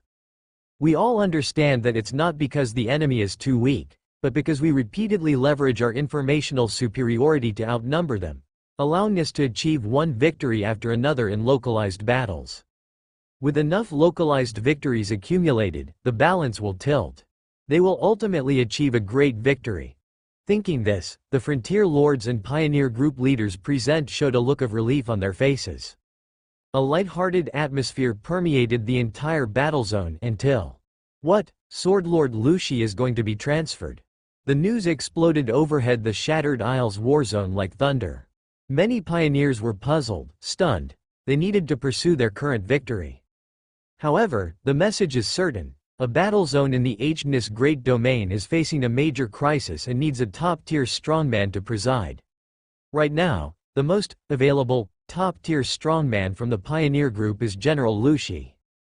The Green Mountain Lord said helplessly, this might also be related to our advantageous situation here. The higher-ups feel the importance of General Lushi here is not as big. How could his importance not be big? Sword Lord Lushi may not have made a move these days, but his presence alone represented a huge strategic value. The strategic value of a top-tier strongman often lies in deterrence rather than the need to act. Alas, the transfer order was an established fact. From the beginning, General Lushi was not from the Shattered Isles war zone. He was merely an ally, bound to leave sooner or later. The Shattered Isles war zone had only its stationed soldiers to rely on. Don't panic, we still have Lord Tianyuan and the advantage of being able to communicate instantly. We will continue the local warfare with Dragon Sleep Valley as per our previous plan. The seasoned pioneer strongmen remained calm. This composure soon stabilized the hearts of the people. However, Beep, the reconnaissance team has encountered a renowned strongman from Dragon Sleep Valley, identified as Hunting Duke Pupil Blade. Beep, a second strongman from Dragon Sleep Valley has been spotted at the front line, identified as Hunting Duke Heart Devourer. Beep. Urgent reports kept coming in one after another. They still possessed the advantage of information, but facing a substantial gap in combat power, the informational advantage was hard to utilize. Moreover, not only is Sword Lord Lushi leaving and we're losing a powerful deterrent, making the enemy free of concerns, but the top-tier strongmen now appearing from Dragon Sleep Valley are more than we expected. Significantly more, by a lot. The Hunting Duke Pupil Blade, for instance, was not previously in the Shattered Isles. At least, he hadn't been seen in several previous wars. The intelligence department was certain. While ordinary Crimson Dragons might be hard to distinguish, Hunting Duke Pupil Blade was a world-class strongman, notoriously fierce, with distinctive features, and he was long listed on the Taishuan execution list. They couldn't have failed to recognize him. Whether Dragon Sleep Valley had been holding back or had just received reinforcements, Mu Yuan could not know. He only knew a storm was coming again. Shattered isles, wilderness, within a gloomy withered forest that received no daylight. The Yunlong reconnaissance squad of 6 hid atop a massive withered tree. Gray mist swirled around them. They held their breaths, their bodies as still as dead wood, daring not to make the slightest movement. All because at that moment, high above in the azure sky, hung a giant dragon whose body shone in crimson gold, its vertical pupils sharp like blades. The giant dragon was not large, not only when compared with the super crimson dragons that measured 100 or 200 meters in length, but it was also significantly smaller than the regular crimson dragons. It was very petite. However, this was precisely a characteristic of a formidable creature from the Dragon Sleep Valley. Zhou Ran trembled inside. Hunting Duke Pupilblade, I am certain, we've actually encountered such a terrifying monster. Zhou Ran touched the spirit seed inside his chest, which appeared as lifeless as a dull object, and felt somewhat relieved. He had already used the spirit seed to send a message to headquarters. Luckily, the transmission of the spirit seed is extremely surreptitious, with no apparent fluctuations. Otherwise, even if it could transmit messages, I would dare not use it. No, I would have had no chance to use it at all. And now, Zhou Ran glanced through the corner of his eye up at the azure sky. The golden red figure was still roaming in the high sky. The surrounding elements of heaven and earth gradually became strange and fantastic, indicating they were boiling over. Come out, I can see you. Oh, you are quite naughty. It seems I must personally invite you out. Before the word invite could be spoken, a blindingly golden blade gleam swept across the sky. A deafening boom followed. The earth trembled, the dry branches on the withered tree cascaded down. In the distance, dust filled the air, and a towering, slender chasm spread for thousands of meters. We, the youngest member in the squad, with the least experience, was pale with fear, sweat soaking his shirt. He struggled to maintain the concealing gray mist, but his teeth were uncontrollably chattering. This stemmed from the fear in his heart, and from the dreadful long way. They felt like prey under the claws of the giant dragon, ready to be devoured at any moment. Zhou Ran patted the young man's shoulder again, this time without saying anything. He realized that even though the dragon in the sky could not find their exact hiding place, it was certain that they were in this area. They were an experienced pioneer team. Their scout unit was equipped with top-tier concealment treasures, even capable of evading the sweep of a domain. Yet now, the enemy began using an extensive destructive move. Where could they hide anymore? Shua, the brilliant golden blade gleamed cleaved through space, plummeting from the azure sky. The earth vibrated repeatedly as narrow chasms crisscrossed, resembling fierce wounds. The nearest chasm to them was only 100 meters away. A violent wind carrying rocks and broken branches was already hitting their faces. Any closer, and their means of concealment would be affected. Zhou Ran gripped the hilt of his sword, ready to draw at any moment. At that moment, the double pupils of the hunting giant dragon in the sky flashed with a glint of gold once more. The gold was not dazzling, yet Zhou Ran felt a great terror, a great crisis looming over. A stroke of golden light passed by not far from his side, vanishing in a flash. Without a thunderous boom, without shock waves, without dust, just a golden line, as if piercing the entire heaven and earth, dividing the space into two clear-cut sections. In between these two sections was a young warrior, his face pale, pupils suddenly shrinking. His pale lips parted slightly, as if he wanted to say something.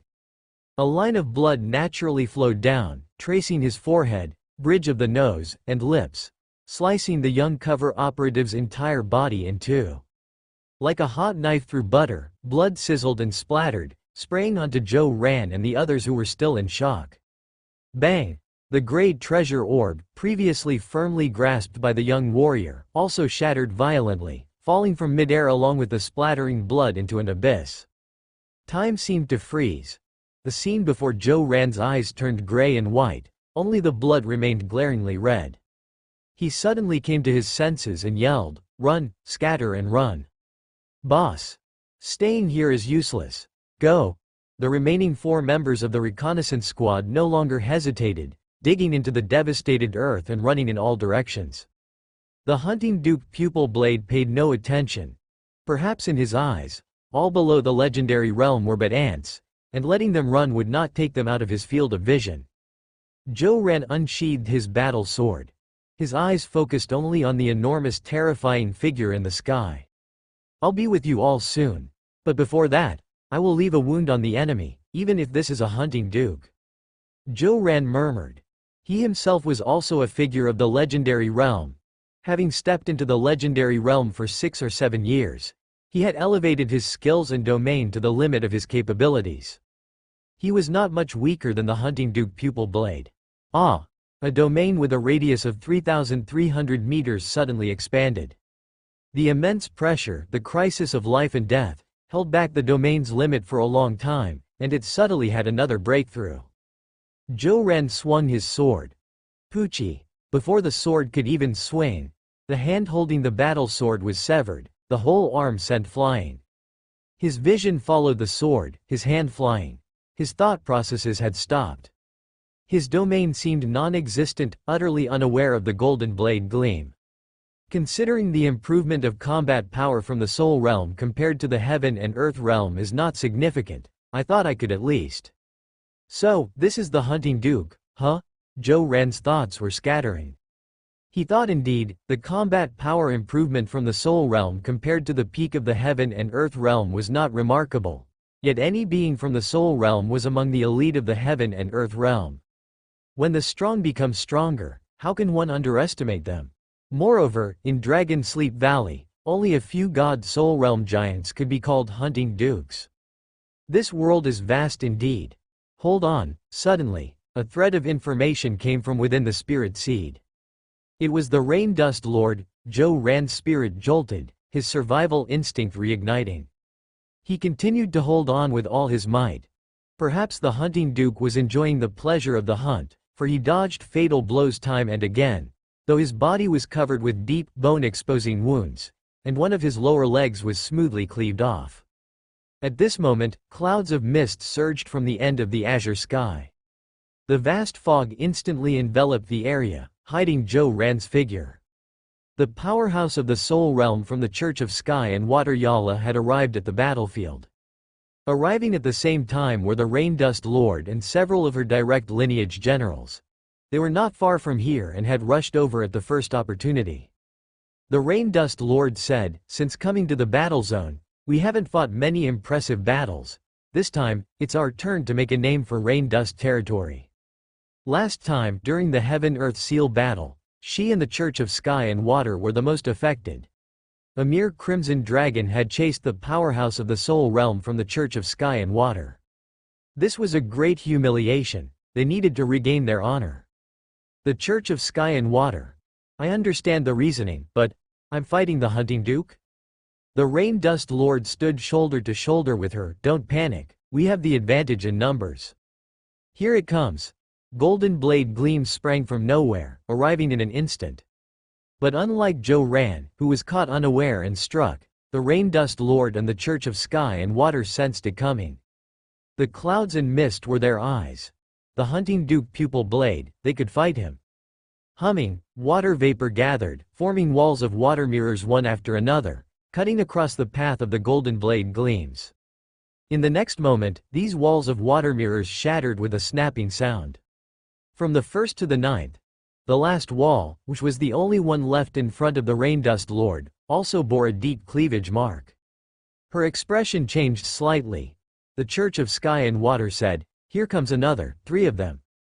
The Lord's seal on the back of the Rain Dust Lord's hand brightened, channeling amplified power into the body of the Church of Sky and Water Yala. At the same time, her other 3 division generals took up unique positions to form a formation.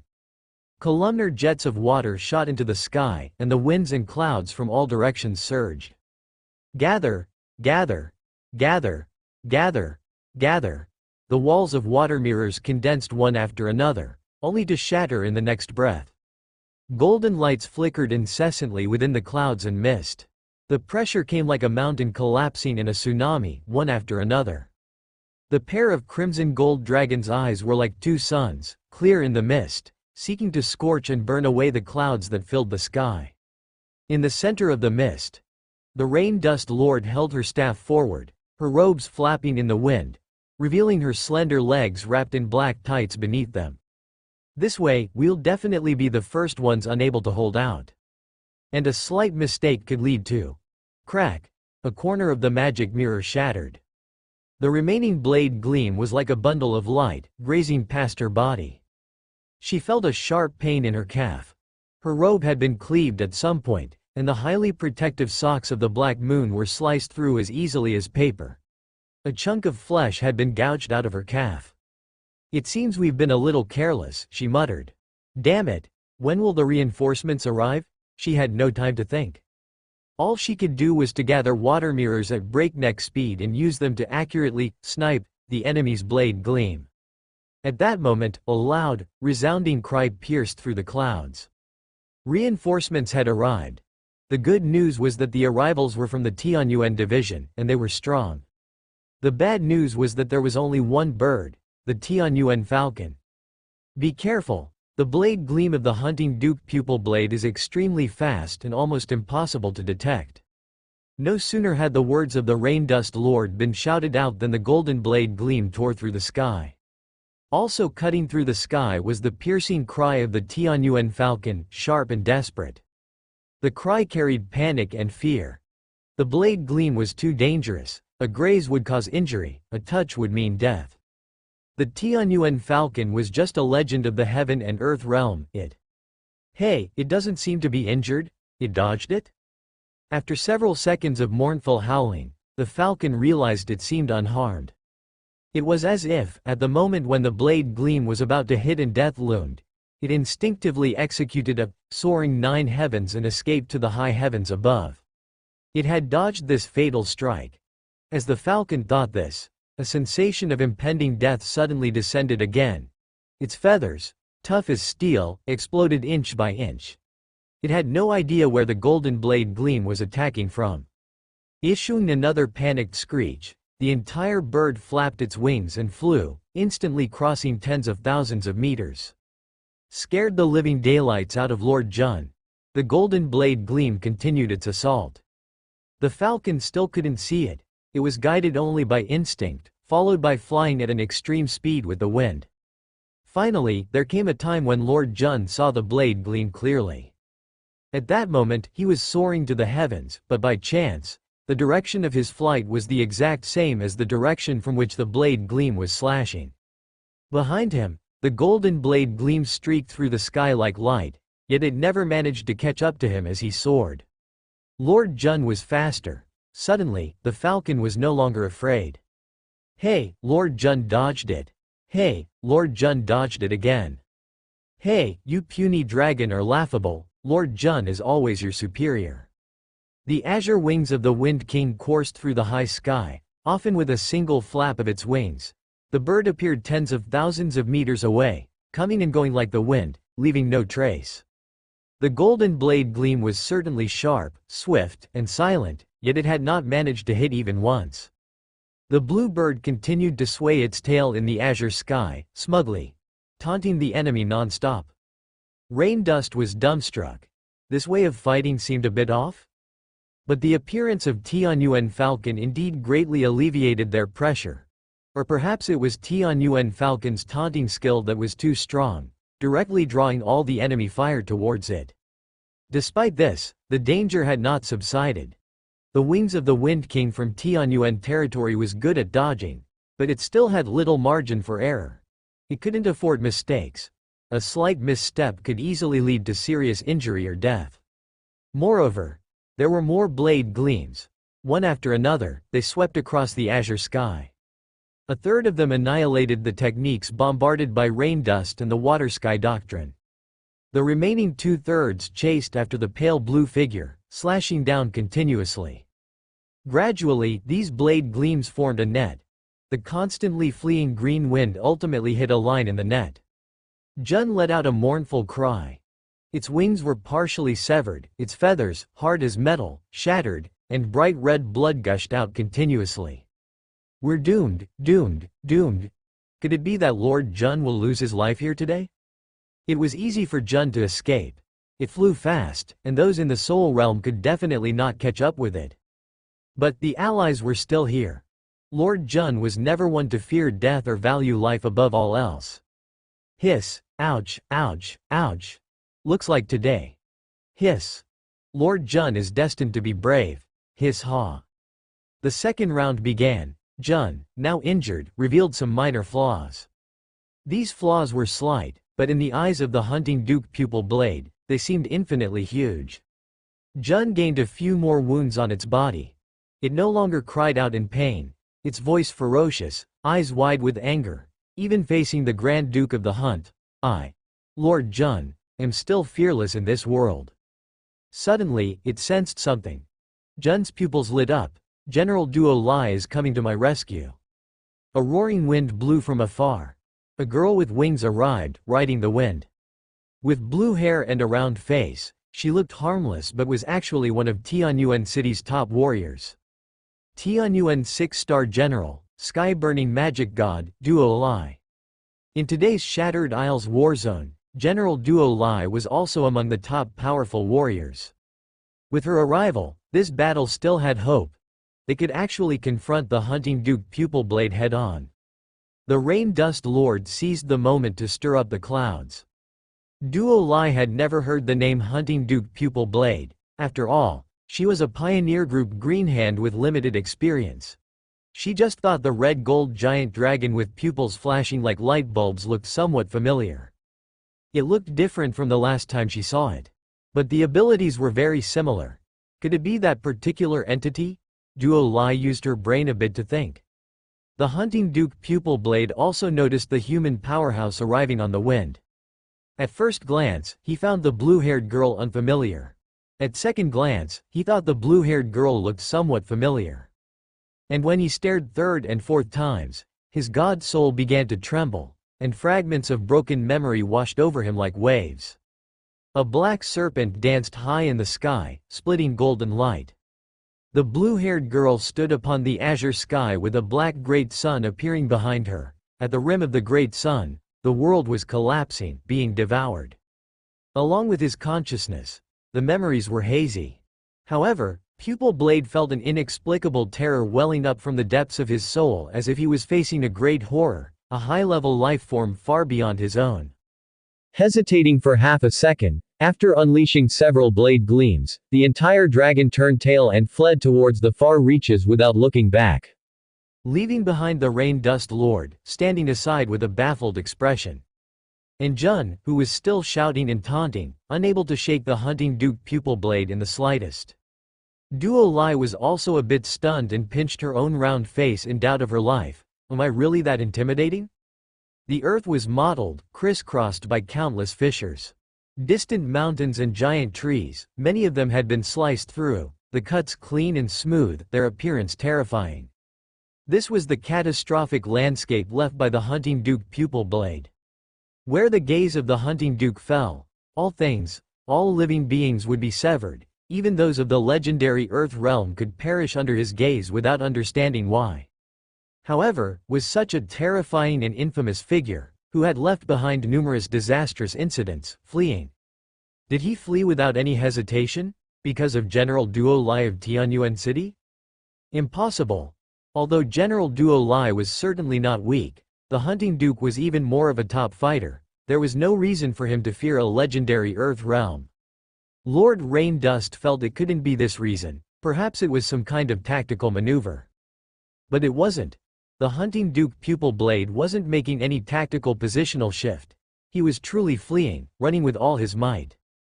Prior to fleeing, the Hunting Duke had conspicuously, unmistakably, gazed at General Duo Lai for quite some time. The more Lord Raindust analyzed it rationally, the more she realized that perhaps, possibly, probably, the Hunting Duke's strategic retreat was indeed related to General Duo Lai. The Hunting Duke was intimidated. But what exactly had Tianyuan City's General Duo Lai, the Lord of Tianyuan City, done to intimidate such a terrifying Hunting Duke so much that he didn't even dare to fight, and fled upon a mere glance?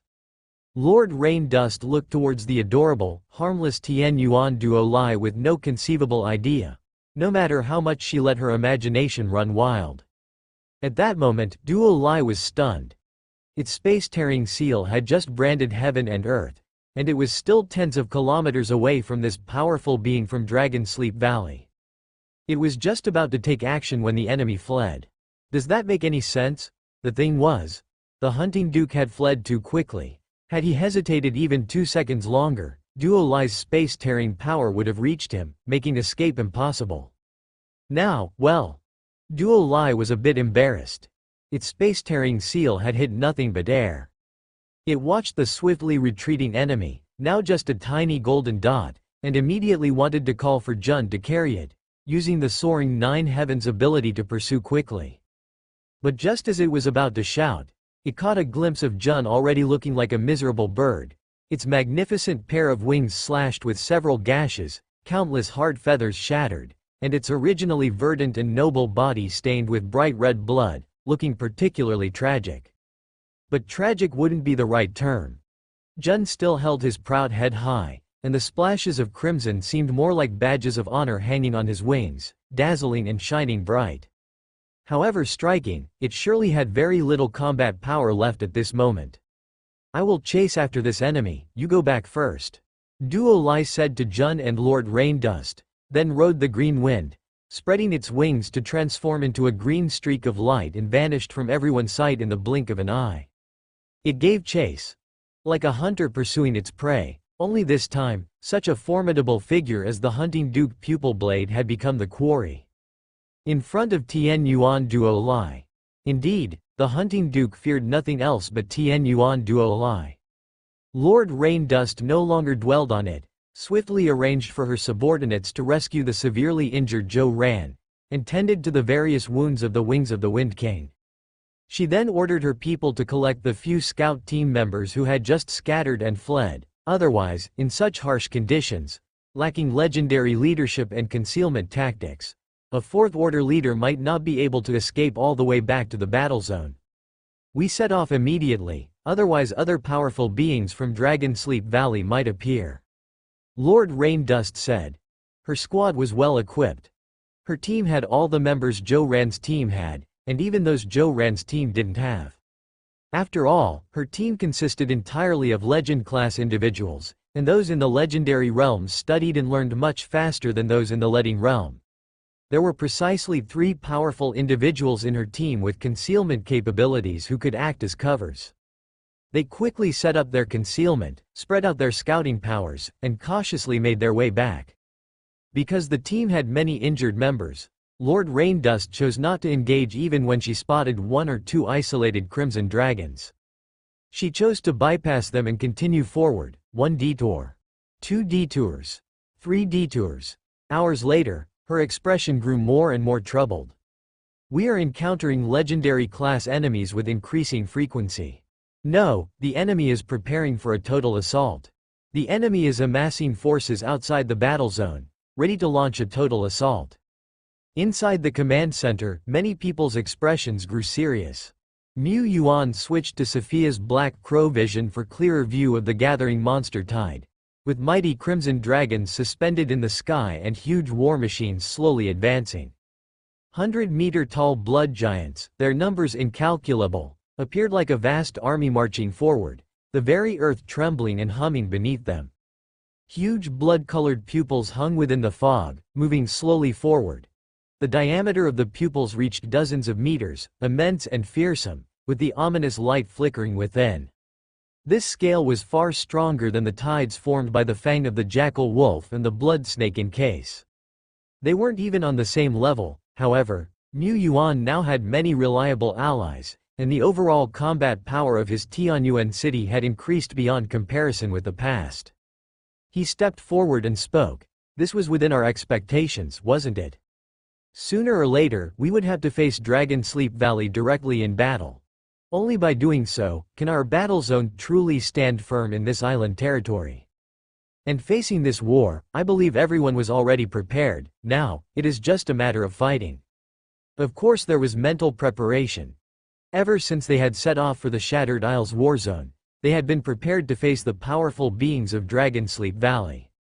It was their own choice, and no one regretted it. However, despite this, some frontier lords and pioneers still could not help feeling uneasy. The infamy of Dragon Sleep Valley was too great. Even the Great War Zone could only maintain a defensive stance. Here, Sword Lord Lu Shi, who could be considered a mainstay of their forces, had left not long before. However, Lord Tianyuan and Lord of Ba Long, these young men were full of fighting spirit, and these old folks couldn't let themselves be outdone. Let's fight! Thanks to the calm before, the entire Shattered Isles Warzone construction was nearly complete. The Warzone had one core fortress, War Fortress, Epic. First-tier controller, Tianyuan, second-tier controllers, Green Mountain, Rain Dust, Broken Rock.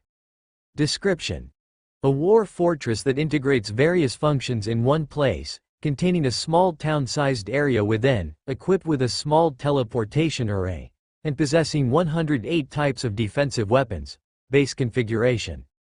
The advantage of the war fortress was that the controller could establish various miracle buildings within it, and these buildings would become an integral part of the fortress. The more buildings there were, the stronger the fortress became. The stronger the fortress, the more robust the buildings became. The war fortress was almost the foundation of the entire Pioneer Warzone. The war fortress not only had high defensive capabilities, but its interior could also operate autonomously. In the history of Tai Zon, many Pioneer Warzones that faced great calamities ultimately survived by staunchly defending their war fortresses. Mu Yuan envied the sight of the war fortress. On the Taishuan Covenant, there were even such war fortresses available for exploration generals to exchange. Unfortunately, let alone his merits, he hadn't reached the exploration general level, 7-star level, and even if he had, he felt he couldn't afford it. Tianyuan City needed too many contribution points for too many things. He had 1,000 or two, almost legendary, beings needing support at home. Rather than thinking about exchanging, he'd rather look forward to fighting a beautiful battle to receive the gifts from nature and heaven. Handling a battle zone like his to fight the filth, as long as he could win, he would receive extremely generous gifts from nature and heaven. Otherwise, why would everyone desire to be a battlezone commander? Heaven and Earth recorded contributions, and the commander naturally accounted for the largest share. Besides this one core fortress, the Shattered Isles Warzone also had 2 defense lines, totaling 36 guarding camps, and over 100 ordinary forward bases. Inside the core fortress, apart from the base configuration, the Alliance had also sent a large number of miracle buildings and special items for construction. Mu Yuan had approved one recruitment application after another. At this time, recruitment area for troops, East Zone. The Lord of Ba Long arrived at the strong shooter camp, and tossed the recruitment order inside it. The next moment, bursts of radiance erupted from within the strong shooter camp, seeming both green and blue. A total of 100 archers dressed in light armor, carrying war bows slung diagonally across their backs, whether agile and nimble or broad-limbed and robust, continuously emerged from the place of recruitment, and lined up in front of the Lord of Ba Long. Their gazes were somewhat dull, lacking spiritual wisdom, but their presence was not weak, the least being at the second-order elite level. Among them, a few stood out from the crowd, their equipment and presence a notch above the surrounding strong shooters. The leader even reached the 4-order level. Had his gaze not been so dull, based solely on appearance, he almost seemed like a veteran of many years on the battlefield. The shipment is out. The Lord of Ba Long licked his lips. Although these specially recruited troops cannot grow stronger or leave the battle zone, they will be new forces in the city defense battle. The stronger they are, the greater our chances of holding the fort. The troops are now assembled. Next, we face the enemy head-on. At the time in the Longshan Pass Great War Zone, my power was insignificant, only capable of holding the forts within the city.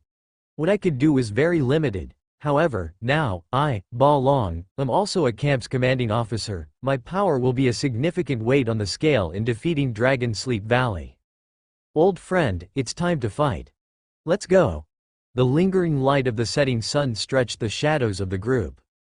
Battalions left the fortress, swiftly heading for distant locations. Camp 1 has entered a state of war.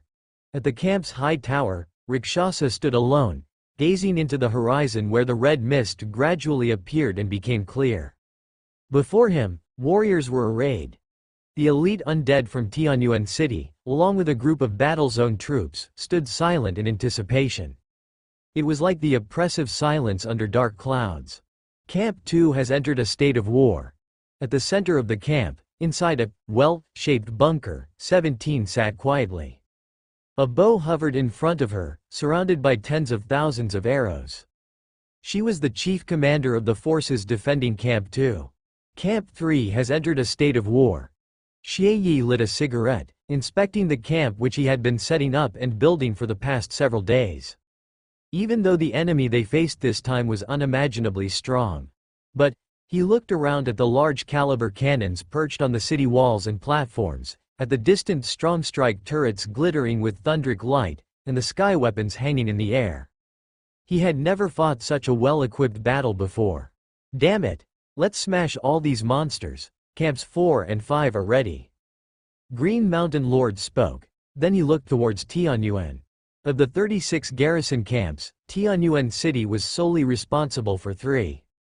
Not only that, but they were the first 3 numbers, the most dangerous, and they would be the first to directly face the army from Dragon Sleep Valley.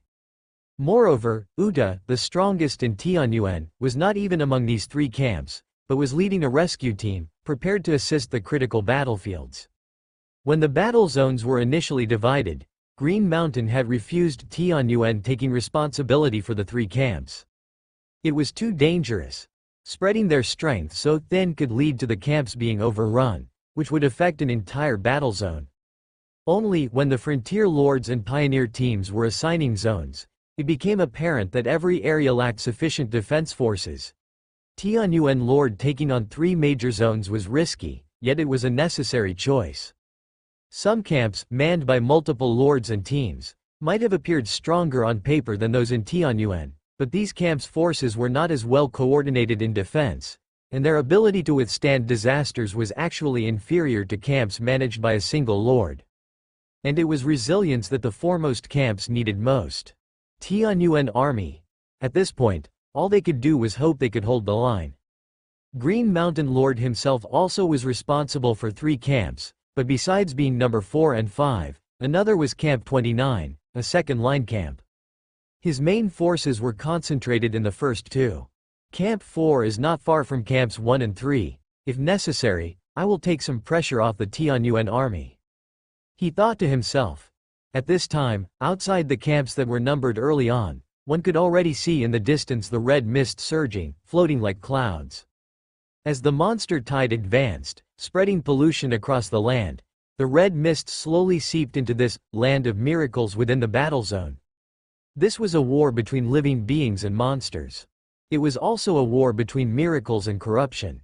The war had begun. Like raindrops falling, first 1 or 2, sparsely hitting the ground, leaving marks. Soon after, the raindrops came faster, and in the blink of an eye, it was a pouring rain, rushing down. Thunderous rumble. Thunder roared. Outside Camp 1, there were already numerous monster corpses. Some had been killed by a single arrow, others pierced by crossbows, others shattered by cannon fire. They were just the scattered vanguard. Further away, monsters like a tide trampled the earth, like a chain of crimson mountains stretching. A red gleam shone from behind the monster tide, the next moment. A thick crimson beam pierced heaven and earth, striking across dozens of miles, sweeping horizontally. The downpour, as if the heavens themselves were pouring, fell. Backquote. Boom. Backquote. At Camp 1. The majestic walls shone with the azure glow of an enchantment, which only disappeared after the dreadful crimson pillar of light had dissipated, slightly dimming the azure enchantment. 36 guard camps were all equipped with guard enchantments. These were not the full-fledged city defense barriers. The battle zone lacked the conditions for that. However, these one-way guard enchantments were like the 1,000 prism large reflection of Tianyuan City, capable of blocking the majority of large-scale magic and long-distance attacks. Rakshasa's eyes were open as he gazed into the distance. He could faintly discern the source of the potent crimson column. A war weapon floating above the monstrous tide, a giant eye. More than a dozen vast crimson eyes were arrayed in a spurred formation. At the very center was the largest and most ferocious eyeball, with innumerable tendrils swaying and whipping around it. The giant crimson eyes on either end brightened. Red light began to transfer to the penultimate giant crimson eye, followed by the third to last. Their power was concentrating. When this power reached the core crimson eye, it would undoubtedly erupt. However, the giant crimson eye was an extremely advanced war weapon, capable of launching incredibly powerful attacks from dozens of kilometers away. This distance far exceeded the power of heaven and earth attack range of the legendary realm. Forming an assault squad to penetrate the tide and destroy the Crimson Eye would cost a great deal. The battle zone had more appropriate means. Camp 1 has captured the giant Crimson Eye turret. Targeting. Inside the command center, red lights flickered as operators stared intently at their instruments. Within Camp 1, positioning antennas flickered with a faint light, remotely interfacing with the equipment at the core fortress. Simultaneously, 1, 2, 3 wings of the Wind King rose into the air, their positions varying as they cast their gaze toward the distant crimson giant eyes. Coordinates: 473,866. Mu Yuan suddenly spoke. Seeing the nearby operator hesitate, he repeated, "Coordinates 473,866. Yes." The operator snapped back to reality and rapidly typed on the panel, raising one control valve after another. Inside the war fortress, a large silver mechanical body began to hum, with thunder glow converging from 3 points toward the center and crackling noises erupting from the tip. A brilliant thunderbolt column pierced the azure sky, disappearing into the clouds. The next moment, boom, more than 200 kilometers away, the dazzling thunderbolt seemed to teleport across space, striking down, one after another, directly hitting the location of the several giant crimson eyes. Half of the crimson eyes instantly vaporized under the thunderbolt. Crimson dragons intervened, shielding the remaining massive crimson eye weapons and retreating to both sides. Hit. A direct hit. 20 seconds later, the frontline lookout sent back a message. The operators couldn't help but look toward the commander of Tianyuan. Mu Yuan had already received the message at the first instant. It was his first time using the Thunder Generator, a war weapon, but he was not unfamiliar with it. This weapon was somewhat similar to the Staff of Divine Right. Unlike the Staff of Divine Right, which could target directly, it needed various methods to assist in targeting. It didn't have the completely overhead perspective of the Staff of Divine Right. Nor did it possess the immense destructive power of the Staff of Divine Right, which could continuously increase by integrating techniques. However, the Thunder Generator had its advantages over the Staff of Divine Right. It could be used more times and could barely be classified as a conventional war weapon. The roar of the Thunder Generator instantly destroyed the enemy's Crimson Giant Eye formation. Yet, within the monstrous tide, the second, third, and fourth Crimson Giant Eye formations began to roar in succession. Heavy rain poured down relentlessly. And in the entire Shattered Isles warzone, there were only 3 Thunder Generators. These top-tier superior class structures, which had been modified, had noteworthy lethality but also had usage intervals. Outside Camp 2. In the wilderness. Seemingly wary of the Thunder Generator, the enemy's Crimson Giant Eye formations were widely dispersed this time. Small but rapidly accumulating bolts of crimson light, one after another, bombarded the area. Outside was the flickering of crimson light, the wind roaring, and clothes fluttering.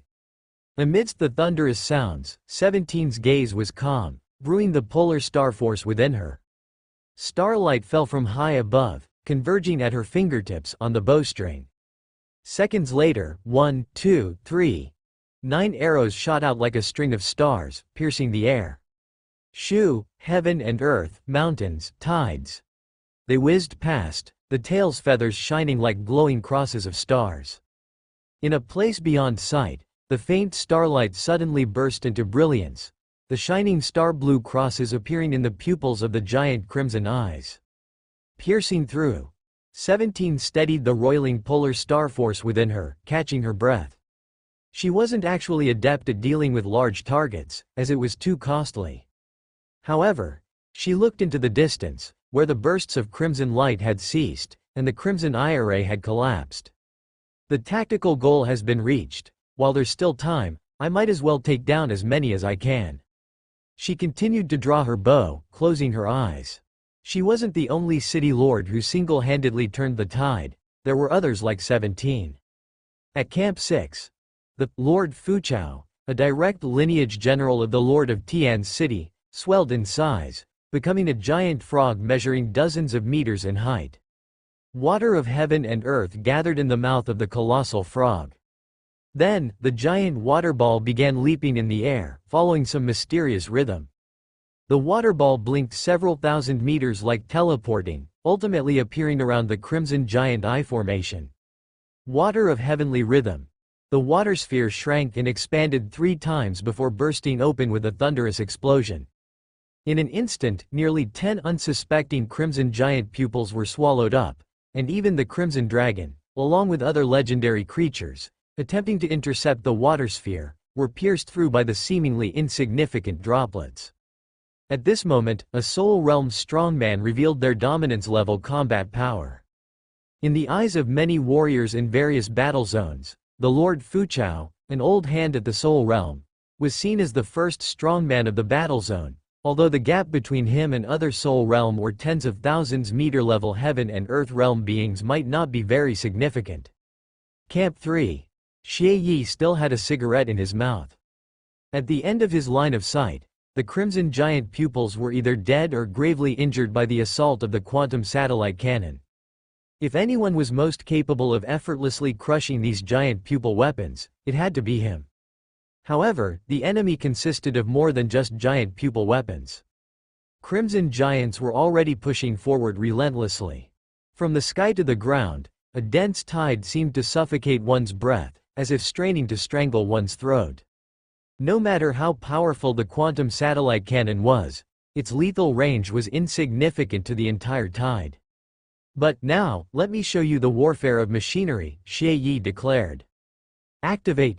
Xie Yi flicked his cigarette butt into the sky. The fireworks bloomed. On each artillery piece arranged within the camp, a faint glow flowed over. They appeared unchanged to the eye, but the feeling they gave was different. They became more lively. It was as if each gun was a living entity of fire. Mechanical evolution, epic, description. Endows machinery with evolution, significantly enhancing its abilities while granting it autonomous attack capabilities, regeneration, and the capacity for mind command by masters of such mechanical creations. Note 1. With sustained empowerment, mechanical creations can continuously improve. Note 2. Xie Yi can only grant evolution abilities to machinery he has personally modified. Note 3. Creations endowed with the power of mechanical evolution are regarded as extensions of Xie Yi's power and can carry some of Xie Yi's special talents and skills to a certain extent. Xie Yi was indeed a true master of machinery. Now, as the fireworks exploded in midair, hundreds of artillery guns within the camp fired in unison. The unmanned cannons roared continuously. They aimed, tracked, and bombarded their targets. Several mechanized creations suspended in the sky also clicked and changed shapes, raining down artillery fire on the land like a downpour. All the camps had already engaged the vanguard of the monster tide. The thunderous roar was incessant, the ground trembled, and the elemental particles between heaven and earth turned chaotic. Multicolored energy storms howled and swept across the sky. Mu Yuan was commanding. He was directly in charge of Camps 1, 2, and 3, all under the responsibility of the Tianyuan city generals. With the aid of the Wings of the Wind King's vision, he directly observed the battlefield and used mental connections for precise microcontrol. In Camp 1, the army of the undead fought bravely, with the Rakshasa and Sario firmly holding off the monster tide's vanguard. The entire camp stood like a rock. The waves crashed against it, having to reluctantly flow around both sides. In Camp 2, one Treeman Lord after another stood tall upon the land. They were epic 3-stars leveled Treeman Lords, and besides Treedeem and Granny, there were 4 more. Even outside Tianyuan City, their strength was notably impactful. The archers' attacks, like raindrops, continuously harvested the charging monsters. Camp 3. The Lord of Frost built fortresses while Xie Yi's mechanical creations roared, carving out a spectacle of ice and fire double heaven amidst the monster tide. Lord Shepherd was simultaneously commanding the entire battle zone's camps, strategically deploying reinforcements from a higher level. All three vice commanders had strategic level access. At this time, camps 4 and 5 could still hold firm, but the Green Mountain Lord noticed some camps had begun to show damage. This is different from before. Dragon Sleep Valley is not using the monster tide to wear us down. The monster tide is just a cover for them, or a carrier for the spread of the red mist, he observed. Dragon Sleep Valley has launched a total assault. Beneath the Green Mountain Lord, a 4th Order Peak Cyan Winged Dragon with the vision-sharing skill served as his eyes at this moment. The Cyan Winged Dragon soared between heaven and earth, its sharp eyes scanning the land. The Green Mountain Lord was astonished to find that the defenses around Tianyuan City were exceptionally sturdy, a rare piece of good news. Yet other defenses were not as stable as they had anticipated. For instance, right now, a commander in the legendary realm at Camp 9 had been attacked by surprise and was critically injured on the spot. The entire camp's defensive line became critical. The Green Mountain Lord quickly dispatched the mobile forces at his disposal to support. Like the Green Mountain Lord, other Frontier Lords and Pioneer teams had species capable of vision sharing. Everyone understood the importance of these creatures, and wealthy lords had the means and ability to purchase them. However, not all vision-sharing creatures within any territory or team were strong. In fact, they were expendable troops that, while acting as the eyes of the lords, were quite vulnerable to dying in the field. At this moment, one after another of these vision-sharing creatures was getting injured or killed on scouting missions. As the monster tide broke through the first line of defense and poured into the depths of the battle zone from all sides of the camps, scouting by flying troop types also became dangerous. Even the Cyan Winged Dragon of the Green Mountain Lord no longer dared to fly far. Without the vision-sharing troops, the communication between the camps could only rely on tools or manpower. As the red mist spread, even communication via tools began to get interfered with. Messenger soldier, how is Camp 9 holding up? Convey the orders to the chief commander of Camp 12. Tell Position 121 to hold on, reinforcements will soon arrive. The command center was somewhat chaotic. Position 121. There were roars and clashing sounds everywhere. The enemy and ally legends fighting high above had vanished, perhaps to another place, or perhaps they had fallen. The commander of this position, 4th Order Strongman Yu Fan, sent a high-order monster flying with his spear. He looked around, where the figures of monsters and living beings were now intertwined. He could no longer tell how many able-bodied soldiers were near him, nor did he know if he still had reinforcements. He just looked at the dead messenger soldiers, his eyes somewhat vacant. It was as if the world had been swallowed by monsters, and his position was the last island of resistance. How much longer can I hold out? Have I been abandoned by the command above? He didn't know. He had no way out. He could only continue to fight the monsters, with a mix of confusion, anger, and perseverance. At least, he was slaying monsters, which was the right thing to do. He no longer had the capacity to consider anything else. He had only one thought. Kill, kill, kill. He was fighting. The remaining warriors on the position were fighting. In the distant camps, the defending soldiers were fighting as well. In the skies, the legends were also filled with the conviction to kill the enemy. Such a conviction, bit by bit, strand by strand, beam by beam, was like stars and yet like the galaxy. The convictions of countless soldiers resonated. Such resonance occurred from time to time, and usually, it was just a kind of resonance, but today, right now. The resonating convictions were like beams of light, shooting straight into the skies and connecting to the unseen mental skynet. At this moment, conviction is tacit understanding, it is the best resonance. Under the spirit connection, your spirit and mine will forever be as one. Arise. Mu Yuan suddenly took a step forward. 1 step, 2 steps, 3 steps, he stepped into the air. Invisibly, a vast spiritual power spread out, silencing the noise inside the command center and the chaos of the world at that very moment. The likes of Green Mountain cast puzzled glances, but a moment later, they were all shaken in spirit. They felt an intangible connection. They were supposed to have an instinctual understanding with each other. It seemed to them that they saw, hovering outside the fortress, camp after camp being lit up like isolated islands. The battle zones that had been separated by the monster tide were reconnected. On the position, Commander Yu Fan heard the call of his comrades. He was not alone. On the walls of the camp, the Lord of Ba Long leapt down, knowing his comrades needed support. In the high skies, a legendary being fighting suddenly showed a smile, silently coordinating a pass with another legendary being crossing paths. At this moment, whether they were ordinary soldiers or powerful legends, no matter where they were, they would not fight alone. The sacred web of spirit connected each one, and their fighting spirit surged relentlessly. Come, fight! Shattered Isles. In a certain location, a small, golden giant dragon cleaved through space, transforming into a stream of golden light that continuously fled.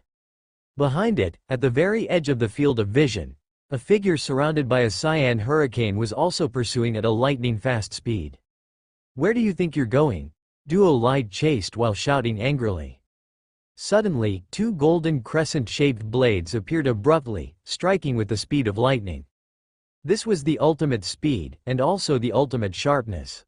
Duo Lai barely managed to slightly adjust his body, and the two blades scraped past him, one on the left and one on the right, taking a few strands of his fluttering blue hair with them.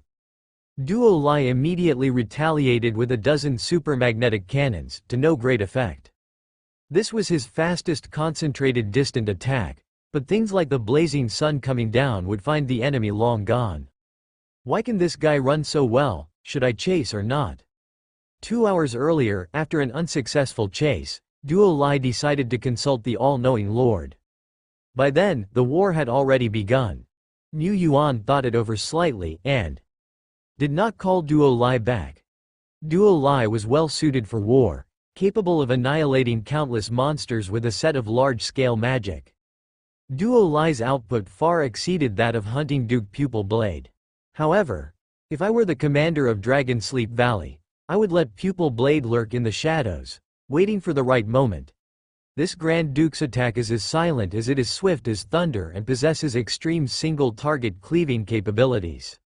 Apart from the non-conceptual nature of cleaving and slashing, in terms of sheer sharpness, this Hunting Duke's Golden Blade was comparable to Dead Bone's Wither King Bone.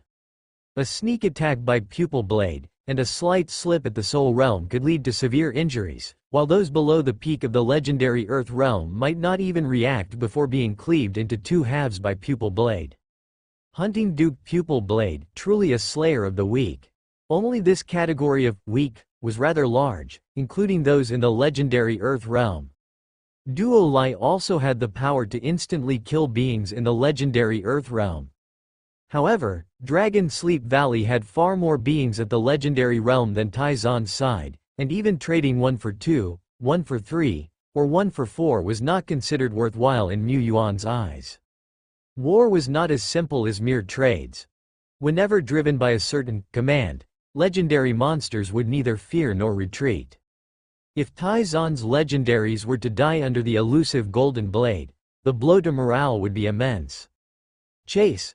If we miss this opportunity, it will be even more difficult to catch this extremely cautious Hunting Duke. But how to catch up to the enemy was a problem. Duo Lai was slightly faster than Hunting Duke Pupil Blade, but he had to be wary of the enemy's silently slashing Golden Blade, and often his speed was forcibly slowed. Fortunately, the all-knowing Lord gave him a solution. It just required some time. This enemy is tough. What is this creature exactly? The Pupil Blade transformed into a golden ray of light and was already sweating profusely. He was not as fast as his opponent. Thus, while fleeing, he occasionally turned his head back, shooting Golden Blade light from his vertical pupils. This was not just sniping to hinder the enemy. Pupil Blade also thought that maybe he could catch this human off guard. His Golden Blade was incomparably sharp. His Golden Blade was unbeatable. He could counter-kill. He gradually started to build this confidence. He seized the opportunity when the human powerhouse was about to catch up, turned around, and his several golden blades cleaved the azure sky. Space split open. Heaven and earth split open. The swiftly pursuing human powerhouse couldn't dodge in time, or maybe didn't even realize, and her whole body was sliced open, cut at the waist. She was split in half. Even a being at the legendary realm, being cut at the waist would at least result in severe injury. I have won this battle, ha ha ha. The laughter suddenly stopped abruptly. The human girl, split at the waist, quickly stopped bleeding from the severed area, and the blood that stained her robe at the break gradually faded and disappeared. Next, this human girl grabbed her severed lower half as if lifting a pair of loose trousers, suddenly hoisted it up, and reattached it. Snap, in the blink of an eye, the human powerhouse was as good as new, her aura unweakened. If not for the healing slash marks on her robe, Pupil Blade would have doubted he had been struck by an illusion. This human. No, this thing is definitely not human.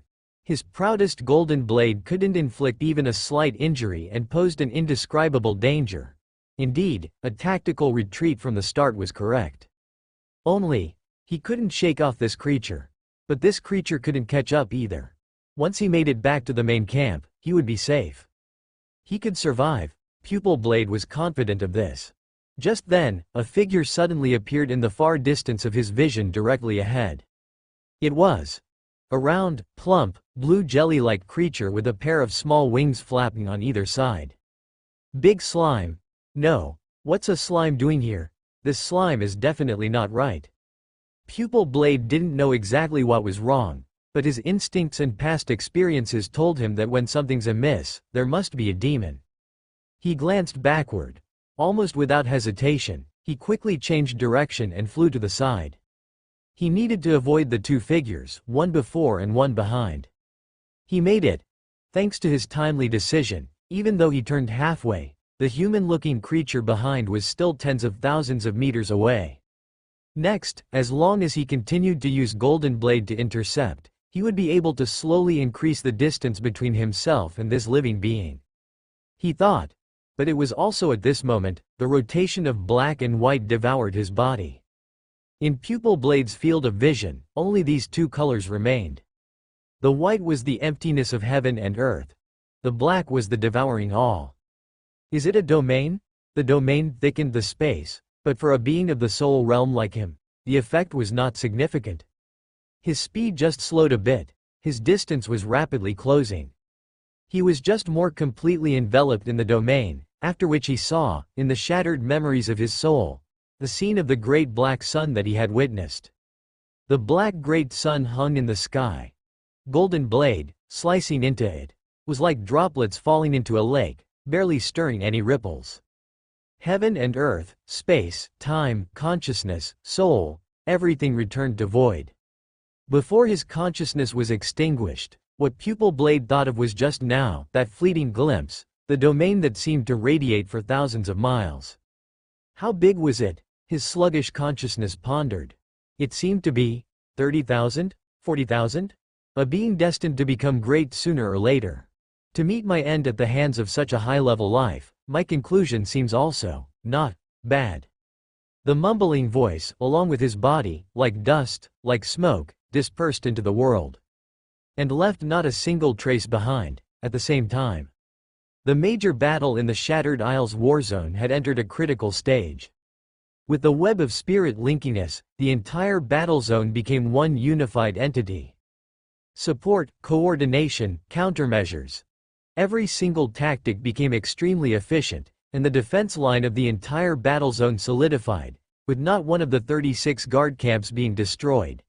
Outside the camps, many expansion positions also remained, neither destroyed nor forced to evacuate. This situation was already much better than anyone had anticipated.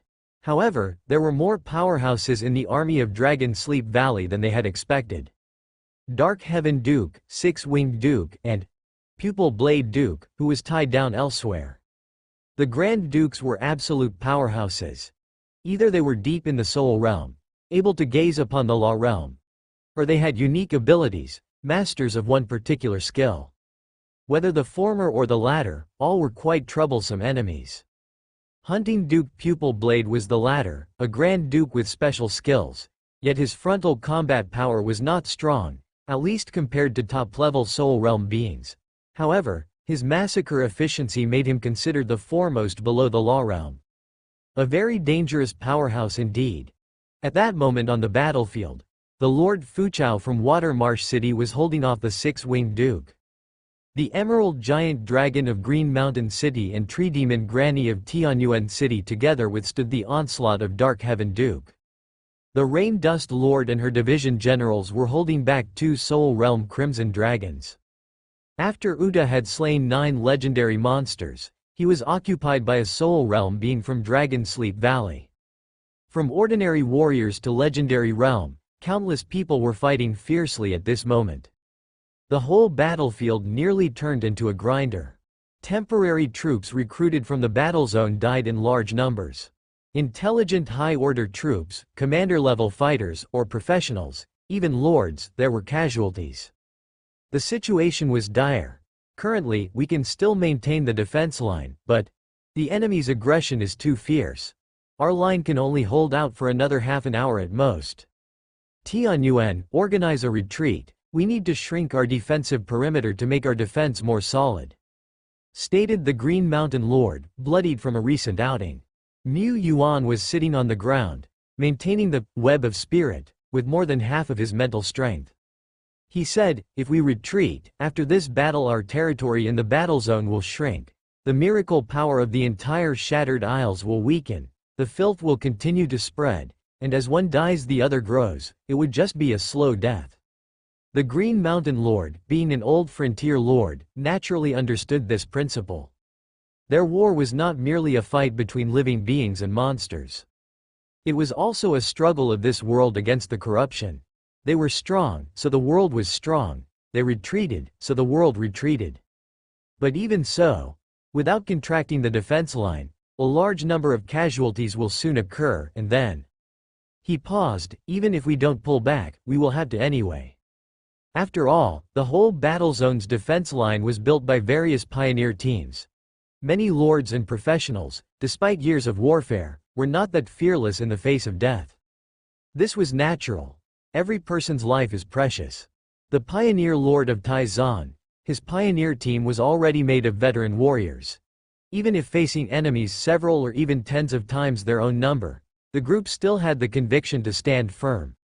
But if the defense line could not be held, and collapse was a fact, lords would find it difficult to stand or fall with their positions. This was a flaw in the lord system of the eternal world. Once teams begin to retreat, the front line will collapse like an avalanche, and the casualties among the troops would be much more than these. Mu Yuan himself was a man who feared death, without the right or the standing to criticize others. All he could do was prevent this situation from happening. After the Green Mountain Lord finished speaking, he glanced at Mu Yuan, puzzled. Why do I feel like you have confidence, like you've made preparations already? I did make a little preparation, in Shattered Isles War Zone, just before the main battle area was established. Lu, representing Tianyuan City, was in charge of the general direction of defense line construction. Back then, Mu Yuan said, we need to overestimate our enemy, and we also need to keep the entire defense line intact to win a decisive victory. With this defense line establishment, we can make some preparations. He looked at Lu. In terms of defense, Guard's abilities were unmatched. The power known as Heavenly God's Rampart was truly an absolute defensive ability. However, General Lu was only at the juvenile stage of legend, and the Heavenly God's Rampart could not cover the entire battle zone. By his solitary effort, he also could not maintain this barrier for long. Lu was not alone. Lu can utilize the body of Fearless Giant Mountain God ranking to build up huge, indestructible barriers. The more Fearless Giant Mountain God rankings used, the wider and more solid the coverage of the Heavenly God's Rampart. When the Fearless King steps onto the earth, all his soldiers will advance fearlessly and without hesitation. Not only that, the soldiers could also become a support for the Fearless King, aiding his ascension to godhood. And now, the web of spirit connected all the soldiers in the battle zone under the Fearless King's command, increasing their number. In the name of Fearless, summon the giant mountain god ranking to aid us. At the core fortress, beneath the high walls, Lulu stood there, like a man who could hold his own against thousands. A mighty golden giant emerged behind him, wielding a crescent blade, slashing down a legendary figure flying through the air. Then came the second, the third, the fourth. The fearless war handsome alongside Lulu all roared in unison. Simultaneously. Camp 1, Camp 2. Including the camps not under Tianyuan territory's responsibility, there were also fearless war handsome stationed. Some positions were also graced by the presence of fearless generals. Fearless god ranking. This seems to be the signature skill of a fearless war handsome. But how can there be so many? Lord Tianyuan surely can't have dozens of fearless war handsomes. What exactly has General Lulu done? Is this some kind of strategic skill? Someone murmured inside the command center.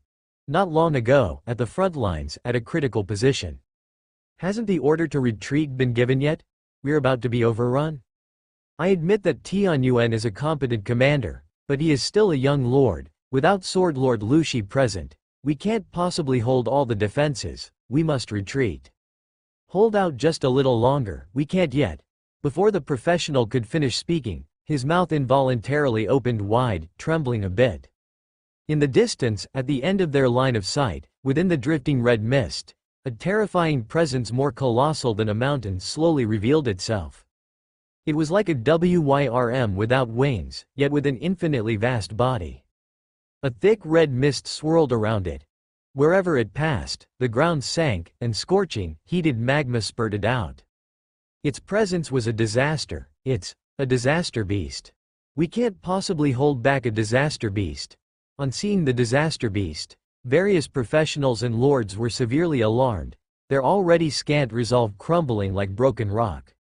But at that moment, a voice resonated within them. A Tianyuan warrior clad in black armor and bathed in blood took strides, stepping out ahead of everyone. Even though his figure was merely a speck, even though the dreadful disaster beast was directly ahead, his steps did not falter. Brilliant golden light cascaded down from the azure sky. A golden rampart stood firm upon the earth, stretching from one side of their vision to the other, enclosing all of the positions within the Shattered Isles war zone. Boom! A distant pillar of blood-red light shot forth, but it couldn't even scratch the golden rampart. This was the trench that enemies would forever be unable to cross. It was like the light bestowed by the gods. In a trance, the soldiers felt no more fear. To hell with it, Shattered Isles war zone. 36 guard camps and dozens of positions outside, one after another. The blurry figures of golden giants stood towering on the earth, each leaning on a spear. With these golden giants as fulcrums, a magnificent golden barrier spread outwards on both sides, fitting together seamlessly until it enveloped the entire warzone within. Above and below, the land basked in golden light, inspiring a fervor for battle and a tremendous sense of security. Heavenly God's rampart. Outside the rampart, the black tide crashed against it like waves against a cliff, abruptly rising and falling back. Some of the weaker monsters, upon colliding with the golden light, instantly hissed into black smoke and vanished. Further away, a dozen or more, even 20 or more crimson dragons amassed in formation, gathering power to launch devastatingly powerful red beams of light that still failed to create much of a ripple on the golden barrier.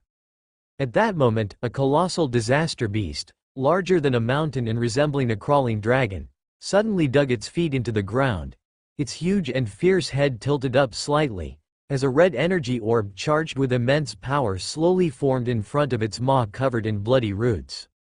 The energy orb, starting from the size of a rice grain, swelled bit by bit until it was several tens of meters in diameter. The massive power contained within the red orb caused the surrounding space to visibly distort. Roar! The disaster beast roared, launching the crimson orb of light straight ahead from its mouth.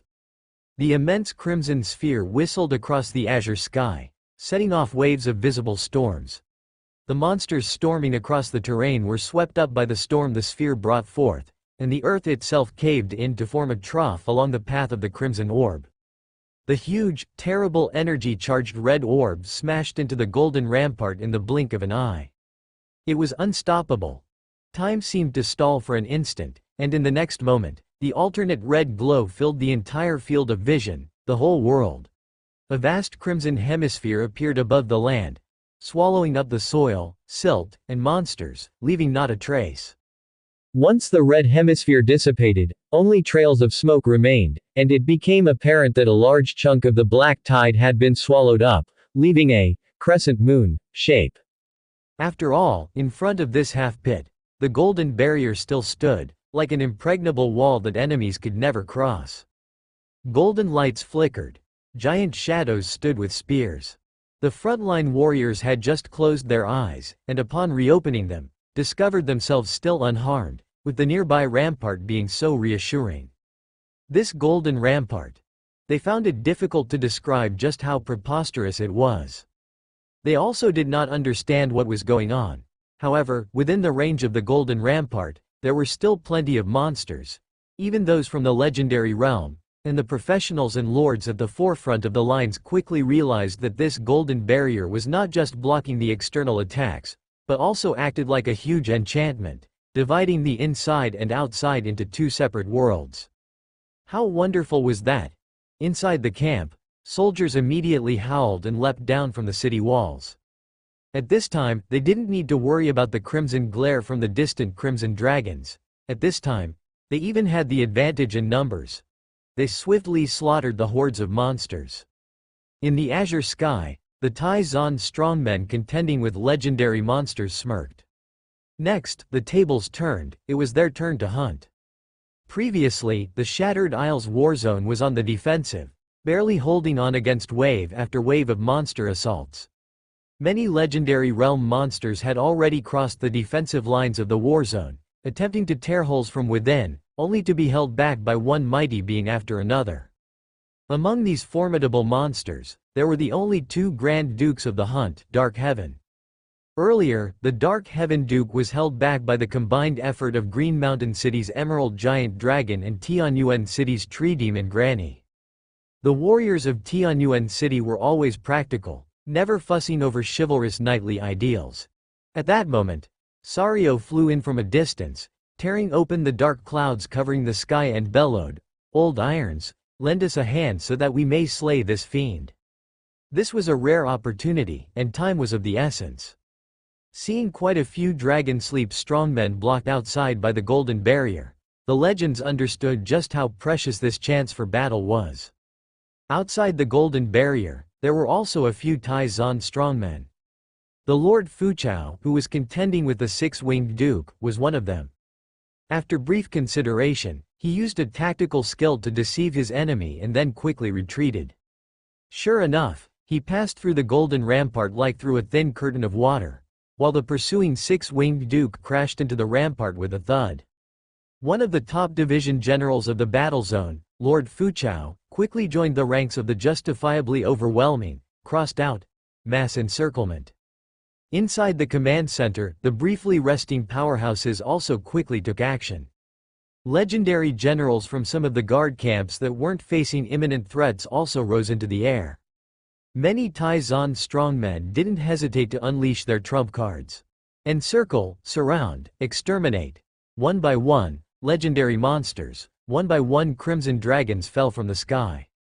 Enshrouded in black smoke, the huge, fierce, and grotesque dragons with black smoke billowing from each pore also fell reluctantly from the sky. The next instant, his remains were swallowed by the attacks of 10 or tens of legends. With that, inside the range of the golden rampart, aside from a few scattered ordinary monsters, the main forces of the monster army were annihilated. The battle-weary legends from the legendary realm then turned their attention back outside the golden rampart. At this moment, they were astonished to discover. The durability of this rampart is astonishing. The enormous disaster beast had already charged to the golden barrier, using the simplest but most brutal methods, ramming, clawing, or tail-slashing. The earth shook and trembled, and tens of thousands of miles around it were scorched to wasteland. Yet the golden barrier stood firm. This was undoubtedly good news. It was because of the existence of the golden barrier that they were able to withstand the enemy's onslaught, slay so many monstrous beasts of the legendary realm, and achieve such fruitful battle results. It also held back that incredibly terrifying disaster beast from outside. Otherwise, with just this one disaster beast present, not a single one of the 36 camps outside could have held up. They would have had to retreat within the core fortress. Also, because this disaster beast existed, the crisis was far from over. This was not yet the time to relax. They must take advantage of the barrier while it still stood and seize the opportunity to counterattack. Without the need for Mu Yuan to make a reminder, these experienced old pioneers immediately understood what needed to be done. The armies of the battle zones, formed by various pioneer teams, may indeed be slightly inferior in terms of strict discipline and coordination, but they were second to none when it came to finding the right moment to fight and acting on their combat initiative. Legends of the battlefields rushed to the front lines. Thanks to the barrier's property that blocks enemies but not allies, they unleashed their firepower without any reservations. The disaster beast was massive. Even for those in the legendary skill realm, if they didn't hold some powerful concept of destruction, it would not be easy to kill a disaster beast. Those legendary beings below the skill realm could not even halt the advance of a disaster beast, at most keeping their distance to preserve their lives. However, when the disaster beast was blocked by the golden rampart, when a dozen, several dozens, or 100 to 200 legends could pour out their energy without fear, the enormous disaster beast became nothing more than a target for a beating. The disaster beast's calamitous power indiscriminately affected its surroundings, causing many monstrous legends and wisdom monsters to dare not approach too closely. Before long, the vast body of the disaster beast had become pitted and uneven. The vast body of the disaster beast now looked mutilated, with its healing speed far from keeping up with the destruction wrought by the Taizan strongmen. The disaster beast fell. It turned into rotten chunks of flesh, no longer able to coalesce, signifying the complete annihilation of this disaster beast. And beyond, the enemy is starting to withdraw. The six-winged Duke and several other crimson dragons of the Soul Realm had disappeared without a trace at some point. The monstrous tidal wave was still surging forward, but the number of legends and wisdom monsters in the wave was dwindling. The golden rampart began to fade. The soldiers were still spirited, constantly exterminating and slaying the remaining monsters, staying vigilant against any possible resurgence from the powerful beasts. About an hour passed, ding, a pleasant notification sound of heaven and earth resonated by their ears. Notification. Your camp, Taishuan Shattered Island Warzone, has repelled the filthy invasion. Notification. The Yunlong Pioneering Group, under your command, has performed excellently in this battle, obtaining a 0.45% contribution ratio. Notification. Based on the final effect of this battle, heaven and earth will bestow a gift. Notification. The Tyrant Dragon Legion, under your command, has performed excellently in this battle, obtaining a 0.31% contribution ratio. Notification. Your Green Mountain Legion has. Notification. You and the multitude of soldiers that you lead in the Shattered Isles Warzone repelled and slaughtered a massive number of unclean beings, achieving a great victory. Notification. Based on an assessment including output, damage taken, powerful unit kills, important strategic node changes, and other factors, the Tianyuan Legion, led by you, has performed exceedingly well in this battle, achieving an extremely outstanding 39.6% contribution ratio. Notification. Heaven and Earth's gift will descend after change occurs. Notifications were also heard by Mu Yuan. He glanced at them and couldn't help but be surprised. A 39.6% contribution ratio? You have to understand that just in terms of output, the number of legendaries slain, Tianyuan City might not even be at 10%. At most, just over 10%. The Shattered Isles Warzone might lack pinnacle-level strongmen, but they still have plenty of core and pillar strengths. The Taishuan legends here were also no simple matter. Far from being comparable to ordinary legends like Fang of the Jackal Wolf or Bloodsnake in case. The Qian dragon descendants of the Tyrant Dragon family were almost the most ordinary ones here. The number of legends in the Shattered Isles Warzone was also quite numerous. However, the heavenly god's rampart erected by General Lu Lu indeed changed the entire situation of the battle zone, a crucial node. General Lu Lu's heavenly god's rampart was able to withstand the waves of monsters and the attacks of the disaster beast repeatedly, and this was certainly related to the countless elite and strong soldiers of the battle zone. Without a doubt, without the heavenly god's rampart, all the legions in the Shattered Isles war zone would have had to retreat to the war fortress. Then, even if they could repel the enemy, claiming victory would be a stretch. Not to mention, it was a great victory. The notification sound rang out. The commotion of the battle zone gradually subsided. It was not until this moment that the powerful ones snapped back to reality, with enough peace of mind to contemplate life. They had indeed won. They had fought a thoroughly exhilarating and decisive battle. Even against an enemy force stronger than anticipated, they still managed to achieve a significant victory. And the premise of this great victory was, without a doubt, the inspiring golden rampart that held back the endless monsters and disaster beasts outside the gates. That's why this rampart can be proclaimed a miracle. Whose masterpiece was this, exactly? I heard it was the power of General Lu Lu, someone said. The General Lu Lu from the Tianyuan Lord House? Yes, that General Lu. It said that General Lu gathered the strength of numerous warriors and, at a great cost, sustained the Golden Rampart. General Lu Lu was well known to most lords and professionals in the battle zone. When construction in the zone began, General Lu personally inspected each camp and position and had exchanges with many pioneer groups and frontier lords. However, the impression most people had of General Lu was of a commander skilled in leading troops, adept at arranging defenses, and meticulous in his work. He was one of the marshals under the Lord of Tianyuan City and possibly also a pinnacle-level strongman, but he certainly didn't seem like one of the top powerhouses. But now, General Lu actually has such power? To withstand the force of a disaster beast all by himself? Not by himself. This is clearly a killer move, a move with a great cost, and it also requires the right time, place, and harmony with others. But, to say he did it all by himself doesn't seem far off. Who is stronger, General Lu or Lord Fuchao? Lord Fuchao is recognized as the strongest in the Shattered Isles war zone, capable of stalling a Grand Duke of the Hunt all by himself.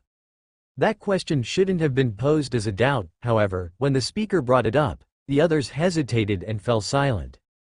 Who is stronger? Lu. General Lu is stronger, after all. General Lu is a strongman who turned the whole battle situation around by himself. Could Lord Fuchao do that? I think it's General Lu. The Golden Barrier is too reassuring. It's just that I don't know if it can still be summoned in the future. With General Lu and the Tianyuan commander here, I think our Taishuan Shattered Island Warzone has a bright future. Inside the command center, the Green Mountain Lord also gradually came back to his senses from the joy of victory. He couldn't help but recall a moment ago, the instant before the Golden Wall was erected. Why do I feel like you were confident, like you had prepared in advance? I did make some little preparations. Seeds of power had been planted in abundance during the construction of the defenses, and these preparations were no small matter. Having such a stable commander was reassuring, but he looked towards the Lord of Tianyuan City nearby, who had seemed calm and unruffled with little emotional turmoil since the battle commenced, and a wild thought began to sprout in his mind. He blurted out, "Tianyuan, you don't happen to have any other contingency plans, do you?" After he spoke, he chuckled at the absurdity of the question.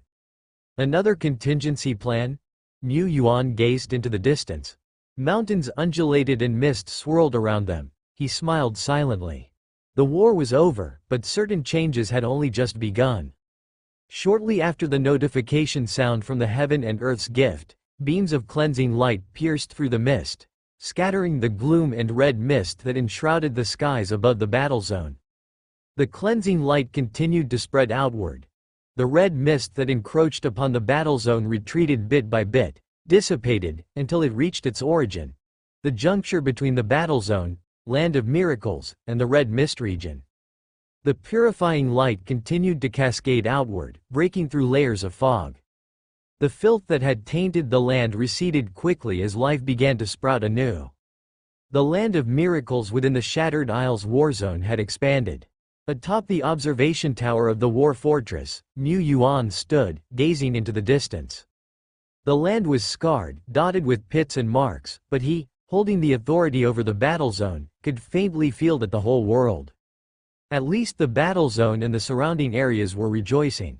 In his view, the expanded Shattered Isles war zone was about 1.5 times the size of before. The positions they had established in this land of miracles would not be expanded further. Maintaining 36 camps was already enough, albeit barely.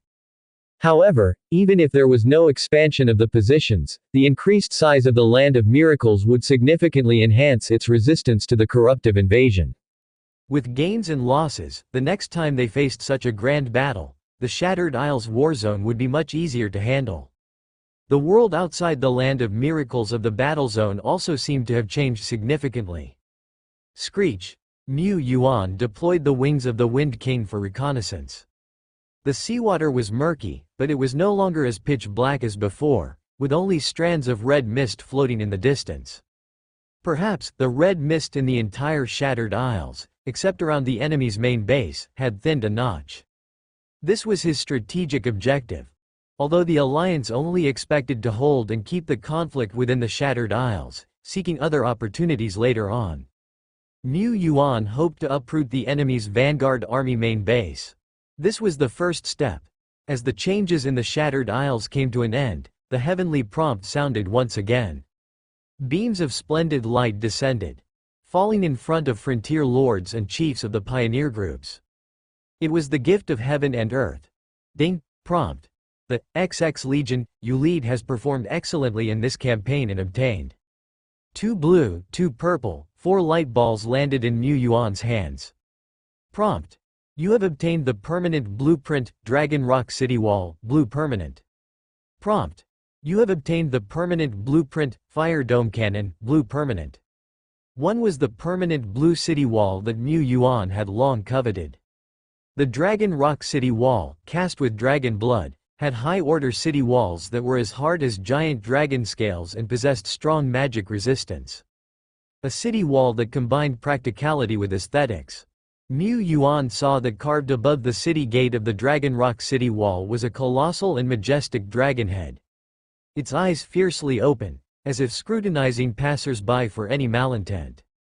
The Dragon Rock City Wall also has a certain detection capability and can provide a mental deterrent against visible enemies. Mu Yuan stroked his chin. Within the superior grades, the Dragon Rock City Wall is indeed a premium choice, not bad. He originally thought that the gift of heaven and earth was 2 blue and 2 purple, but these 2 blues were both permanent blueprints, the value of which was comparable to purple treasures. 4 epics. Is this the benefit of making an extraordinary contribution? The Fire Dome Cannon was not the building he urgently needed, but such a superior class city defense building was indispensable for any large domain. The cannon had a long range, powerful destructive power, and area coverage. Similar city defense structures were built within the Shattered Isles war zone because, with the human numbers far less than that of monsters, how could they withstand the onslaught of the tides? The true force in eradicating ordinary monsters was these city defense structures, these city defense weapons. Legends in the legendary realm countered the monster legends. Generals and elite warriors held the defensive lines. Temporarily recruited special forces filled the gaps in the lines in successive waves. Mu Yuan would never complain about having too little firepower. He looked toward the other 2 epic items. One of them was somewhat familiar. Ice and Fire Double Heaven, Ice, category. Complete building, no materials required. Description. An epic-level cultivation building containing a complete miniaturized world with unique icy scenery that can alleviate inner restlessness, calm the mind, and greatly enhance the concentration and enlightenment of cultivators during, still, meditation, increasing the likelihood of entering an enlightenment state and creating self-made skills and domains. Note: when the epic building, Ice and Fire Double Heaven, Fire, merges with Ice and Fire Double Heaven, Ice, the capabilities of the building will be enhanced, and its effect significantly boosted. The fire region could temper the body and will, suitable for dynamic cultivation practices. The ice region allowed immersion in meditation, enhancing enlightenment, suitable for still cultivation practices. Each had its benefits and drawbacks. For instance, the ice region was limited to amplifying only still practices, but Mu Yuan speculated that when the fire and ice regions merged into one, these restrictions would also be lifted, making the cultivation building complete and perfect. In a way, the ice region has a greater effect than the fire region. After all, at the legendary realm and law realm, the insight factor is extremely significant. If we want to reach higher realms, we need deeper understanding of the entire heaven and earth, the whole world, and profound expertise in its laws. The ice region meets the cultivation needs of the top echelons.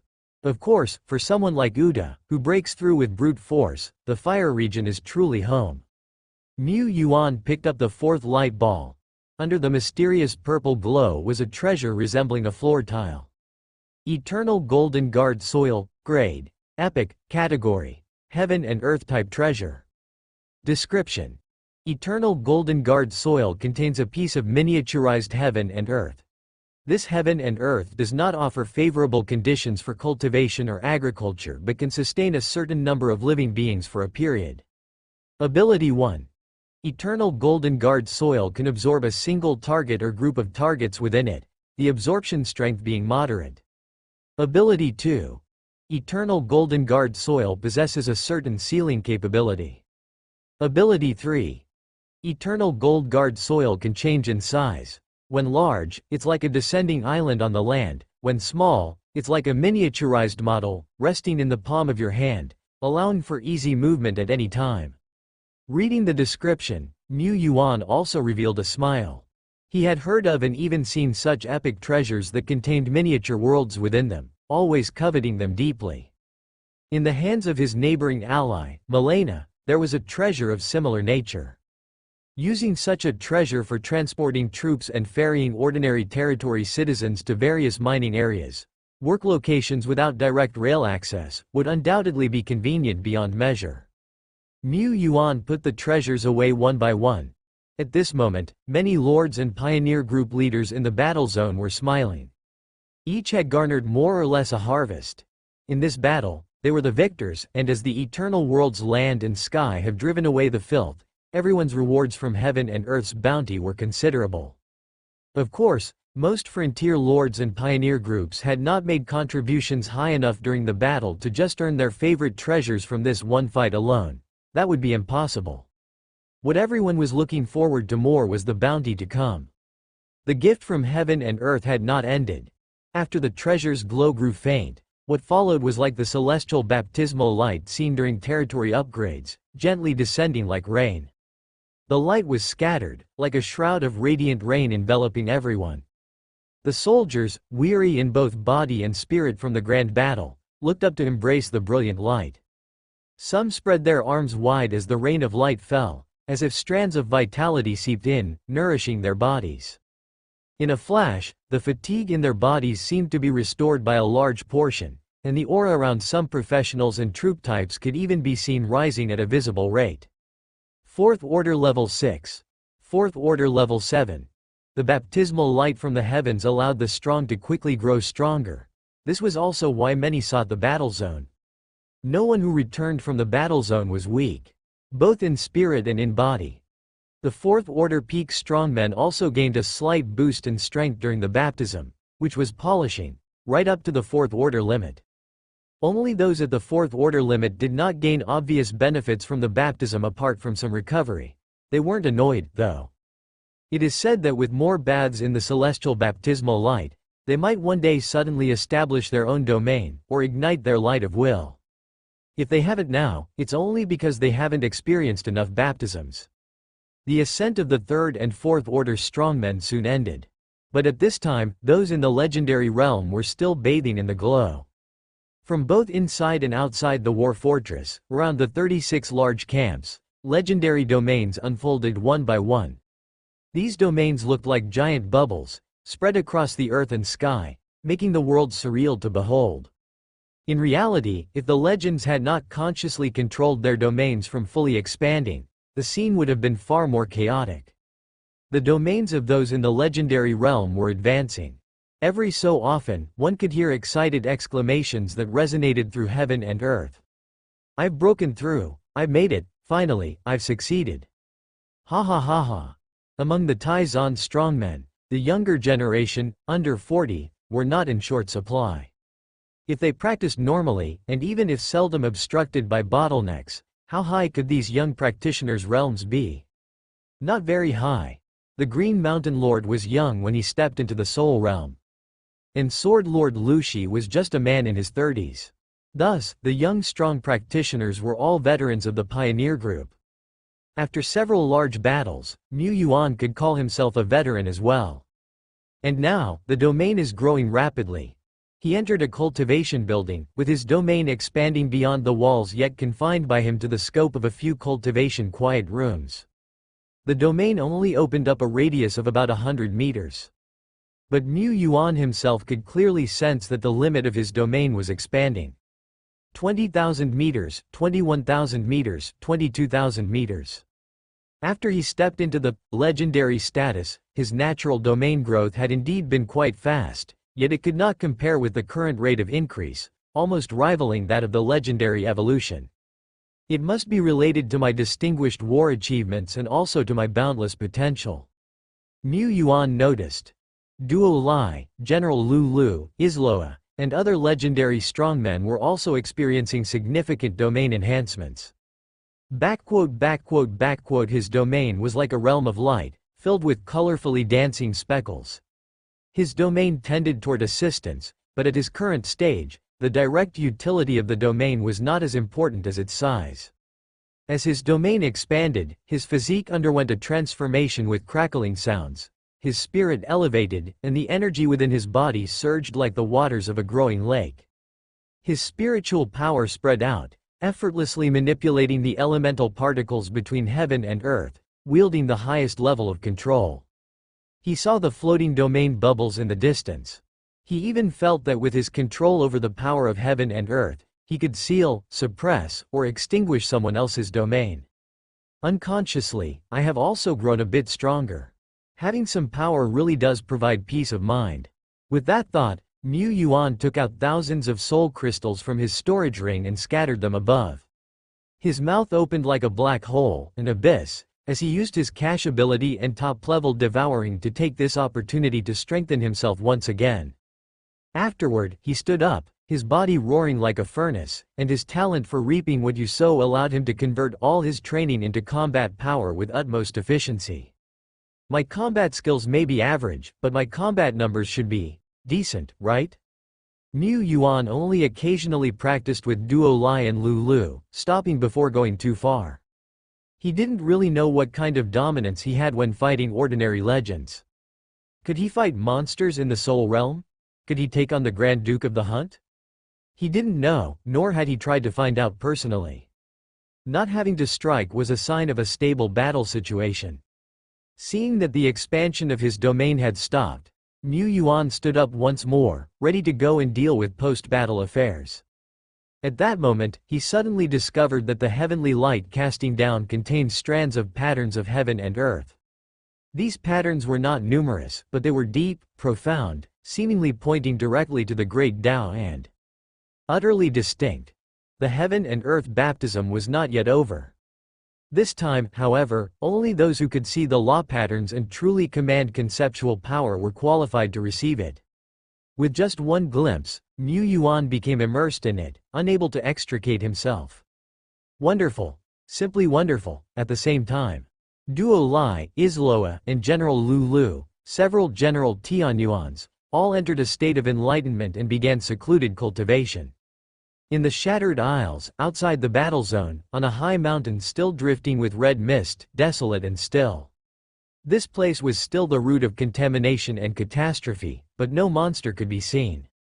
What remained were merely some monster carcasses that had yet to be cleaned up, among them the remains of a crimson dragon, even one of a 200-meter class giant.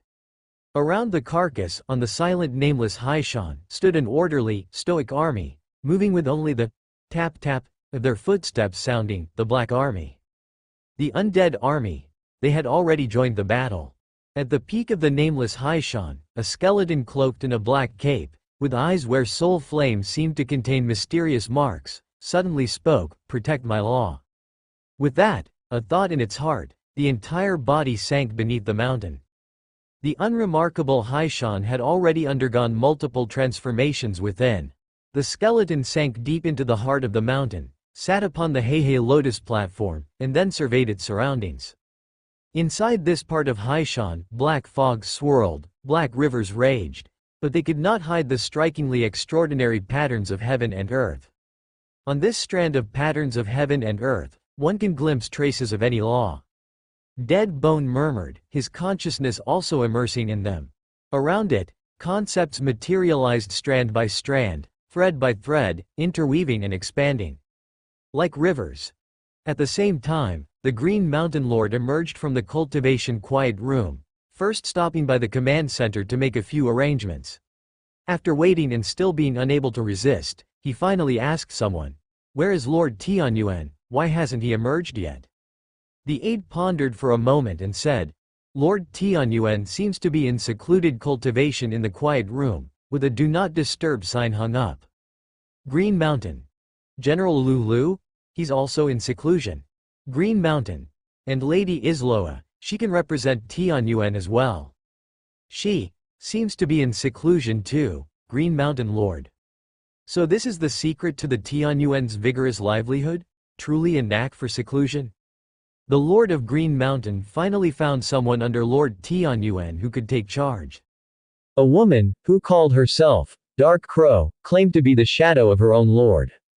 This division general from Tianyuan was not entirely unfamiliar to Green Mountain. Initially, when they entered the Shattered Isles, it was this mysterious woman who led the way. She was evidently a legendary figure, skilled not only in combat. Lord Tianyuan's subordinates are indeed full of capable people. He wasn't sure how many times he had expressed such sentiment, and the more he thought about it, the more envious he became. After the battle, there were still numerous affairs to handle. The tallying of casualties, the assessment of losses in the battle zone. Moreover, there was the collection, organization, and distribution of war spoils. Apart from heaven and earth's gift, the soul sand and rare materials extracted from monster corpses accumulated to a considerable fortune. This too was one of the war's harvests.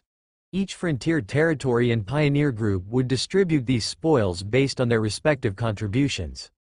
In this battle, each territory and team's awards were also granted based on their contribution ratios. However, teams with elites, generals, or members who had sacrificed would receive an additional sum of condolence money. Like the professionals in the pioneer group who had sacrificed, the battle zone still needed to verify if the fallen warrior had family. If so, the condolence money would be sent directly to the family. The workload for these aftermath tasks was immense, and addressing them all would take at least a few days.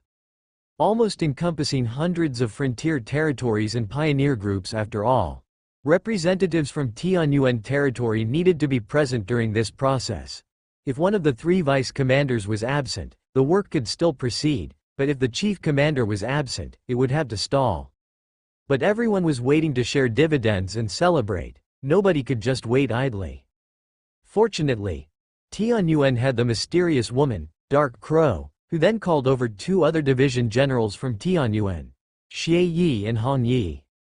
The three managed and coordinated these non-combat affairs not merely as novices, but rather efficiently. They don't even seem like new generals, who had only been recruited and trained for just over a year. Tianyuan's right-hand assistants, like Isloa, could handle the duties of a city alone, allowing Tianyuan to focus all his energy on controlling the grand strategic direction. Indeed, Lord Tianyuan possesses a special charm that attracts wild heroes. This is his true talent. Otherwise, merely through nurturing and evolving such talent, it wouldn't be possible to command so many versatile great generals. Epic troops aren't so all-around skilled. Tianyuan, you brat, your subordinates are too competent. I'm envious. I don't even want to speak of envy anymore. Mu Yuan had just stepped out of the cultivation quiet room when he saw the Lord of Green Mountain with a sour expression. But apart from that pained expression, he also noticed the very evident dark circles under the Lord of Green Mountain's eyes. Even a Soul Realm warrior has dark circles. What has he been through? Wait, what happened? He looked around. Doesn't seem like anything major happened in the battle zone? If there were major issues, he would have awakened from immersive comprehension and not slept so deeply. It's not a major issue, but it has been 3 days since we repelled the army of Dragonsleep Valley, a whole 3 days. Do you know how we spent these 3 days? It was as if black resentment constantly seethed above his head. During these 3 days, they ran up and down, being busy before and after, continuously dealing with aftermath tasks. The Shattered Isles war zone was newly established, and the leadership team was new, like him, Raindust, and Broken Rock. It was their first time as vice commanders, so the whole leadership team lacked experience and inevitably stumbled in their tasks. No major blunders, but small errors were non-stop. There weren't many completely trustworthy and dependable generals in Green Mountain City. The Lord of Green Mountain himself therefore had to personally review documents, communicate with all parties, maintain the situation, patrol the war zone, for days and nights without rest, involved in various tasks that he didn't actually like. Wouldn't he be exhausted? Seeing Tianyuan looking fully refreshed as if he had just woken up, his resentment nearly materialized. However, upon reflection, the Lord of Green Mountain realized that even if he was as busy as a dog, his efficiency in handling affairs in Green Mountain City was the lowest among the 4 cities. What about Tianyuan City? Even if the Lord did not take the front seat, even if the strongmen or chief minister did not show up, their efficiency was still ranked among the best. He was the one dragging behind. He had no right to complain. Even Tianyuan Lord's absence after the battle was something all soldiers and generals understood well. To raise the wall against the heavens, repel the formidable enemy forces, it was normal for Lord Tianyuan and General Lu to be exhausted and in need of rest. The trivial matters of the war zone had vice commanders like the Lord of Green Mountain to handle them. The Lord of Green Mountain's expression changed over a dozen times in just a few seconds, and Mu Yuan couldn't figure out what was going on, so he just patted Green Mountain on the shoulder. "Young man, don't stay up, get some sleep early." The losses in the Shattered Isles war zone were not significant.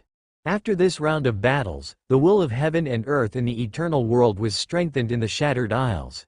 The corruption began to recede, and the powerhouses of Dragonsleep Valley too suffered heavy losses, which meant that the Shattered Isles war zone had effectively withstood the enemy's offensive. For some time to come, there would be no major battles. All frontier lords and professionals relaxed considerably. Mu Yuan took this opportunity to return to his own territory to deploy the permanent blueprint and construct the epic building. The massive features of Ice Valley and Fire Valley stood prominently like landmark structures within Tianyuan City. At the same time, Shattered Isles Warzone Sector Red Mountain City. This place still belonged to the jurisdiction of the Shattered Isles Warzone and was likewise guarded by powerful legions. After the Warzone's defenses had cut off the spread of filth, it became more difficult for Dragonsleep Valley to stir up the red mist and march directly into the Twilight Dominion than before. The army stationed here hadn't faced any significant assaults recently. But one must not relax their vigilance. Red Mountain City, as a link between the Pioneer Warzone and the outside ordinary world, was busier than ever. Lords from nearby regions would often run here, inquiring about the war situation from the sidelines. After all, the establishment of the main battle zone of the Shattered Isles didn't mean it could exist permanently. The war zone would face the vanguard of Dragonsleep Valley directly, and engaging in battle within the Shattered Isles against the enemy was actually more disadvantageous than in the Twilight Dominion. However, if the battle took place in the Twilight Dominion, every single town here, with a population in the billions, would constantly face the threat of legendary monsters. The lords were also worried that if they couldn't hold the main battlefield, this place would once again become a frontline battle zone. That would be a disaster. After all, their properties were all here. Property, you're always worried about your damn property. If you've got the guts, go fight on the front lines. It's not like I don't have the guts. Besides some ordinary lords, teams delivering aid and supplies, and merchants doing business, Many journalists from various newspapers were also stationed in Red Mountain City. The Shattered Isles war zone was the battle zone closest to the ordinary people, and many were concerned about its war affairs. The journalists also followed the rumors and came. At this moment, 3 days had passed since the end of the Great Battle. The high-level members of the Pioneer Group, the front line of the war zone, and some powerful lords had all received the news, but obviously, the news hadn't reached here yet. Until the Shattered Isles war zone officially released the war report. A simplified war report. Extra, latest news from the Shattered Isles war zone, with a 5-star review by critic Maze Ake. Get your papers here, get your papers. Ordinary people and professionals alike bought newspapers from the newsboys. The information genuinely from the official announcement was scant, just a few brief statements. The rest consisted mostly of commentaries and speculative gossip. One particularly ambiguous rumor stated, "Shocking, rumor has it that Lord Tianyuan has a general who can eat 3 giant dragons in one go, which is the secret to her immense power." Passers-by skipped right past it. What kind of trash paper is this? Stuffing it with unreliable stuff. If it keeps up next time we won't buy from this publisher again. However, the news that Lord Tianyuan is commanding the Shattered Isles war zone and repelling the monster army seems true, and it comes from the officials. But ordinary people had very limited understanding about monster armies, battle zones, and the Pioneer Group. Beyond recognizing that Lord Tianyuan was awesome and Lord Tianyuan had become a hot topic once again, the most they could think was, is this another Lord of Han Yu City? But for the seasoned lords and frontier lords, even the scant official news was enough to shake them to their core. Lord Tianyuan led the army and defeated Dragon Sleep Valley? Lord Tianyuan is already a 4-star pioneer lord. After this battle, I'm afraid he's going to be promoted to 5-star, which is even faster than the promotion speed of the former Lord of Han Yu City. The Lord of Han Yu City entered the Red Mist Land a few years ago, where he injured the fallen god's servant, Orochi, becoming famous in one battle. But this time, the number of Soul Realm enemies killed in the Shattered Isles war zone exceeds 5, including a Grand Duke of the Hunt. The significance of the Grand Duke of the Hunt was not any less than a fallen god's servant. While this wasn't solely Tianyuan's achievement, but I heard from a friend in the war zone that in this battle, Lord Tianyuan was the undisputed MVP. His generals were too brave and powerful, and I don't know where he managed to recruit such generals. Weren't they trained by Lord Tianyuan himself? I heard his unique talent can evolve troops to epic rank. Epic? I would be ecstatic to have just one epic. A lord exclaimed. But an experienced senior lord shook his head. There's always a price to pay for everything. Evolving to epic isn't as easy as you think, even if it were possible. Besides, epics vary in levels, and just by looking, you can tell these generals under Tianyuan are seasoned leaders. Could they really have been groomed slowly? The young lord suddenly understood. Cold Valley Mountain War Zone. The Lord of Han Yu City also just received the news. Tianyuan is so fierce, he's repelled Dragon Sleep Valley. Although it was just a vanguard army. But as an old war veteran and lord who spent most of his life battling with monster overlords, Han Yu was very clear on the value of the vanguard army of Dragon Sleep Valley. And what power did the Shattered Isles Warzone have? No significant power. Under such circumstances, Tianyuan managed not only to achieve a great victory instead of a Pyrrhic one, which was quite telling. She wasn't clear on the specifics of the battle but had heard that the loss ratio was excellent, and a Grand Duke of the Hunt had been killed. Based on this, she could deduce much. This kid is fiercer than I thought, and he indeed has stronger generals in his hand. No, his rate of progression is breaking the record I've set.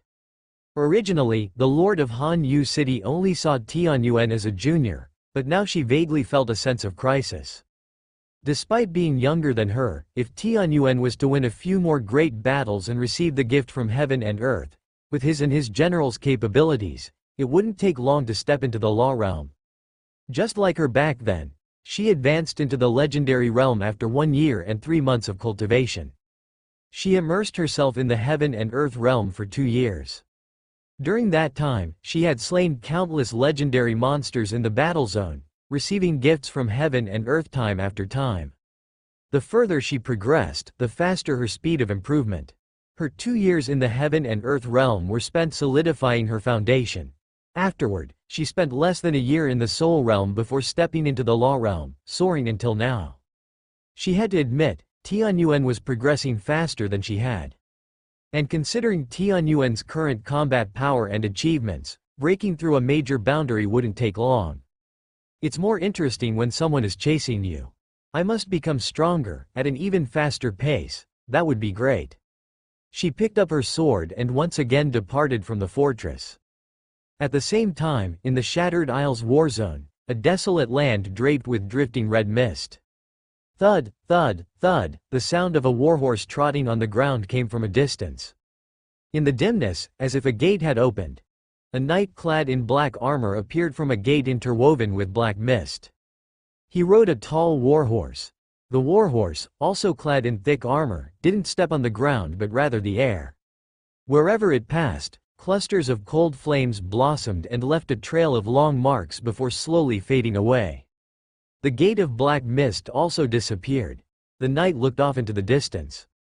According to the master's prophecy, the great Wang Lingji Wang resides in this island territory, within this very small group of islands. A king who is young but fit to bear the crown. My mission is to find this king, at all costs. The Black Knight murmured. The prophecy pointed only here, without further clues. But that clue was enough. The scope of an island territory was already quite small. What followed was the search. He was undead, he had ample time and patience. The knight, riding his warhorse, traveled through the air. Suddenly, a violent wind roared, and a pair of huge crimson-gold vertical pupils emerged from the dark clouds, resembling two cold and strange blood moons. Following the blood moons, an enormous and hideous dragon head and a large wing-spread dragon body gradually became visible. An even larger crimson dragon. A bloody wind hit his face. But before the dragon could finish speaking, a pitch-black blade of light swept across the sky. The massive body of the dragon froze instantly. The red body slowly turned into a lifeless gray-black color. A gust of wind blew by. The decayed, gray-black body of the dragon, much like countless sheets of paper stacked together, fluttered and scattered in the wind until it disappeared without a trace. The knight did not spare a second glance, simply continuing on his way.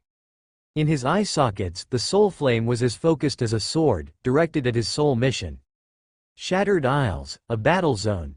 The sky was clear, azure blue, and devoid of even a trace of red mist. Magnificent camps were encased within high walls, looking like forts stacked on a beach.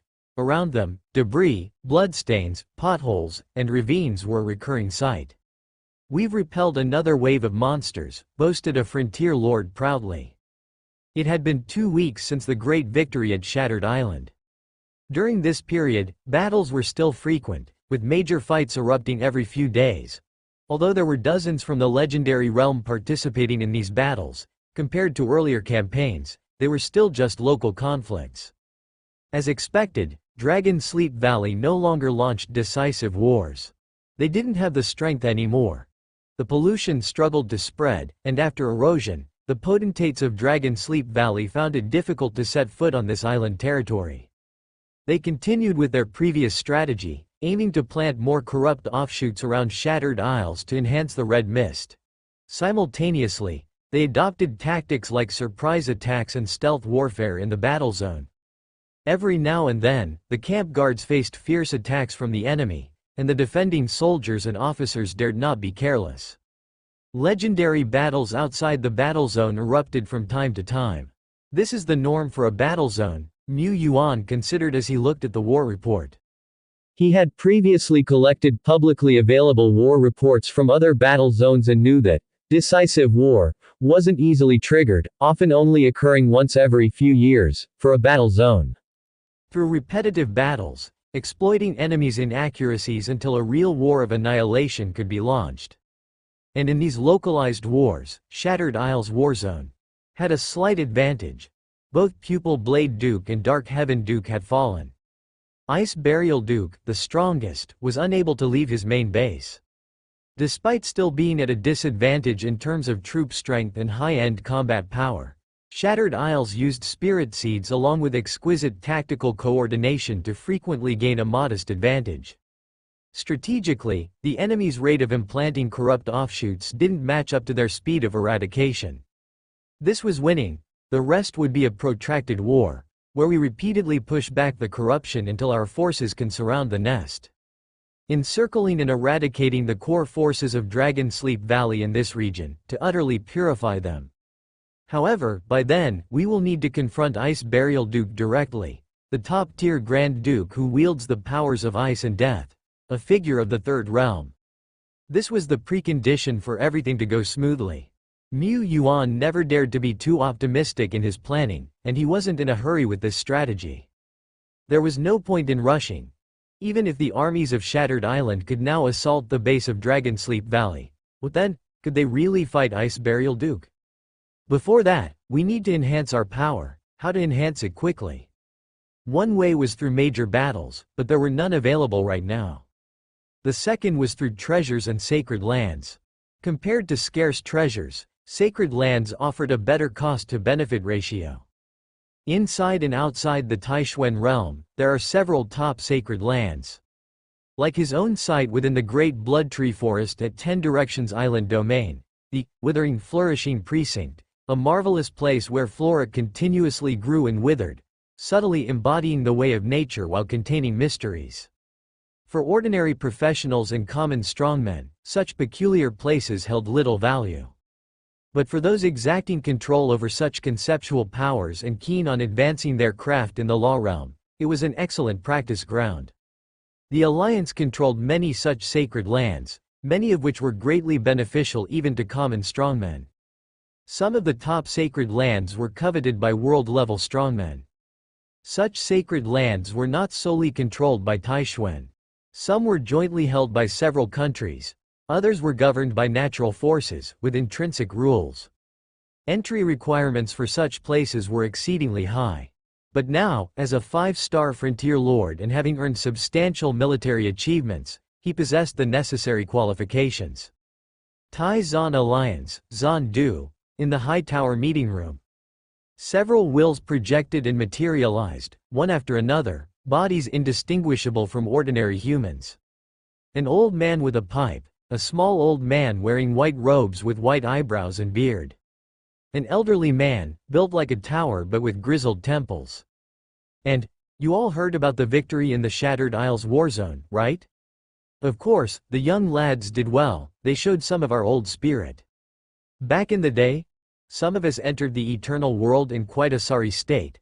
I still have the photos from back then. Ahem. With this decisive victory in Shattered Isles, we don't have to worry about investing more resources there, especially since the fog tides have erupted again there. There was a momentary silence, faces turning grave. This is a sign, according to the Astronomical Society's predictions, there's not much time left, either the next red fog disaster moon or the one after, a great catastrophe will arrive. A great catastrophe. All present had experienced the previous one, before the Tai Zan Alliance was even established. Yet, they had witnessed a vast force comparable to the present Tai Zan Alliance disintegrate amidst the disaster. The myriad phenomena empire will crumble, which isn't unrelated to their past decision-making errors that directly caused the loss of half their high-end combat power. However, this also means the calamity is extremely terrifying. Has the Holy Griffin Empire shown any signs? This is a grand catastrophe for all of humanity. HMPH. The old man with white eyebrows and beard scoffed, it's a grand catastrophe for all humanity, but not for them, the Holy Griffin Empire. None of the human realms border the Red Mist land like the Griffin Empire does. Why would they be worried? They would probably prefer that we suffer heavy losses in the catastrophe, leaving us unable to threaten their position of power. If it weren't for international repercussions, the Griffin Empire might have just sat back and watched. In any case, continue monitoring. Once the apocalypse comes, we must be prepared to act immediately. Should we move the populace to the Taishuan realm as much as possible? Defending just one realm? Perhaps our chances would be much higher. No, we cannot be certain which way the disaster will spread. The Taishuan realm might not necessarily be the safest place. We've done everything we can do. The rest is up to time and the younger generation. Shattered Isles. Nameless Haishan. Dead Bone dominated an undead legion, stationed here. It sat in meditation with eyes closed, its whole body connected to the Haishan around it. It was an undead, but at this moment it was breathing, and the entire Haishan breathed with it, as if the mountain itself had come to life, much like when it was mutated by the red mist. However, now it used a different method. Wang Ling Zai Shi. The more death it spreads, the stronger the Wang Ling Zai Shi becomes. The stronger the undead army, the further it can spread death. This, too, is a concept. With death comes life. That is an everlasting truth. Placed in its context, the undead army slaying monsters equates to death. The undead army using the corpses of the monsters to create new undead is rebirth.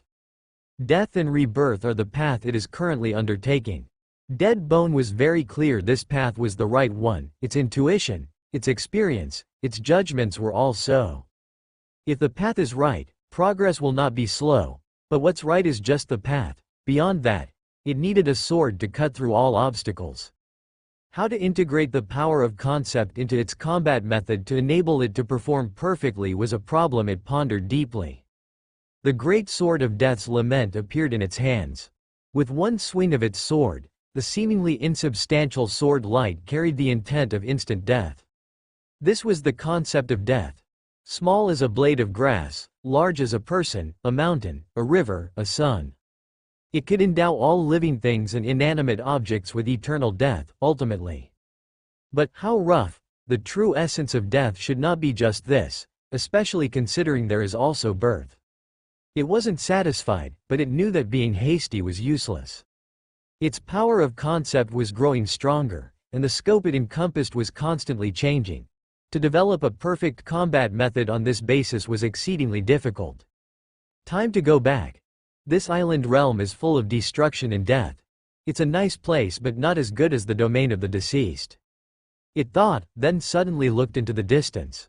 Some extraordinarily strong entity, brimming with rich power of death, appeared under the obscure night. The Comer had no intention of hiding their tracks. Dressed all in black, black armor, a black warhorse, blending with the night yet more noticeable than all other things beneath this night sky. Like a blazing sun with intense eyes. This person, could they be the king I seek? The Black Knight looked towards the summit of the mountain. A figure seemingly inconspicuous but still locked onto by his gaze instantly. The Death Knight contemplated for a moment, then pulled the reins. The nightmare warhorse that had been moving at a leisurely pace instantly neighed. The next moment, space ripples like layers of waves. And the knight on the nightmare warhorse had already traversed dozens of miles, arriving within nameless Haishan. The silent Haishan immediately boiled over. A host of high-level undead awakened from their slumber, and the power of death that reigned quietly in this place surged upward, like vast rivers. 3 lords of Rushan thumped and intercepted the night. The leading lord of Rushan, with enough wisdom, spoke, "Stranger, leave this place and no one will get hurt." Its massive body, constructed of countless pieces of flesh and standing over 10 meters tall, stared intently at the figure walking low in the sky not far away. But the Death Knight didn't respond. His gaze wasn't on these few lords of Rushan. He simply swung his sword, and the sword light was dim, like a breath casually blown by a commoner, with no intimidating force. Nonetheless, this faint sword light effortlessly cut through the black torrents of energy, the overlapping shadow shields in front of Rushan, and the extremely tough flesh bodies. The lower bodies of the 3 lords of Rushan were uniformly sliced apart, unable to recover in any way. Only the swollen upper half of the Rushan remained, rolling down the mountainside with a gurgle. First-in-rank Lord of Rushan, known as Big Fatty, couldn't hold it in anymore. How had it been one shot? Boss save. Ah spit. Brothers, get him. A frost giant dragon dove from the mountain peak. A shadow dragon leapt from the darkness. Vampire Marquiste licked their blades in the shadows, their red eyes slowly lighting up. The Death Knight looked around, his skeletal face seemed to be smiling. Ah, the nostalgia, he murmured.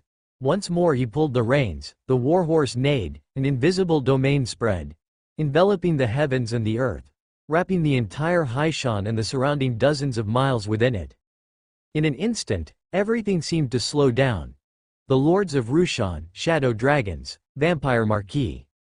Every one of the high-level undead felt as though sinking into a dream. Their consciousness seemed to strip away.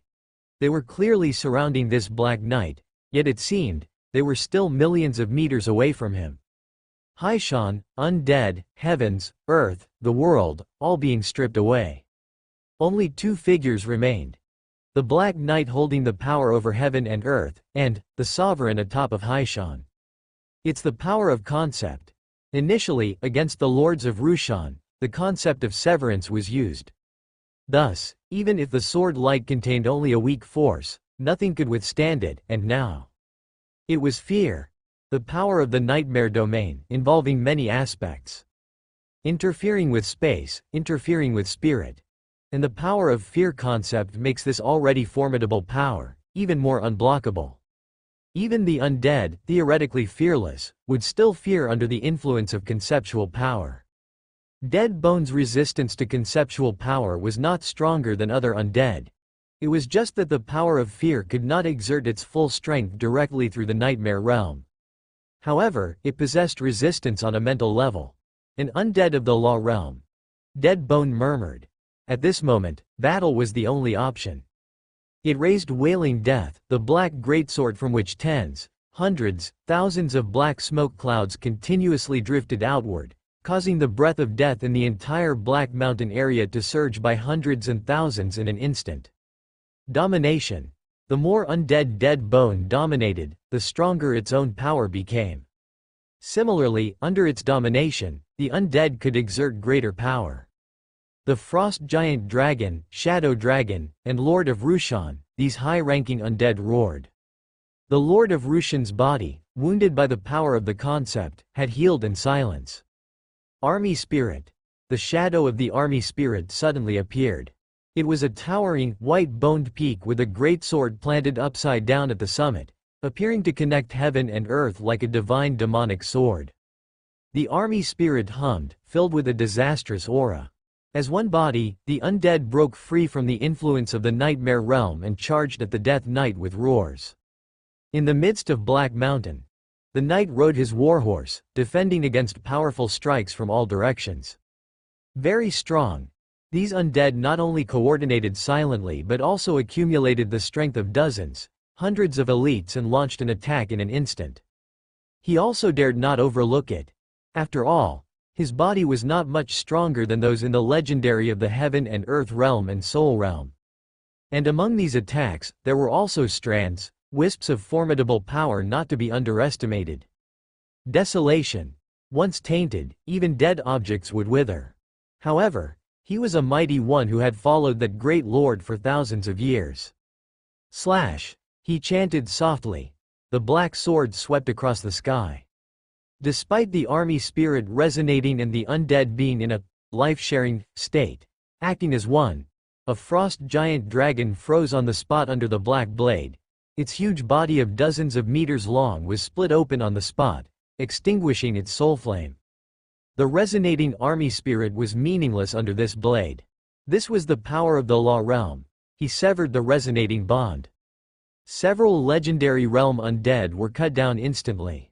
They fell in Black Mountain but revived in the next moment, roaring back into action.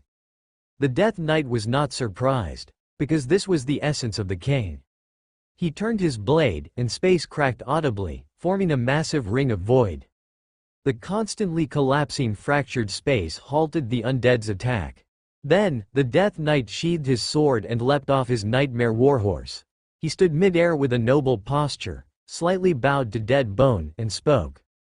Respected Wang Ling Ji Wang, I, Death Knight Ulysses, pay my respects to you. I, Wang Ling Ji Wang? Dead Bone frowned. Although, Bone too, Sario, and some others always jokingly called him Wang Ling Ji Wang, Dead Bone was well aware that it was just a simple skeleton. Even if it had now evolved to the legendary one-star lifeform, King of Skeleton, It had little to do with Wang Ling Ji Wang. Moreover, if it hadn't been for being recruited and enlightened by the Lord, it would still be a muddle-headed little skeleton, perhaps already dead under the claws of some ordinary wild monster. This Death Knight really had issues in his head. Facing Dead Bone's silence, the Death Knight appeared as if he expected it and continued. You would be surprised. It's natural. You needn't worry. This time I am here by the command of the Silent Sovereign to welcome you back to our race. He said, you might have learned from inherited memories, we undead are one of the 4 major races of the eternal world, having produced great lords and kings. But, that is all in the past. Since the onset of the great contamination, our undead have been on the front line against this calamity and have withered away. Today, the world is dominated by the human race, contamination still spreads, and our undead race needs a king like you to revive our race. And if you wish to ascend to godhood, to become king, you also need our support. You are undead, we are undead. The entire undead race will be your support. This pie looked immensely huge and tempting, but Deadbone remained indifferent. Being not kin, such temptation must have a motive. It had watched TV shows about such tactics when it was on Langsing. It spoke, I refuse. I am not any Wang Ling Ji Wang, just a simple skeleton residing here. Simple skeleton. The Death Knight glanced around at the ferocious shadow dragon, the roaring frost giant dragon, and his lips twitched slightly. You may not realize, but to wield the power of the king, you need to dominate at least 1,000 beings of epic rank. Such power is only possessed by my lord, the Silent Sovereign, among the undead today. Dead Bone remained silent. The Death Knight also fell silent. Perhaps, a young king did not understand what a true king is, what the path to ascend to king involves, what the 3 legendary realms are, what the Saint Realm is. After all, unlike the young kings born in the tribe before, this one had strayed outside. Even if he had the talent of a king, ultimately like a wild legendary, he lacked insight and had a narrow view. Given this, King, I apologize, the Death Knight spoke. He suddenly donned white gloves, an inconspicuous epic treasure item. In the name of Ulysses, I initiate a sacred duel. Using the epic treasure as the medium, a massive burst of conceptual power erupted. In an instant, the menacing atmosphere of the surrounding undead, the swirling black mist, the towering black mountain, all disappeared. Between heaven and earth, only 2 figures truly remained. The Death Knight, riding no warhorse, the Deadbone, wielding a sword. The Death Knight strode forward, and with one step he was before Deadbone. The sword fell. The dancing jade-white wither Kingbone, under the black blade, broke apart instantly, unable to resist even for a moment. But taking advantage of this, Deadbone had already retreated thousands of meters. It spread its wings, and the wings whipped up the wind, a wind filled with mourning and lamentation. The lamentation brought with it piercing cold, within the cold, waves of mournful sounds. This was Sario's dirge of frost and death, and though Deadbone had not fully mastered this epic skill, it could still wield it with its own power. It fused a great amount of the concepts of death and frost, making its might stronger than Sario's original skill. What's more important was, dirge of frost and death is mist, and a sword cannot slice through mist. Dense fog rushed forward. Frost began to form on the Death Knight's armor. Such strong power of concept, truly worthy of a young king.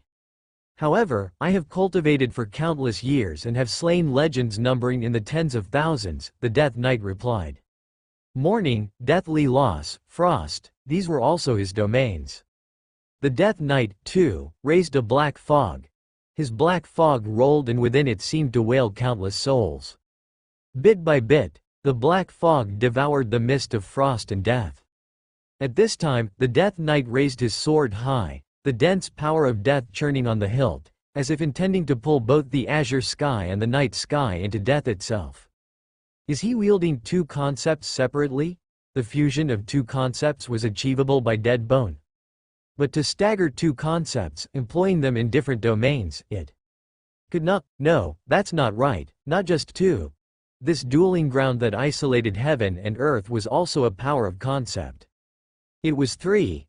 Deadbone's eyes widened, its mind replaying the moments that had just transpired. It replayed them over and over, time seeming to stand still in that moment. Suddenly, a flash of light streaked across. It understood. It was the carrier. Its gaze locked onto a specific spot. A standard, borne upon the back of the Death Knight. At this moment, only the concept of death converged on the sword was truly wielded by the knight. This was simply brilliant. Dead Bone's soul flame burned brightly. Losing the force controlling it, the mist of frost and death swiftly receded, while in front of it the black fog surged forward, enveloping its entire body. Sorrow, fear, grief, but the king's might dispersed, an invisible storm of will clearing the fog. In the mist, Dead Bone too was raising its sword high. Its cape fluttered fiercely. Behind it, the silhouette of Holy Mountain appeared. Countless members of the undead race were shouting to the heavens at this moment. This was the Emperor's one sword, also representing the sentence of death. Black against black, the sword light collided here. Crack! It sounded as if something had shattered. Once more, figures of angry, roaring high-ranking undead appeared all around. Starlight fell. The long night dragged on. The two figures stood opposite each other in midair. The Death Knight touched his sword, silently, silent for a long while before slowly sighing. The will of a king cannot be defied. I will come again. Our undead race, my lord, the silent sovereign, awaits your arrival at any time. Having said this, he mounted the nightmare warhorse, turned around, and vanished into the deep night. After a while, Dead Bone felt itself all over. There, several bones as white as jade had turned black, marked by the power of death. Truly a terrifyingly powerful figure. Truly a terrifyingly powerful figure, Dead Bone repeated. Beneath Black Mountain, a figure identical in every way sighed deeply. Outside Black Mountain, somewhere, Space Ripple faintly appeared, as the Death Knight rode upon his steed, phantom-like in his arrival. He halted here, lightly tugging on the reins, and the horse turned with soft clatter. The shadow on the horse's back intensely gazed at a spot, and it took a while before his gaze slowly shifted to rest on the pitch-black great sword of death in his hands. What is death? In the confrontation of the concept of death, how do I not hold an advantage? The Death Knight thought back to the recent battle. The concept of death controlled by the youthful king was grand and vast, barely inferior to his own. It made him truly understand what it meant to be the true king in his youth. It also made him understand why his master, the silent sovereign, was so obsessed with the true king, why he always said only with the return of the Wangling Ji Wang could the undead have the possibility of returning to the pinnacle of the world. He even foolishly tried to measure and define a future king through his own perspective. Truly a terrifying prodigy, truly a terrifying powerhouse. Inside Tianyuan City, Mu Yuan sat up in shock. The arrival of the mysterious undead powerhouse was sudden, without any prior indication, and the might of this knight brought with it an extreme sense of oppression. The practice fight between Uta and Sword Lord Lu Shi was, after all, just that, a practice. In the battle just now, apart from fighting with all their might, Dead Bone's power was almost completely unleashed. Hardly comparable. Dead Bone's gaze was grave. That Death Knight just now did not reveal all of his power, and in this battle, the deepest impression he had was the gap in heritage between himself and the experienced powerhouses. Experienced powerhouses, utilizing epic treasures that resonate with them, carry their conceptual power, and are capable of maintaining 2, 3, or even more different conceptual powers simultaneously. This ensures that different concepts do not interfere or repel each other. If he were to use two skills at the same time, one embodying the concept of cleave and the other decay, the threads of conceptual power surrounding him would interfere with each other. The concept of cleave would cause the power of decay to be severed. The concept of decay would cause the power of cleave to weaken. Using a treasure as a vessel to deploy conceptual power allows the core of the concept to no longer revolve around oneself and thus avoids the interference of differing concepts. Dead Bone saw the essence of this technique in the battle just now.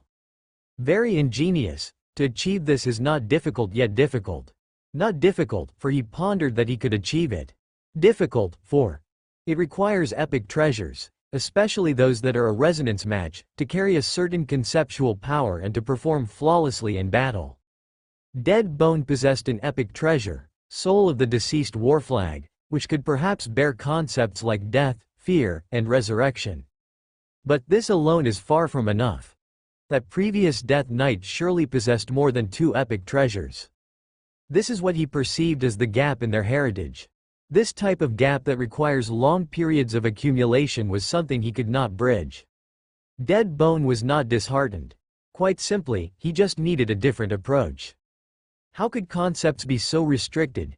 It's only that epic treasures can bear them because other items, when compared to epic items, are vastly inferior and hardly usable. But Dead Bone began to think, with the conditions he currently had, what could he use to carry a concept? Dead Bone, Duo Lie, there? Combat power? If they want to continue to improve, one depends on the realm, and this can be methodically cultivated. The elevation of the domain's range, even though it does not assist conceptual power, fighting still relates to the most basic speed, strength, perception, energy. The greater the domain, the stronger the connection with nature, and naturally, the more sensitive the perception. And concepts like cleave, sharpness, if the wielder was a cumbersome, heavy powerhouse, and his sword couldn't hit the target, the power of cleave would be useless no matter how strong. Mu Yuan pondered, recording his thoughts in a notebook. Secondly, its conceptual power. Improvement, innovation of skills and concepts that are fully compatible with a new combat method. Enhancing the main conceptual power, possessing several auxiliary conceptual powers, and deploying them through a special vessel. A single concept has its drawbacks. When both sides possess conceptual power, the concept of cleave, for soft-bodied beings, elemental life, the effects are somewhat weaker, and against fog beings even more so. Water elemental concepts often counteract fire. Where there is light, there exists shadow. This is the law of nature. When one's power isn't strong enough to ignore or reverse the fundamental rules of the world, following and making use of them is the correct path. His understanding of the law realm in Tianyuan territory was still far too insufficient. Such techniques as epic treasure vessels could be no secret among the law realm.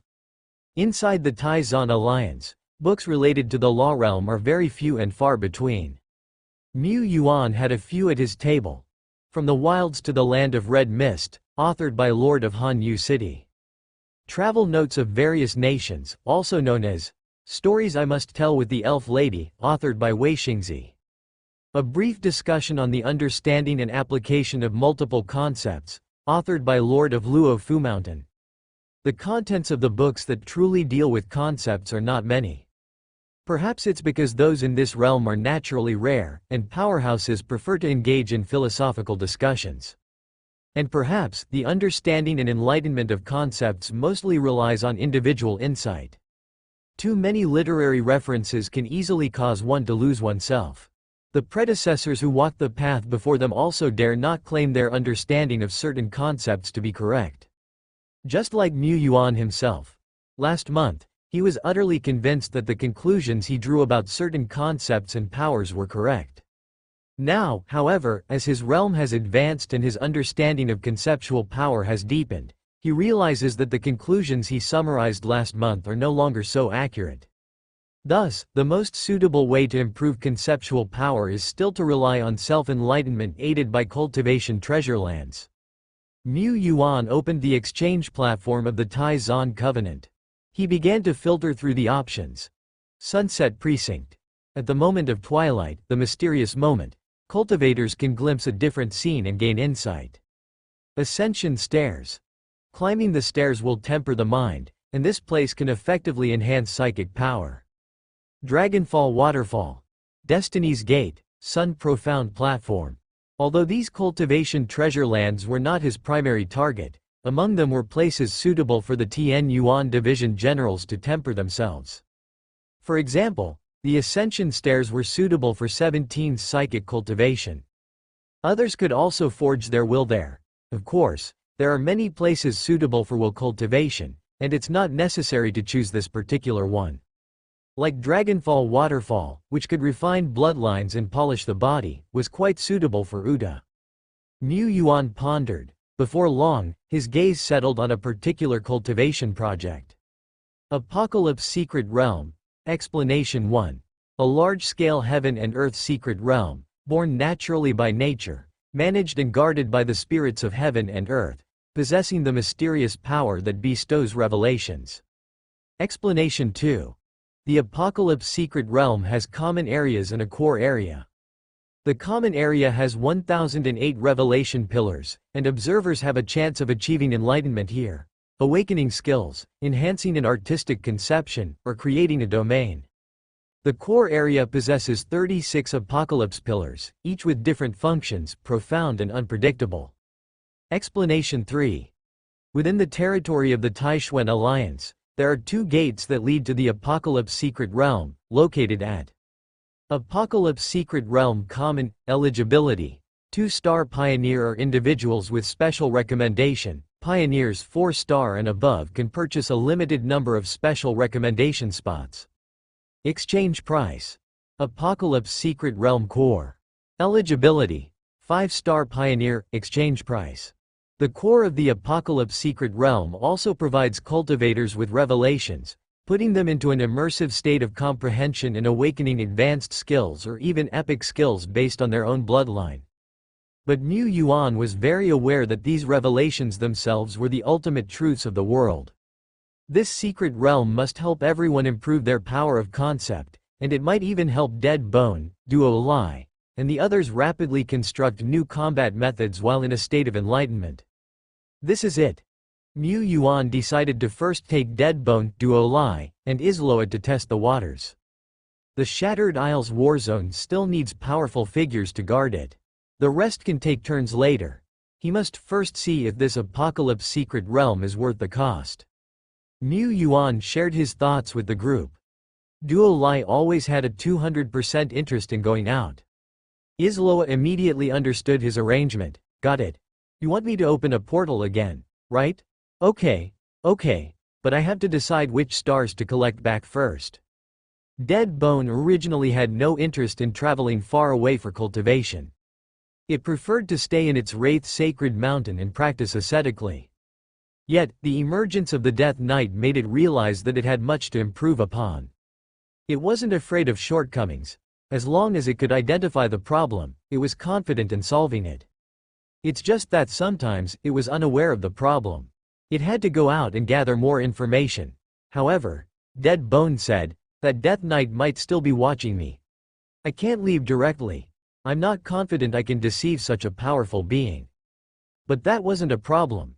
A few days later, Shattered Isles, Black Mountain. With the undead in Sophia's cover, Sophia in a black robe arrived within Black Mountain. Here, the black mist swirled around, and the shadow of the Wraith Sacred Mountain provided protection, rendering even Law Realm's strong beings unable to cast their gaze here. I'll just open the Stargate right away, Isloa said. The Stargate opened effortlessly within Black Mountain. Dead Bone left an avatar outside and crossed the Stargate itself, vanishing into the Black Mountain in the blink of an eye. Beyond Black Mountain, 1,000 miles away, the Death Knight sensed from afar the changes in the Death Network. The young king still remains on that unremarkable little hill. What exactly does he want to do? For the young form of a Wang Ling Ji Wang to stay in such a remote place, it's somewhat a waste of his talents. He was unclear, so he could only wait for an opportunity that could change the young king's mind. Thud, thud, thud. The passage was long, like a divine dragon lying across the land. People tread on this divine body to ascend to the 9 heavens. Ahead, swirling mists enveloped the view, with the scenery within slowly coming into sight. Dozens, hundreds of majestic and peculiar mountains stood tall, piercing into the clouds. Each mountain was incredibly steep, like uneven and irregular pillars. They were the pillars of heaven, supporting the firmament. Impressive, isn't it? I was also stunned the first time I came here. These seemingly pillars of heaven are the Apocalypse Secret Realm's revelation pillars, totaling 1008, said a bearded burly man. Niu Yuan didn't know this person, and the latter probably didn't know him either. However, in this place, the fact that both were of the Taishuan people was enough to make them somewhat closer to each other. After all, Mu Yuan entered from the channel entrance of the Taishuan realm. Around him, this wasn't the only entrance. Just within his view, there were at least dozens. Some passages were visibly crowded with figures moving through the mist, while others were eerily quiet. Further ahead, an enchantment woven from countless light patterns spread upwards and sidewards, blocking the path. In front of the enchantment, armored warriors with white armor and swords, topped with a pure white halo, stood guard. They stood there in silence, like sculptures. In front of the path guarded by the white armored warriors, cultivators holding tokens passed through, officially entering the secret realm. The bearded burly man walked forward. Suddenly, a gray shadow swept by his side, racing towards the only gap below the enchantment with the speed of lightning. Boom! The gray shadow hit an invisible barrier.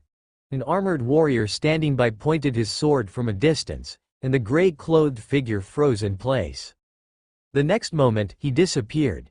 "He's been shifted out of the secret realm," said the bearded man, shaking his head. "Probably a young man from some small place, trying to find a loophole. But little does he know this is the heaven and earth secret realm, with no loopholes to exploit. It's quite rare to see such a thing, interesting to observe, though."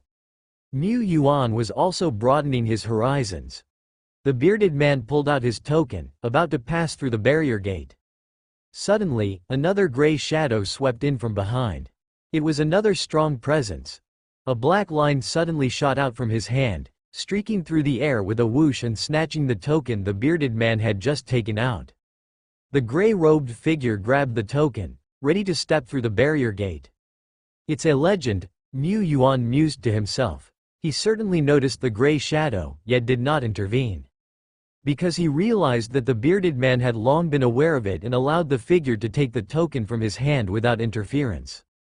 As expected, the gray-robed man who had just snatched the token was frozen in place the next moment.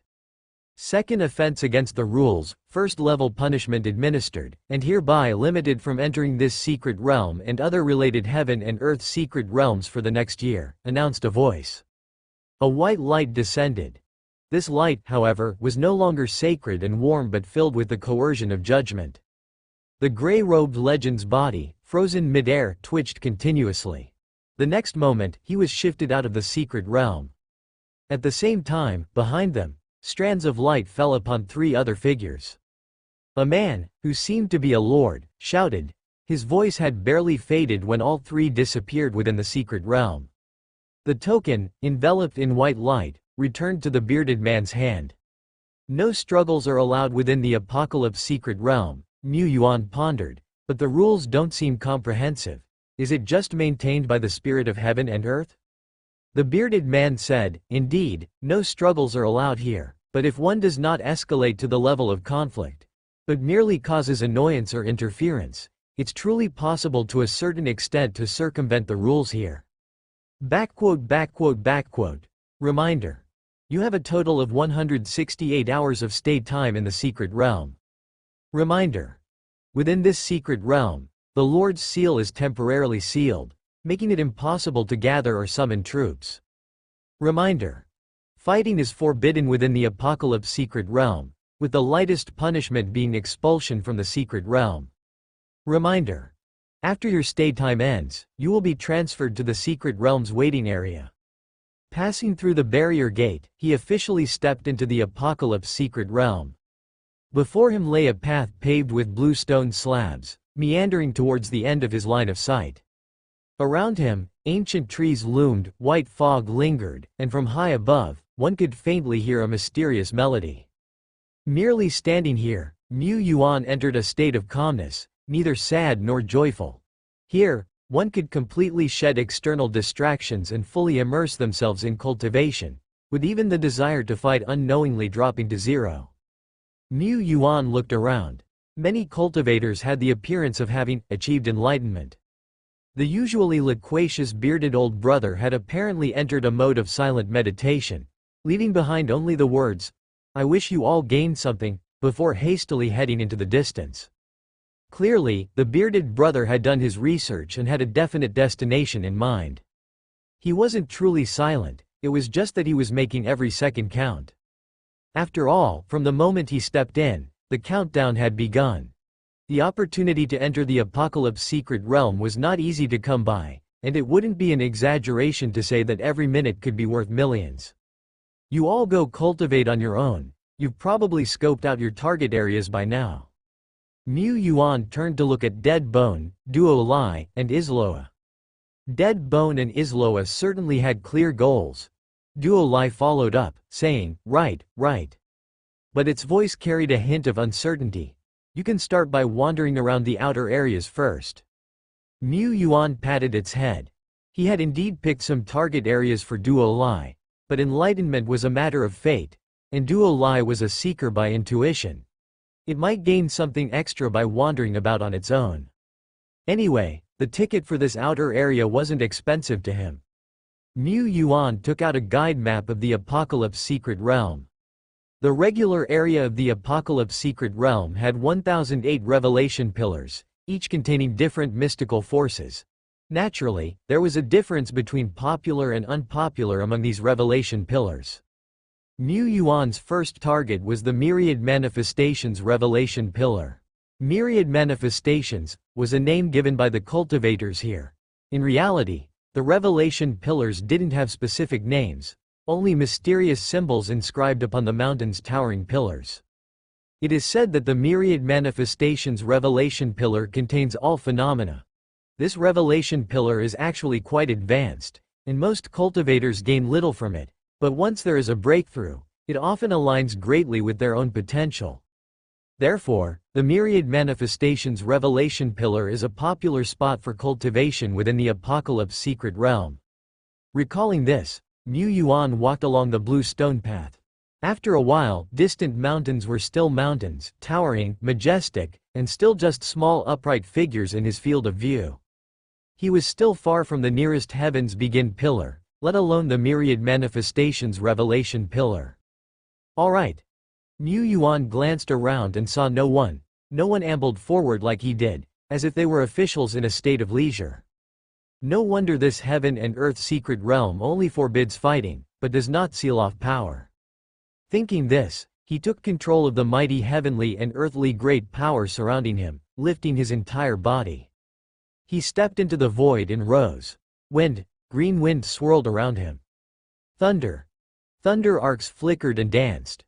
Wind and thunder formed a pair of violet wings behind him. Mu Yuan sprouted wings and with the speed of lightning shot through the terrain, passing the nearest revelation pillar in just a few breaths. A few minutes later, this should be about right. Mu Yuan gradually slowed his flying speed as the scenery he flew past on both sides became clearer. Ahead was a lofty peak piercing into the clouds, and on this finger-like cliff, a great, mystical symbol was inscribed, representing Myriad Manifestations. Below the cliff lay a large expanse of flat land where dozens of powerful individuals were cultivating. The bearded old brother from earlier was among them. This brother was standing in a horse stance, eyes bulging, staring upward fixedly at the revelation peak in front of him. His face flushed red as if he was straining with all his might but couldn't achieve his goal. After a long moment, he staggered back and couldn't help muttering to himself, "Why isn't it working? I feel like I'm so close, just a little bit." Not far from the bearded brother, a middle-aged man with a goatee beard had also failed to enter an immersive state of cultivation. He glanced at the bearded man and said, "Old Wang, why not just give up? You have wasted 2 weeks in front of this Myriad Manifestations revelation peak. Why fixate on this one place?" The bearded man took a couple of deep breaths and said, "Old Lu, haven't you also been here for more than 10 days without any harvest? I'm different. I had a breakthrough at the start. I awoke an advanced skill right here." So, he always felt that he was fated for the Myriad Manifestations revelation peak. But since that initial enlightenment, the revelation peak had not responded to him again. The bearded man looked at the flying Mu Yuan. Young brother also has his sights set on this Myriad Manifestations revelation peak. Good, young people should have grand aspirations. Not far away, the goatee bearded man watched Mu Yuan closely for a long while. He nudged the bearded man with his elbow and said, "Wait a minute, old Wang. This youngster seems to be the legendary Lord Tianyuan." "Tianyuan? I am Tianyuan, nice to meet you both."